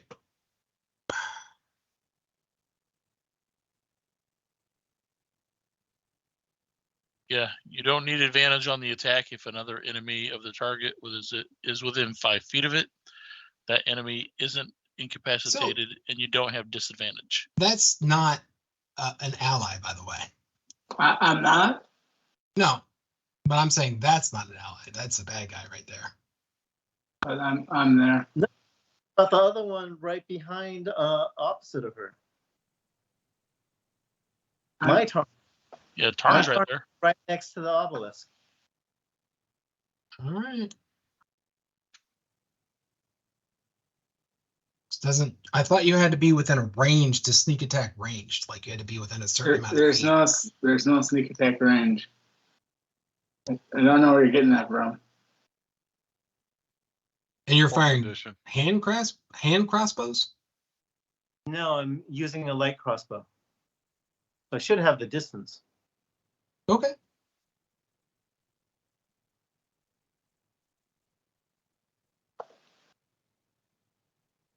Cool.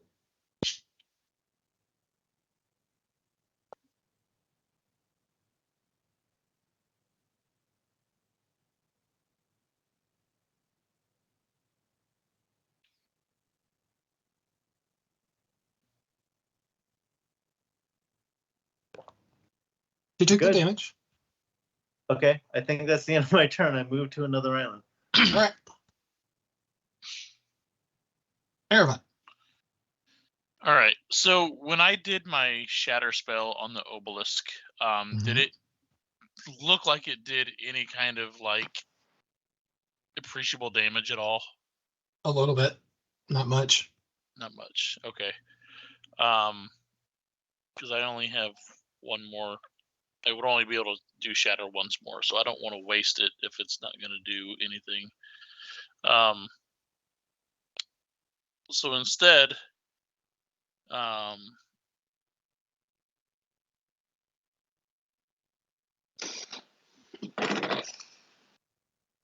going to try. Do I have any idea what the shroud is that's on this pedestal next to me? It's just a black-looking shroud. All right.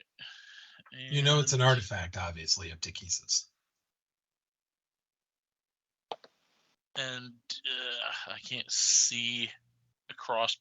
How tall is this obelisk? Is it taking up pretty much that whole 15-foot area? Like I can't see past it really. Yeah, it's huge. Okay. All right. So I can't see past it to see that MacGuffin is stuck in place. So I'm going to do.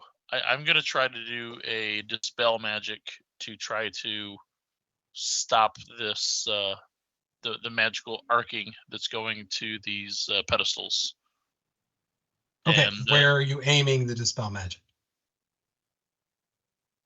So the range is 120 feet. I can choose one creature, object, or effect. I am going to choose the main obelisk. You know the obelisk is an artifact. I'm just telling you.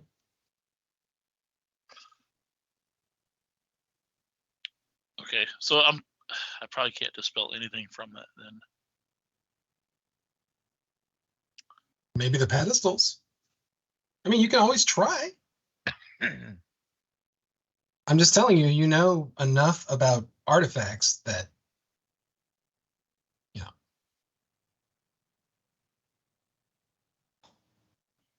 All right.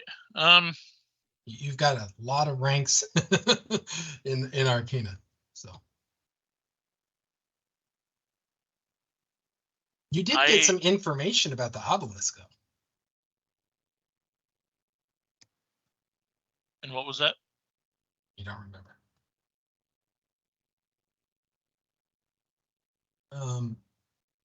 Here, I'll tell you what. I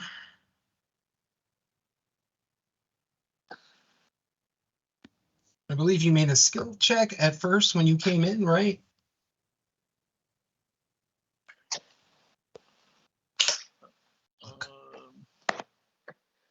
Let's see. I have to go back.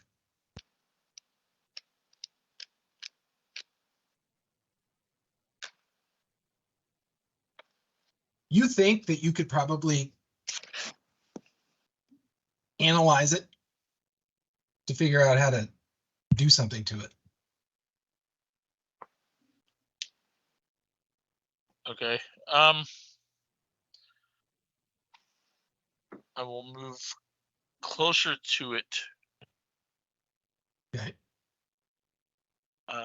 Actually, I'll move right up to it. So Negari can take a attack of opportunity if he wants. Yep.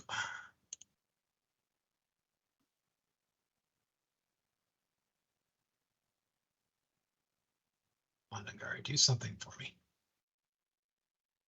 Or don't. 18? 18 is a hit.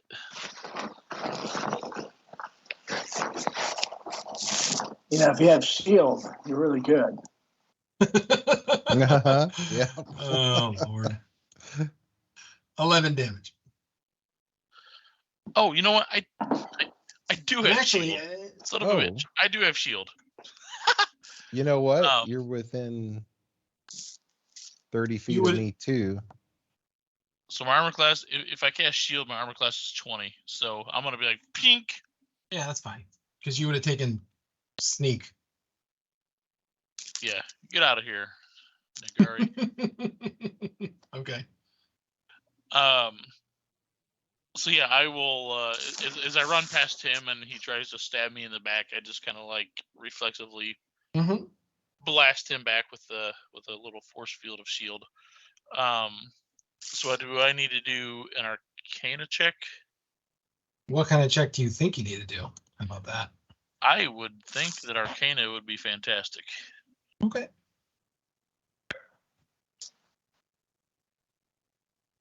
A 21. Yes. So you think that this obelisk is obviously has a lot of chronomancy going through it, and you might be able to channel your time travel powers into it to either destroy it or turn it off.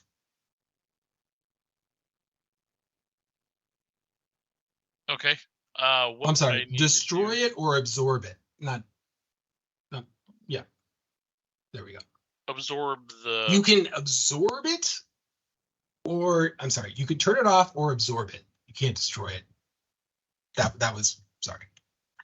You can turn it off or absorb it. Absorb its energy into you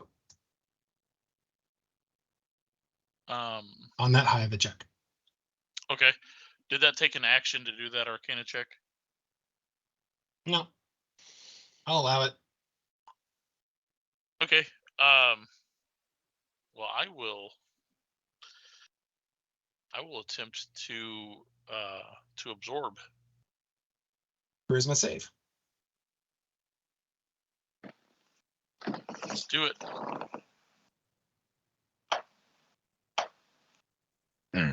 Is that another Arcana? No, make a charisma saving throw Oh, charisma save. All right. to touch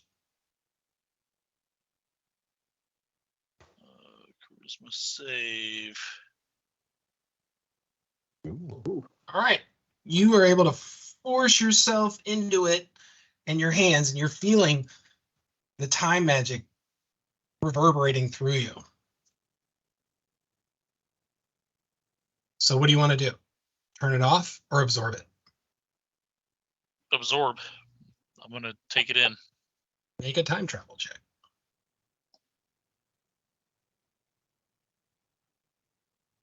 All right. This is D20. Faster level plus, what did we say? Ooh. All right. So roll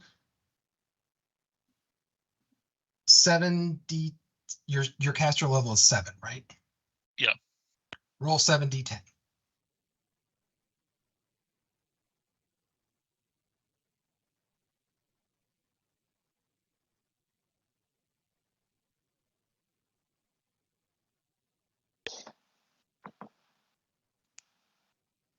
Okay.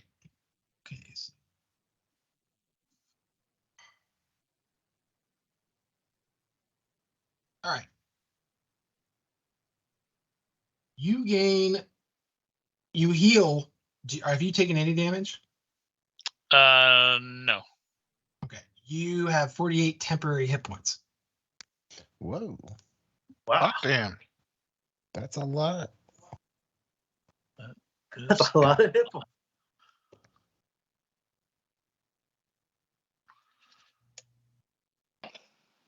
All right.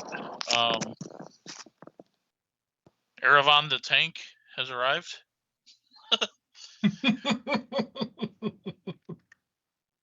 Um, Tankavon. And Pandora just screams at you. No. so when I absorb that takes- energy, does that lessen the effects of the branching out of the energy that's hitting the pedestals? You don't see any change as of yet. Okay.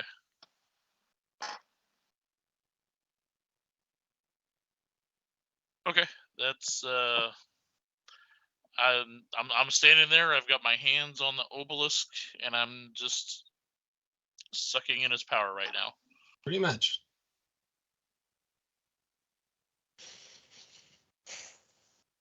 All right. Revered Sister Pandora. All right. So, 10, 15, 20. Yep. She moves. Poor thing.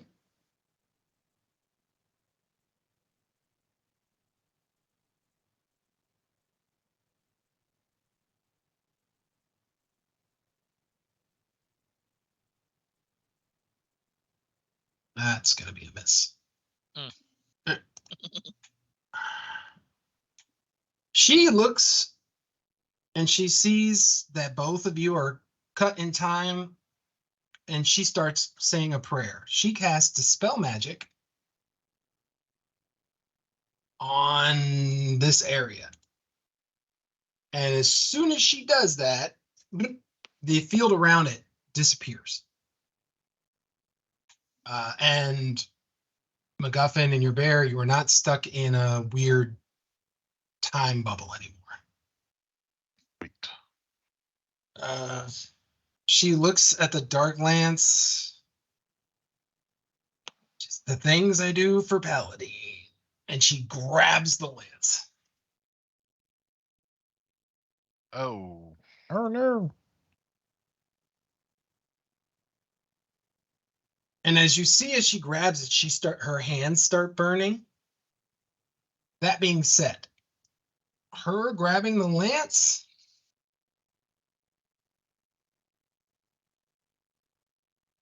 there are flickering echoes of the lance on that pedestal as energy continues to pour in from the obelisk. And the only people that see that are obviously MacGuffin, the bear, and, revered Sister Pandora. Duh, bear. The bear. All right, turn. Alright. I'll wind it up. Let her roll.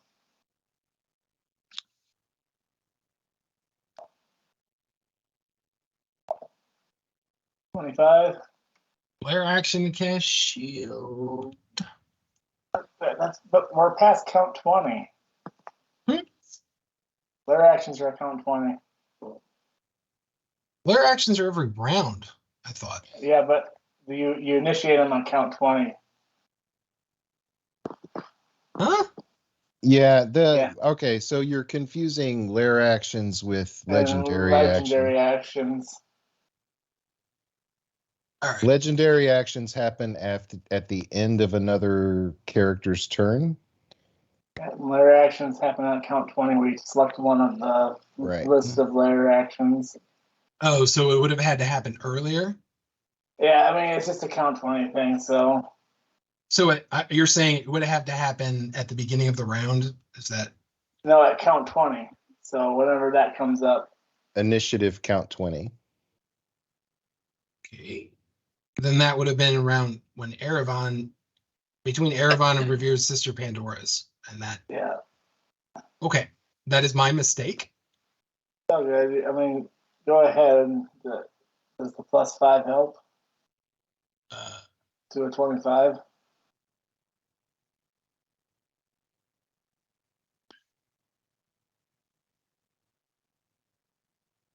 no, you hit on the damn dot. So never mind. Yep, you still hit. All right, no smiter. Yep. Terrible smite. Ugh, So 18. that's 18. I am going to hit her again. Reorx is so disappointed in you. I suppose I better, since she's shielded up, I'll use advantage on this one. I'll use my my inspiration point. Mm-hmm. That's going to be a double miss. All right. I will remember that in the future. I apologize to all of you guys. I should have done that Oh, it's no worry. at the thing. No, that's okay. I was just wondering if you're starting to get confused. No, I was totally confused. That is 100% my bad. I won't do that again. All right. All right. I'm going to move 2, 3, 4, tuck myself in between her and Erevan. Okay. Good idea. All right. Hold it there. Where are you, dear? I am not okay with this. She moves to Nagari and attacks with the sneaks.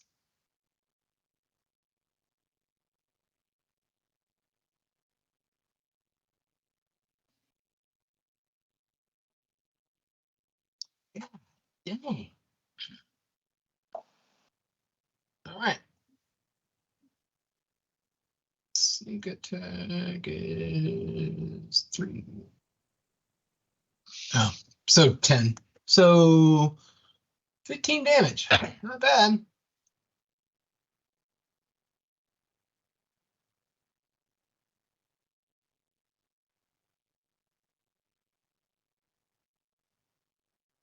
All right. Garrus, your turn. All right, I'm gonna give Negavan and Nagari opportunity attack. Okay.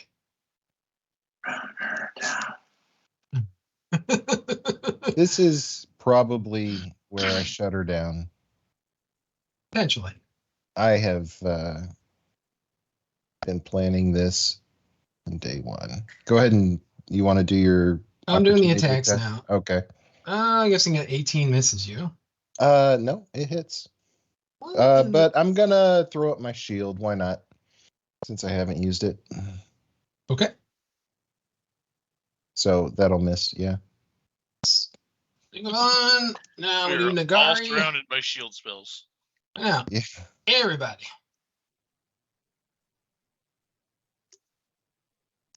Everybody cast a shield.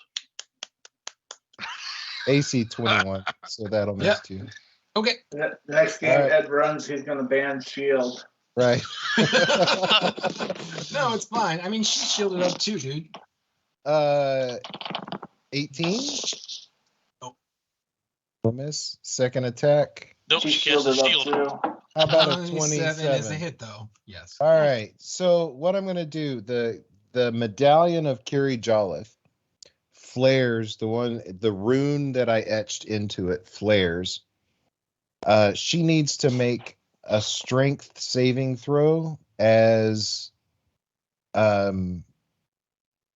fiery shackles appear on her arms. Interesting. And she also takes 13 points of damage. Okay. Strength saving throw is not great, but she might have some It's a tricks. DC 16. Yeah, hang on a second.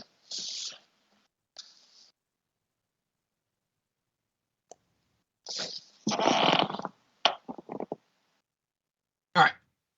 So she's gonna bend luck and use 2 sorcery points to add to this save.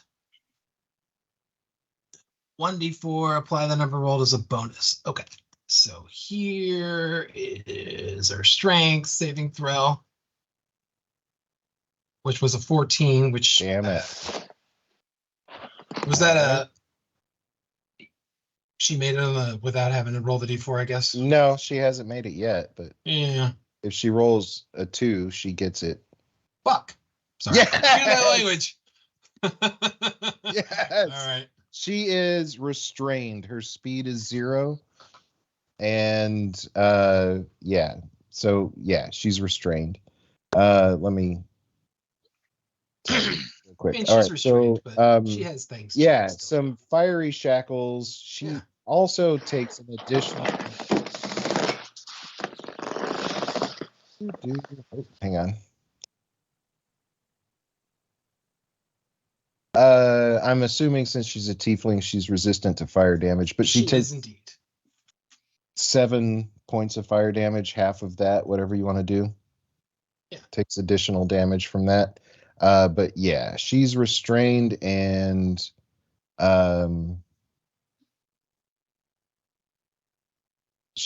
her speed is now 0 and attack rolls have advantage against her and her attacks have disadvantage on dex saving throws. So there you go. And I basically say, you are finished. Yield. Right. What was the initial damage that she took from the She thing took again? 13. That's right. 13 plus 3, I guess, so 16 total.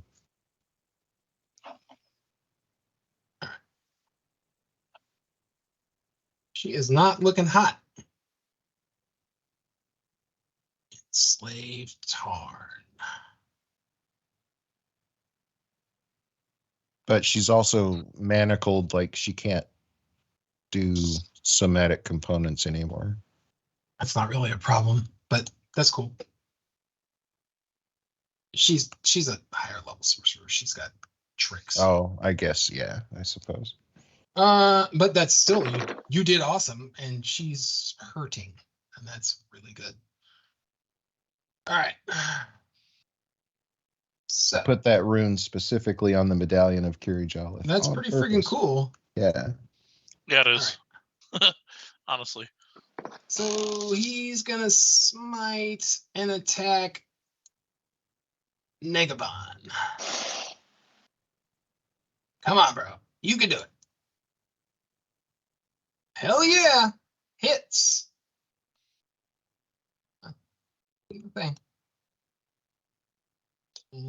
Smite damage.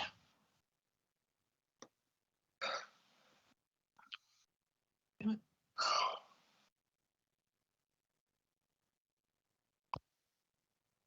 The hell's the smite damage on the stupid sheet? Smite 1d8 or 2d8 per spell level, plus 1d8 plus 2 additional spell level. Oh, that's right. He has to do a spell. So it'll be a 3rd level spell. So 3d or 4d8. Wow. Yeah. Impressive. I got Someday I might have 3rd level spells. it. Mhm. That's still really weak. 35 damage to Negavon. And Negavon died. Finally. Yeah, get out of here. Orcs. Or Dukin. Whatever. MacGuffin, it's your turn. You were frozen in time. And so you watched all this weird stuff happen. You watched her, like, because you were frozen, you watched her cast a spell that dispelled everything, and then she grabbed the DragonLance off the altar. But when she grabbed it, now there's a flickering image of it. Give me an Arcana check.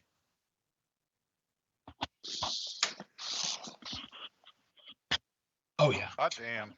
So, MacGuffin, you think there are 8 different versions of Pandora right now, all doing the same thing. And so because there are 8 different versions during the ritual, it doesn't matter how many of the items you take or are not there, because you for instance, sedition should not be on that on that pedestal, but there's a flickering version of it because of the other 8 timelines at the same time. So you think destroying potentially the obelisk would disrupt that. That seems to be the nexus that is keeping all of these timelines together. Okay. Yeah. I know. my Timey-wimey initial, stuff.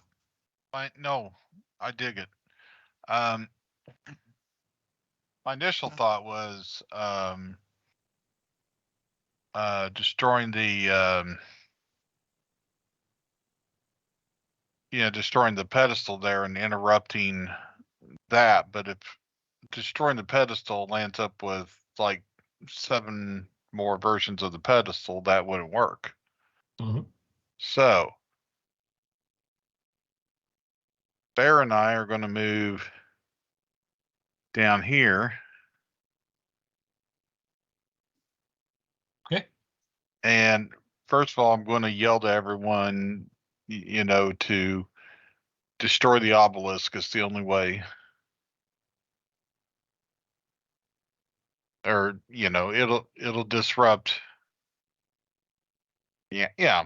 Something that conveys what you just said. Yeah, that's fine. And what can I do against the obelisk that would be really, really nice? I don't have that many really good damaging spells. Okay. I'm going to cast Acid Splash on it. And what I'm going to do is, the idea is that I'm going to hit like a corner there Mhm. and hopefully eat away at it to where it'll eventually fall. Okay. Does that make sense? It does. All right.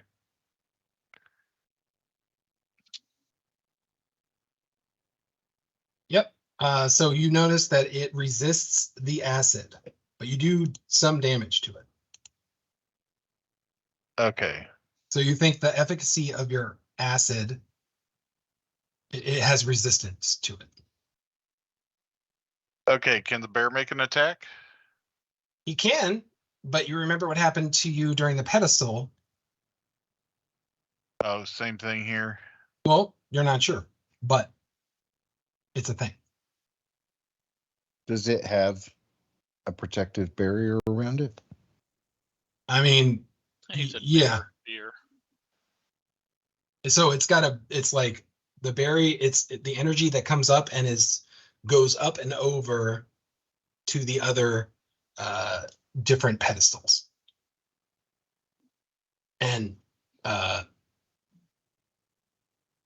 Erevan had to make a charisma saving throw to do it, to touch it. Here's a Which I'm still doing, by the way. You are. MacGuffin, you see that I've got my hands on the obelisk. You do see that. And you see that like you're seeing energy come up from the obelisk in to Erevan. So you think it has something to do with chronomancy? Hold on 1 second.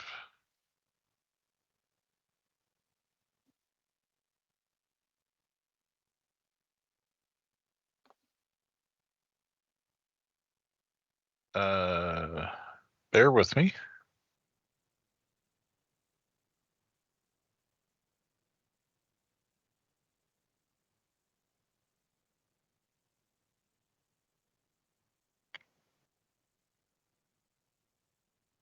All right.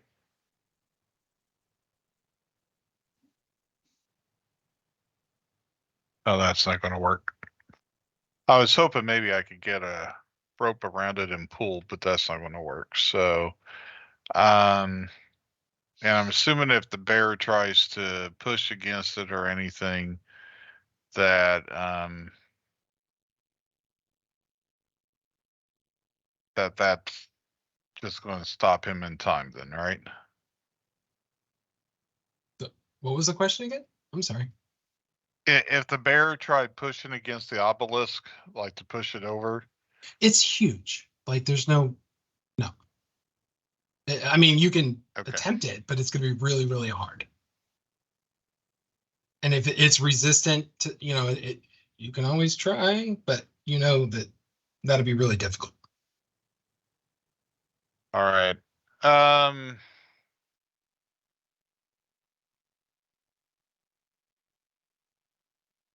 We'll do an attack, see what happens. Charisma saving throw. Horse-powered rend.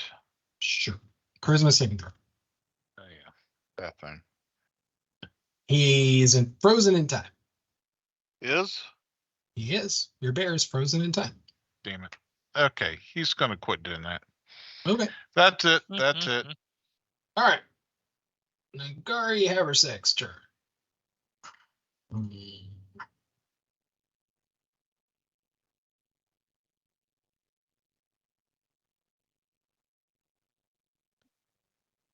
He moves.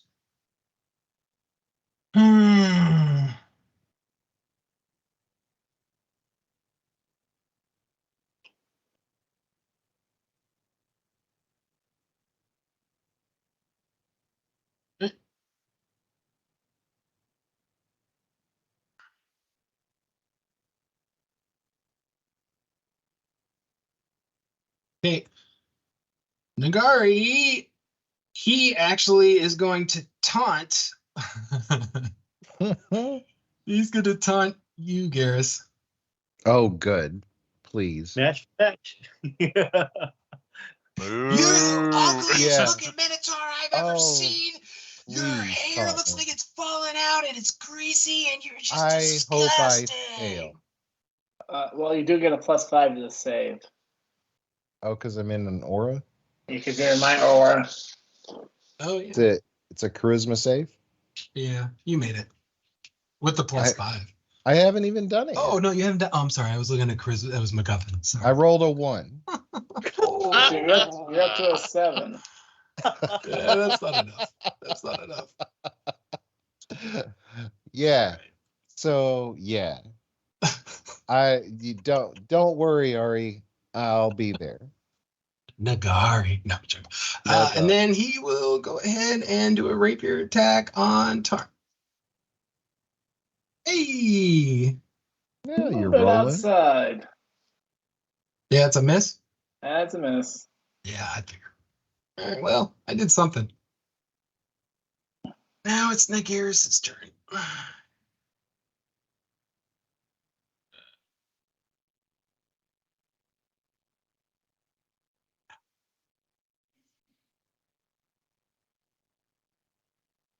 Oh, hi. Hang on.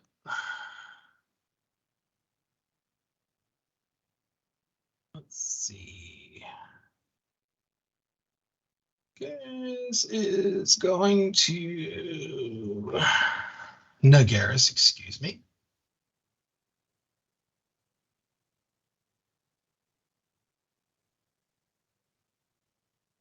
Yeah. Why is my computer being so slow? Did you try turning it off and back on again? Yeah, I can't do that or I'll lose it.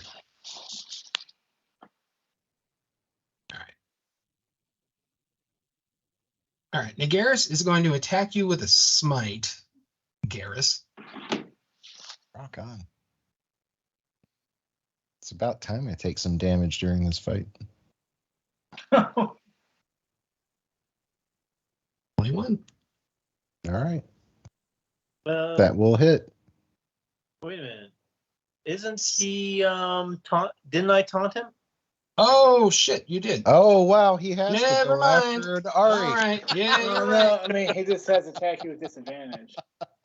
You're right. Well, Yeah. that's true. He has a disadvantage if he this is the shortest route to Ari. So because if he wants Kender is to, annoying him, so he's just got disadvantage on his attack. if he wants to keep on walking to the Kinder, then I can take an attack of opportunity if he likes. I'll take the disadvantage. I'll do it. All right. Yeah, he missed you. Nope, he hit. On the 6th.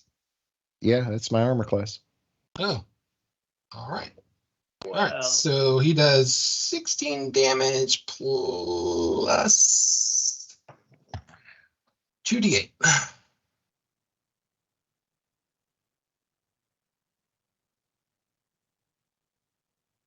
Do. All right. So 5 more. And So I'm not done yet. And he's going to do his I'm going to move you. he's gonna move me. Yeah. His Move me. hammering horns. That is an action all on its own. It's not a bonus action. Immediately after you hit a creature with a melee attack as part of the attack action on your turn, you can use a bonus action to attempt to push that target with your horns. I guess maybe you're right. Never mind. Sorry, I was thinking of there's so many things you can do with horns. No, you're right. So you need to make a strength saving throw against a DC of, let's see. It's probably 16. Hang on a second.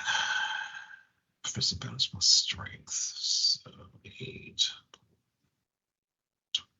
Where the frig is the damn proficiency bonus? Why am I stupid at not figuring that out? Where's the proficiency bonus on the damn character sheets? It's right above your saving throws.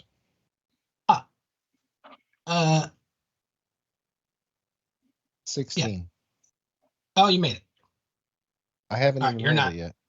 Oh, You get a well, plus 5, though. it's a yeah. Well, you got it. You didn't get Wait. moved. Yeah. All right. 23.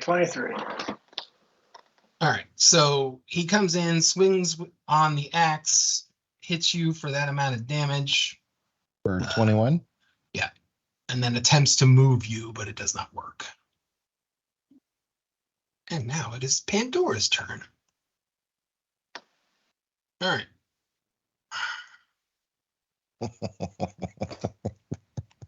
This is about to get really fun. Oh, yeah, it is. Oh, it really is. It really is. Mm, I need to slow down on my adult beverages. Nah.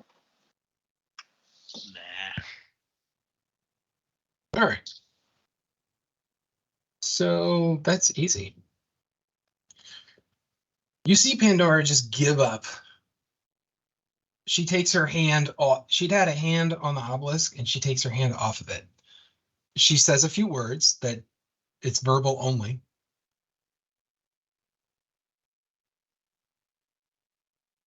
And disappears.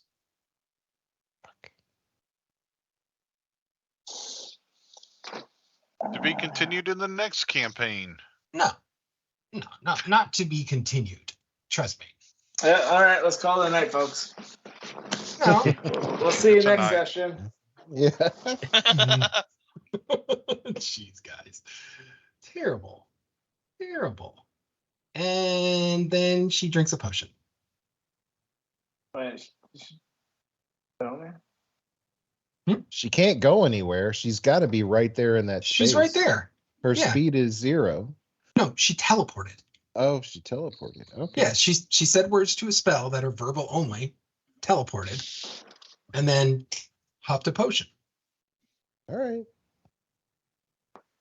Now It's a she's verbal stuck only. in that Yeah. space. That's Yeah. fine, but she's also gonna heal. She can So also anyway. make a strength saving throw at the end of each of her turns. Just so you're aware.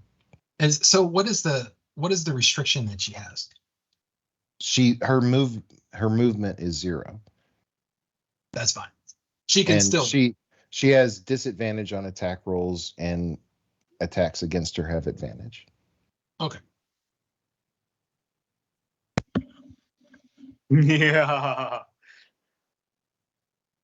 The Kinder can do sneak attack. can't Yeah, he? Ari's the closest to her, so it's going to be Ari taking her down now. Fine. Okay. Why can't I spell correctly?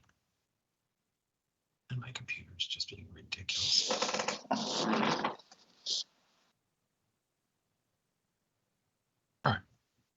What's that? All right. Anyway, so the Guffin's turn. How are you gonna do this? Oh, Lordy. Okay.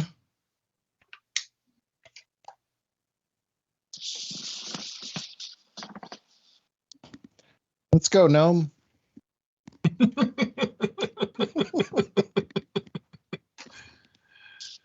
All right. Hey, ho, let's go. So the Coven clicks his boots together. Beep. Oh, wait. Yeah, you can this part.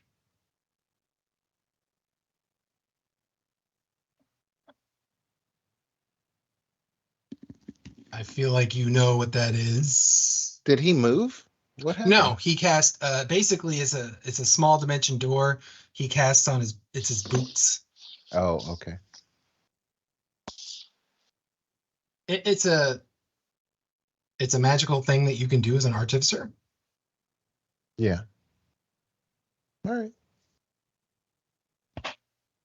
Well, He just cleared the way for me to get to Ari on my next Nagari. yeah, that's fine.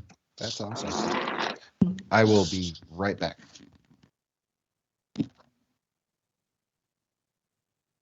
So he is going to attack with his light crossbow and use the, what is it? Radiant weapon on it. Yeah. And he'll do that on Garrus.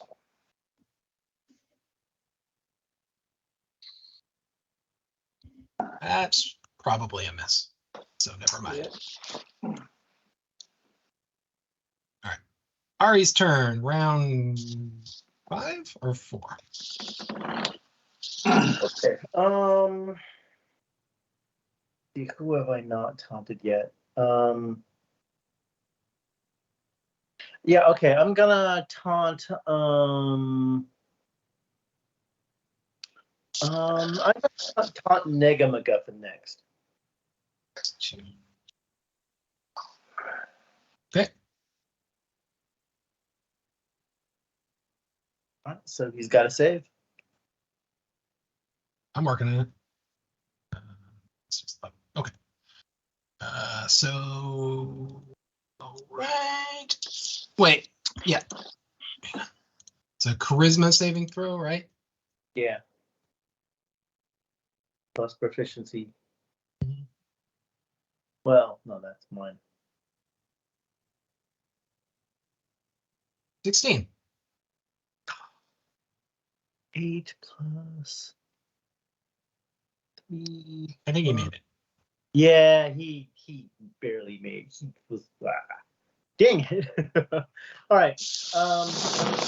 I move over here close as I can get, and I'm gonna shoot Pandora again.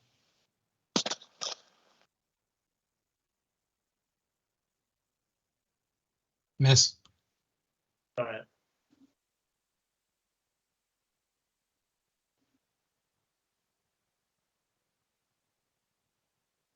Wait a minute. Right. Do I have advantage on her? Why would you have advantage on her? Because she's been chained down by Garrus's chains. They didn't say anything about it granting advantage to you. And No, you have I thought it- advantage on attack rolls. That's what Tim read. Yeah, Huh? she's restrained.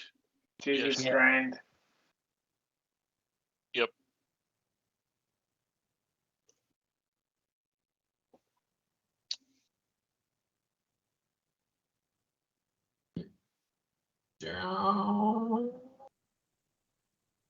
That's why I can sneak attack her in the first place, because I have advantage on her now. Instead of just her being flanked. Yep. That's fine. All right. Give me a second. All right. It would be 26 versus 13. How much? So AC 26, sneak would be 15 plus 12, 27. Okay. So she drops, and then you see a burst of energy come from the obelisk that goes into her.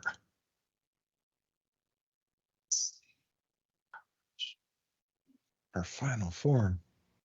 Well, no, Her it's just second giving form. her. It's Giving like her an aura. really. I promise there's a reason for this, and that's fine. Let's go.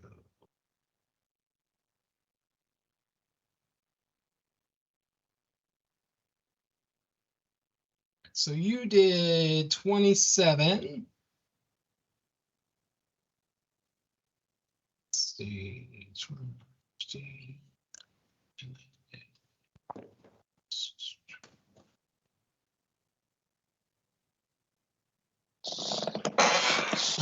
Got it.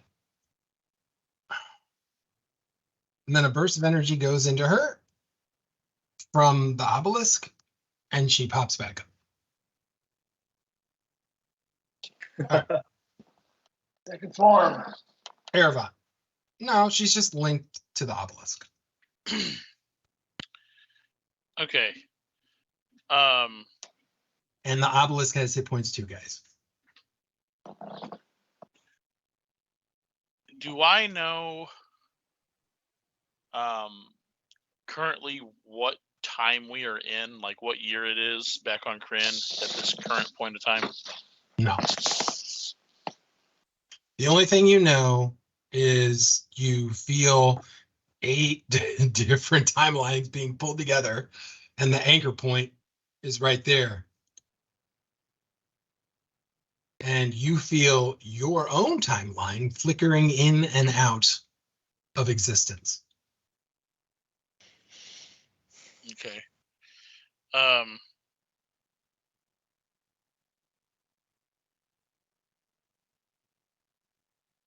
Shut it down, man. Well, I've got this. It's a little bit of a. I've got this of a- really cool thing, but not knowing where I am puts a hurt on it.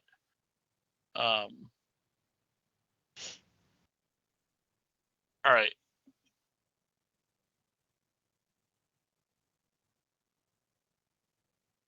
And I guess an object is considered to occupy a space, correct? What do you mean? Like it's where this thing is sitting is considered an occupied space. It's not considered unoccupied. Oh, the obelisk? Yeah, that's an Yeah. occupied space. Because it's a magical item or an artifact. Son of a bitch. Okay. I thought I had something really cool, but that's not going to help as much as I thought it would. Okay. Well, in that case, what the hell? Erevan. Sorry, that was me. That's okay. Erevan. You guys are so close. I know we're going late.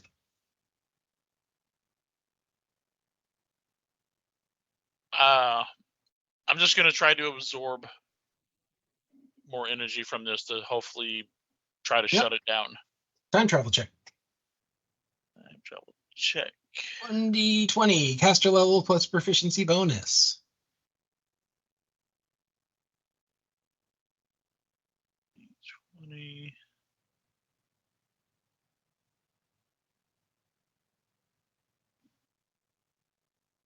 Yeah.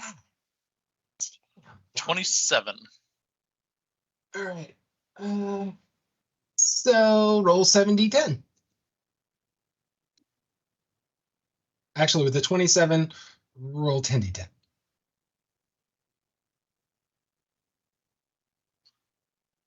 10.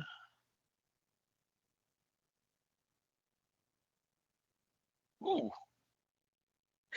70. That's a damn good roll. That's You now really have damn good. 70 more So temporary John, hit. you guys see Erevan just put all of his force into the obelisk, and energy just starts flowing into him. He is, you know how Goku hits Super Saiyan? Like his hair is standing up, his eyes are glowing white. There's just chronomancy energy coming into him, and you're seeing that the obelisk is starting to crumble. Like chips are, there's just like how the obelisk was built. It looked like it was one piece of stone, and now it's showing that it was many pieces of stone, and it's just starting to crack. Ooh. Well, that's exciting. Copy. Sorry. All right. So it's revered sister Pandora's turn. I was muted 30 minutes later. She runs to the obelisk and tries to touch it as well, because she saw what happened when the energy went to Pandora KO, and she has a theory. So let's see if she's able to make the charisma saving throw. Oh, she made the saving throw. So she forces her hands in and touches it.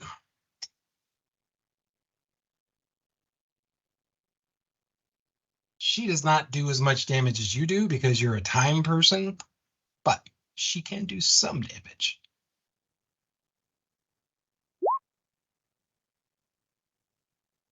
Oh my God.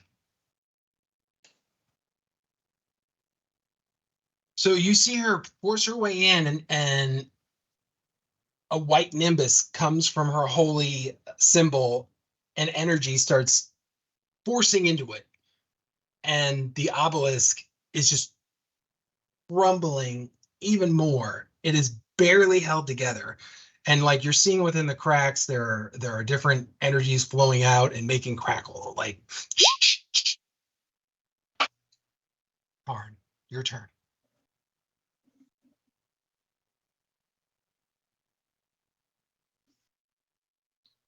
I grab my medallion of faith and I say, "Relax," and this bitch, and thrust it into it. Give me a charisma saving throw.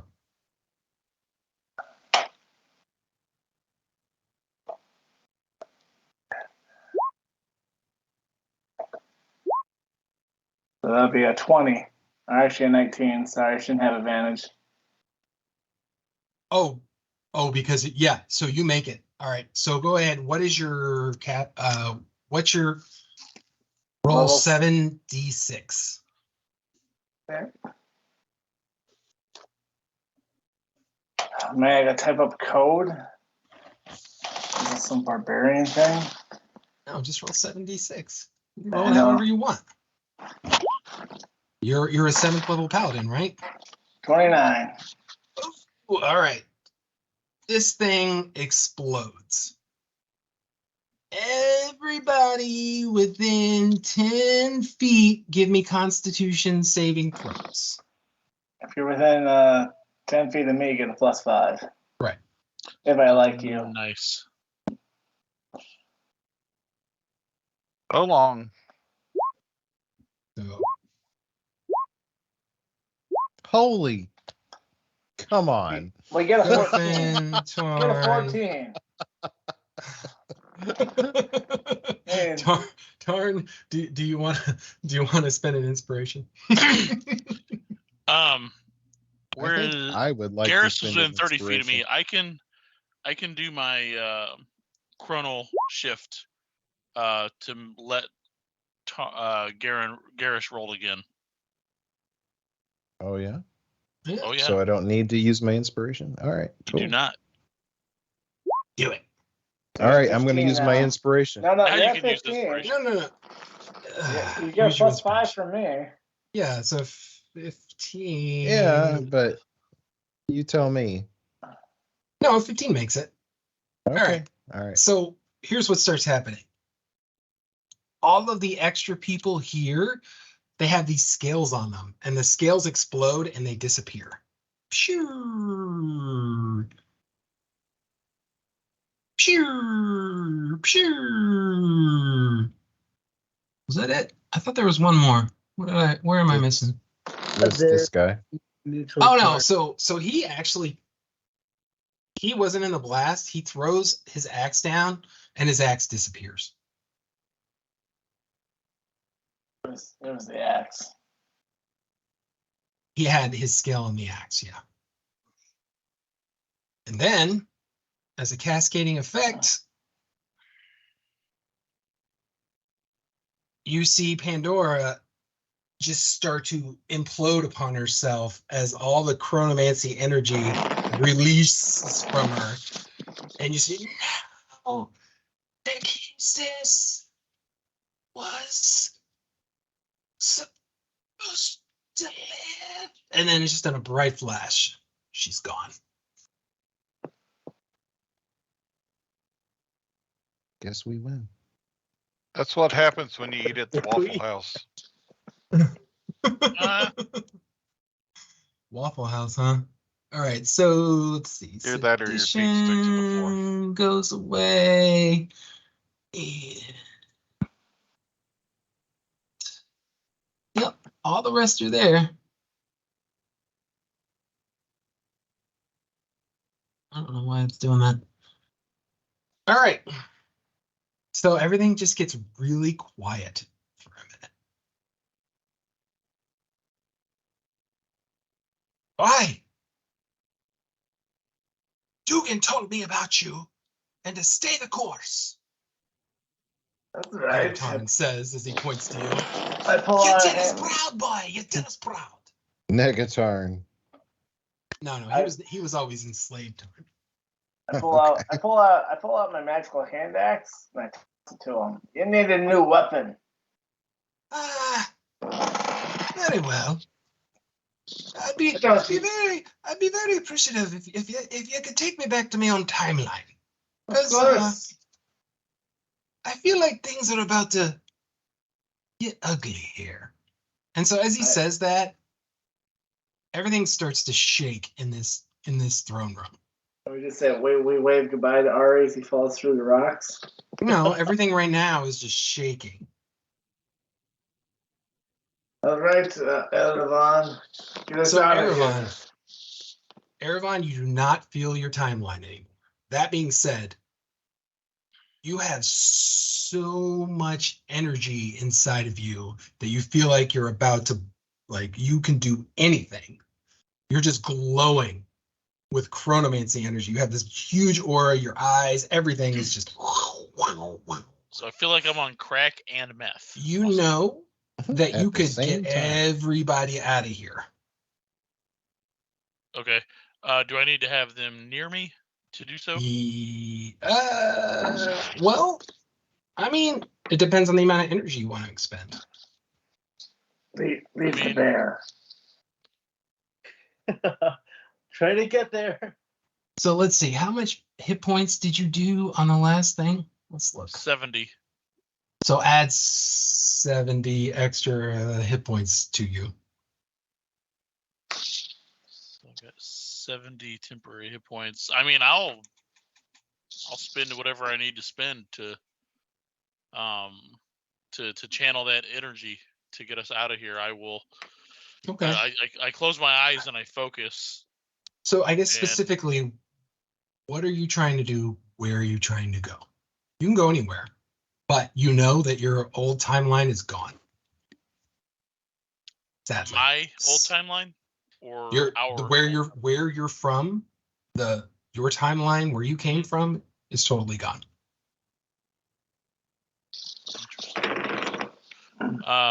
So you are a man out of time.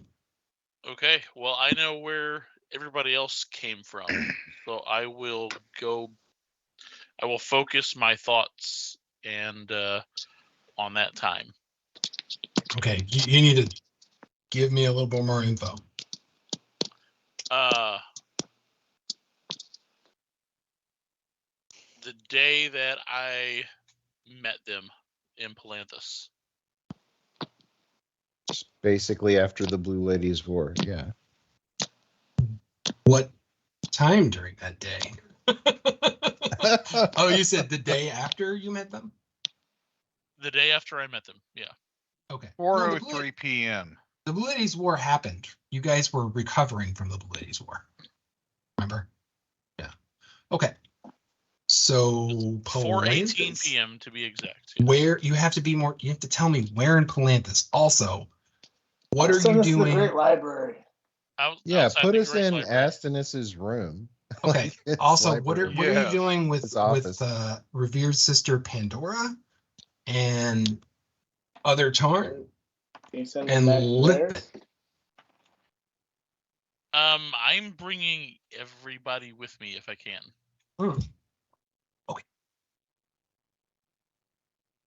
I just I reach out to everybody with this energy and try to envelop all. Sorry, I just have to get you all in the same spot so I can move you easily. And you're trying to go back to the Great Library? Yep.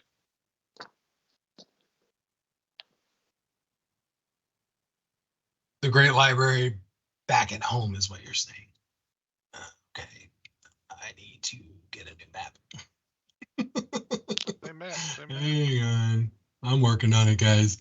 On the map, on the map, on the map. Ooh, flashbacks there. Right? On the map. There. I still think they ought to do that live action Dora thing. Didn't they? you, I thought they did. you ever see that skit? It's kind of like turning Dora the Explorer into an action movie. Yeah, I've seen it. All right. That's I see. hilarious. It is funny, but I really think they made a live action Dora. All right. Everybody is here. You are in the Great Library. It is currently exactly at noon, and there are no ascetics in this room. You do see the large astrolabe, but it's very quiet. You can see that there was recent activity. There were, books being written in. They have sand on them to dry off the ink, but you have privacy. Is that uncommon? So I just told you it was lunchtime. Okay. I was kind of expecting a bigger fight than that. Oh God. Garrus barely got wounded. I knew it. Jesus. Garrus, you want to have a punching contest? Let's have a punching contest. See if we can bloody each other up a little bit before we go All home. right. I MacGuffin, join step in. up I first. join in because I've got 48 extra hit points. Good freaking luck.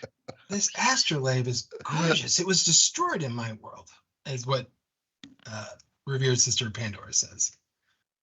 Elizabeth's like, oh, this is so interesting. She starts walking on the desk, looking, this is boring. Oh my lord. She starts taking some ink pens, putting in her pouches. How do you keep your wife under Yep. That's I don't know. right. I love love her. you. She wraps up on you and starts kissing. We need to go to Palanthas. That being said, this isn't the right time for us. You're in Palanthas. I was gonna say, what time frame and what timeline? 10 years in the future, Ari. Oh, Ari, you can relive the whole thing now. She's currently Right. pregnant in town.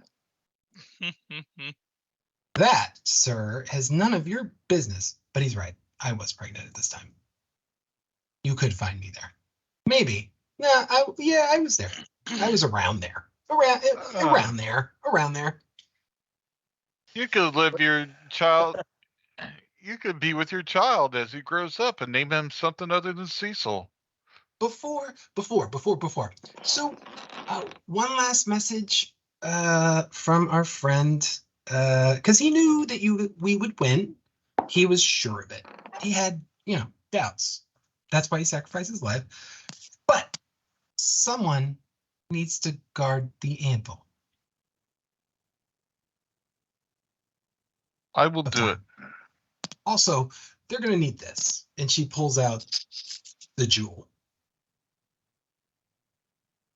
I'll take the jewel. That's got the that allows you to time travel freely. What's course, the I floor- can't- What's the floor made out of, Quick? Stone. As Stone he and says, tile. as he says, I'll do it. I'm gonna have him sink. I'm gonna use stone shape and have him sink down into the stone and encapsulate around his knees.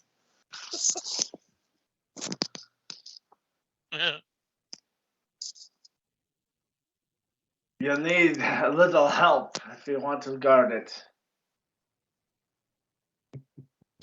Well, what say you, friends? So I basically, have void arrays, so I'm not against it if we could. Well, Ari, what do you think of being in the anvil, or is that boring? only if we get to see a lot of other different places, right? I know so many hidey holes and places we could go. So I turned to Erevan. I was like, Erevan, you think you want to stay here or come with us? You can explore the rest of the timeline too. Erebon, we're gonna Oh. say you expended about 50 of your extra hit points to do that. Okay. But right now, so how many extra hit points do you have left? So that would put me at 20. You still have another free jump without having to make a check Okay. to do whatever you want. I will say that while we were in that battle, I felt that my timeline has been lost. There is nothing for me to return to. So Lithbit runs I've- over to you and hugs your leg. I'm so sorry. So, what's a better way to spend it with some friends? I feel that my And place, MacGuffin. I'm my going to place do at this time something. is I'm in gonna the do- Anvil of Time. I'm going to go over to Tarn and look up at him and say, "This has been a long time coming," and I hug him. Oh. But you're stuck in. You're currently stuck in stone. Oh, I Oh, can't that's do right. that. Yeah. I sent my bear over to do that.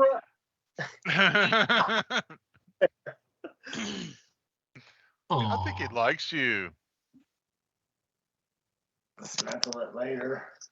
Plus, I do have some notes from the journeyman that you might be interested in.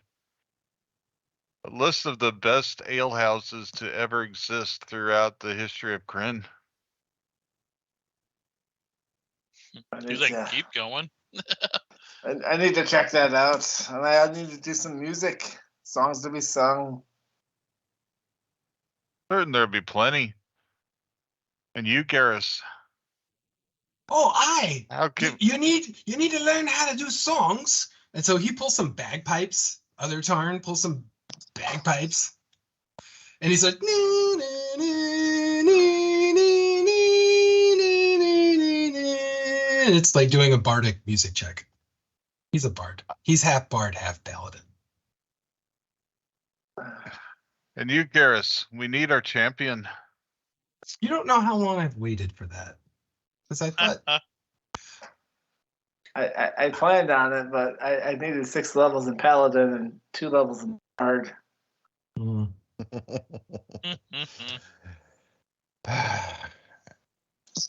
As long as I'm not stuck in one place for too long. Well, we won't be stuck. We'll have adventures. Speaking of stuck, little help. I use my last stone shape to get him out. That's it. Just move the stone around to raise him back up on a little pedestal. Nice.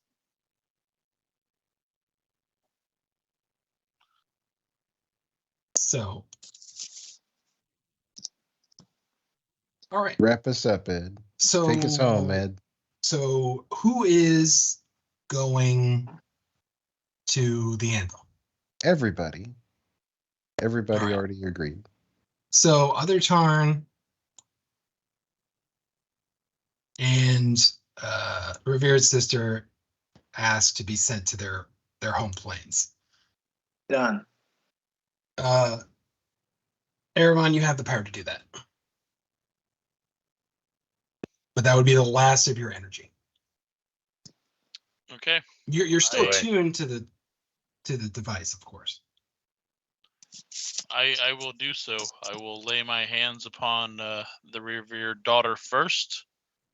And may Paladin bless you all. And she disappears. And so Well, Other Tarn stops playing his bagpipes. It's been a pleasure. And remember, if he gets too grumpy, feed him as much beer as he wants, and he'll be all right. And, We before are you special. go, before you go, pull out a little flask. This is the last of the finest ale you've ever tasted. Well, and here are some bagpipes for you, boy. Learn to play some music. You got the feeling in you. I know you have the book. Use the book. I will use it. All right.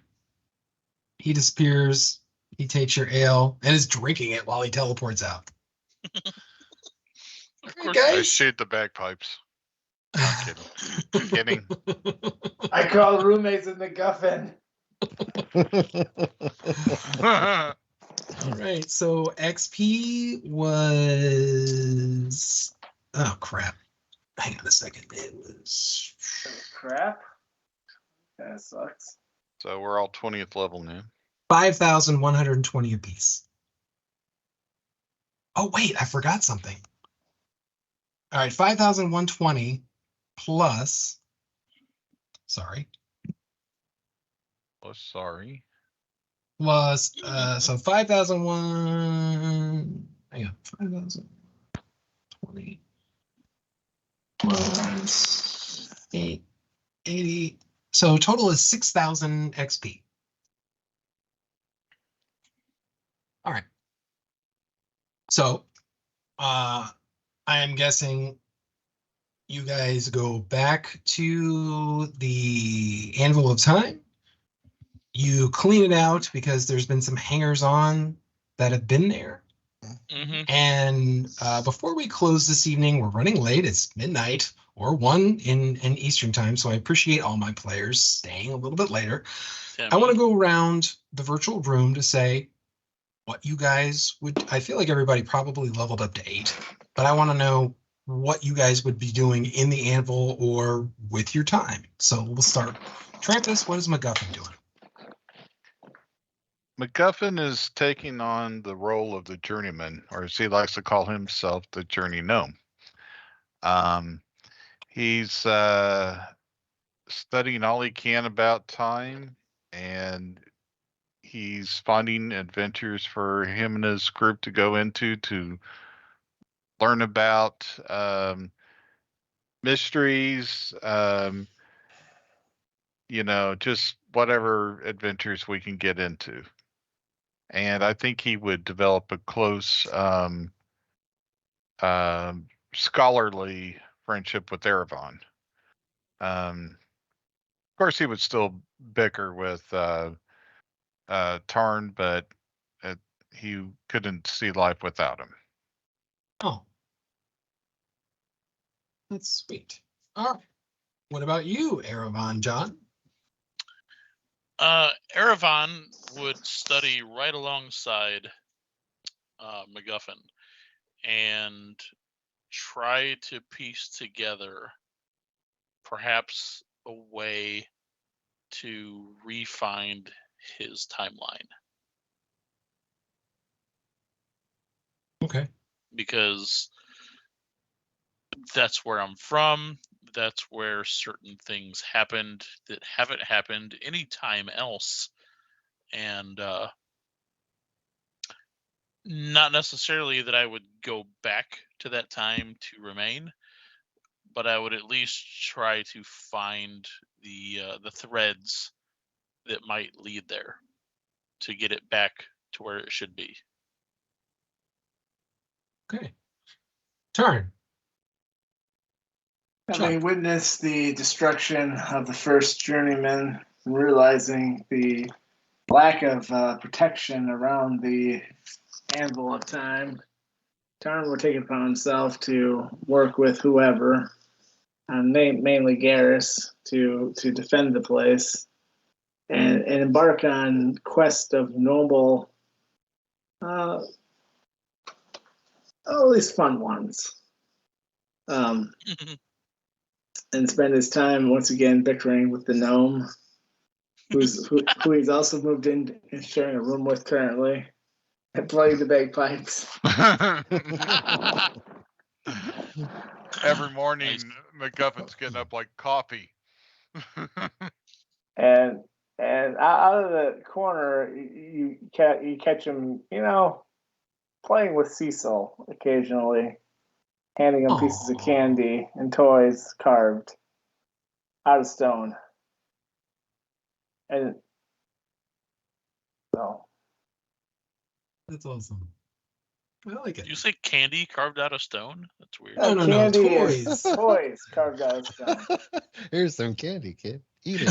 We call that Rock candy. gravel. That's how What I are you told talking him. about? That's dwarf. My grandpappy used to chew on stone. You can too. All right. Tim, you're Tasty. next. You lick it. All right. Garrus will also hang out at the anvil, working as kind of like the security and going on any kind of adventure that seems fun. But he also will travel. He'll use some of his whatever. I don't know what do you call it? My brain is tired. He'll use the anvil to travel back to Methus and pick up Tophus? Yeah. It's his Tophus, his betrothed, who is Hmm. named Callista. She Nice. will join us with all of this. Anyway, if she wants, I don't know. I can't speak for her. She might say, "Buzz off." Who knows? She might say, ew. I'm not going to live there. Anyway. Or she might say, I had twins while you were away. You've Who been gone knows? for 2 years. Either They're 1 year way. old. Last but not least, Ari. All right, so I am going to take Lipit with me. I'm not exactly sure how a young spry Kenner like me will work with a somewhat older Kenner girl like her. But He's we're not gonna- that much older than you, like 10 years It's older. 10 years. It's not so bad. Yeah. That's okay. I will try to basically find Cecil in time, bring him back. Been preordained by like Tarn over here that it will happen. Where we'll basically teach him the basics of carrying on the family tradition, going through time like her mom, and finding things that Kender have stolen and right where things have been taken and put back in their proper place. That is awesome, And- guys. And one special thing for Ari too is to help find things that have been lost to history. That'd be cool. All right. Yeah. So thank you all, my players and the audience, for hanging out with us for the last several years. We're going to take a break. I'm not saying this is the last Nexus game, but it's the last one for now. I hope you enjoyed, sitting either on your phone or in front of the computer with us, watching our silliness, our fun, our mistakes, our everything. And I just want to say I appreciate all of you and thank you and have a great night and great everything else. And you'll see this soon. So goodbye. For now. Bye, everybody. Good night. Good night. Good night.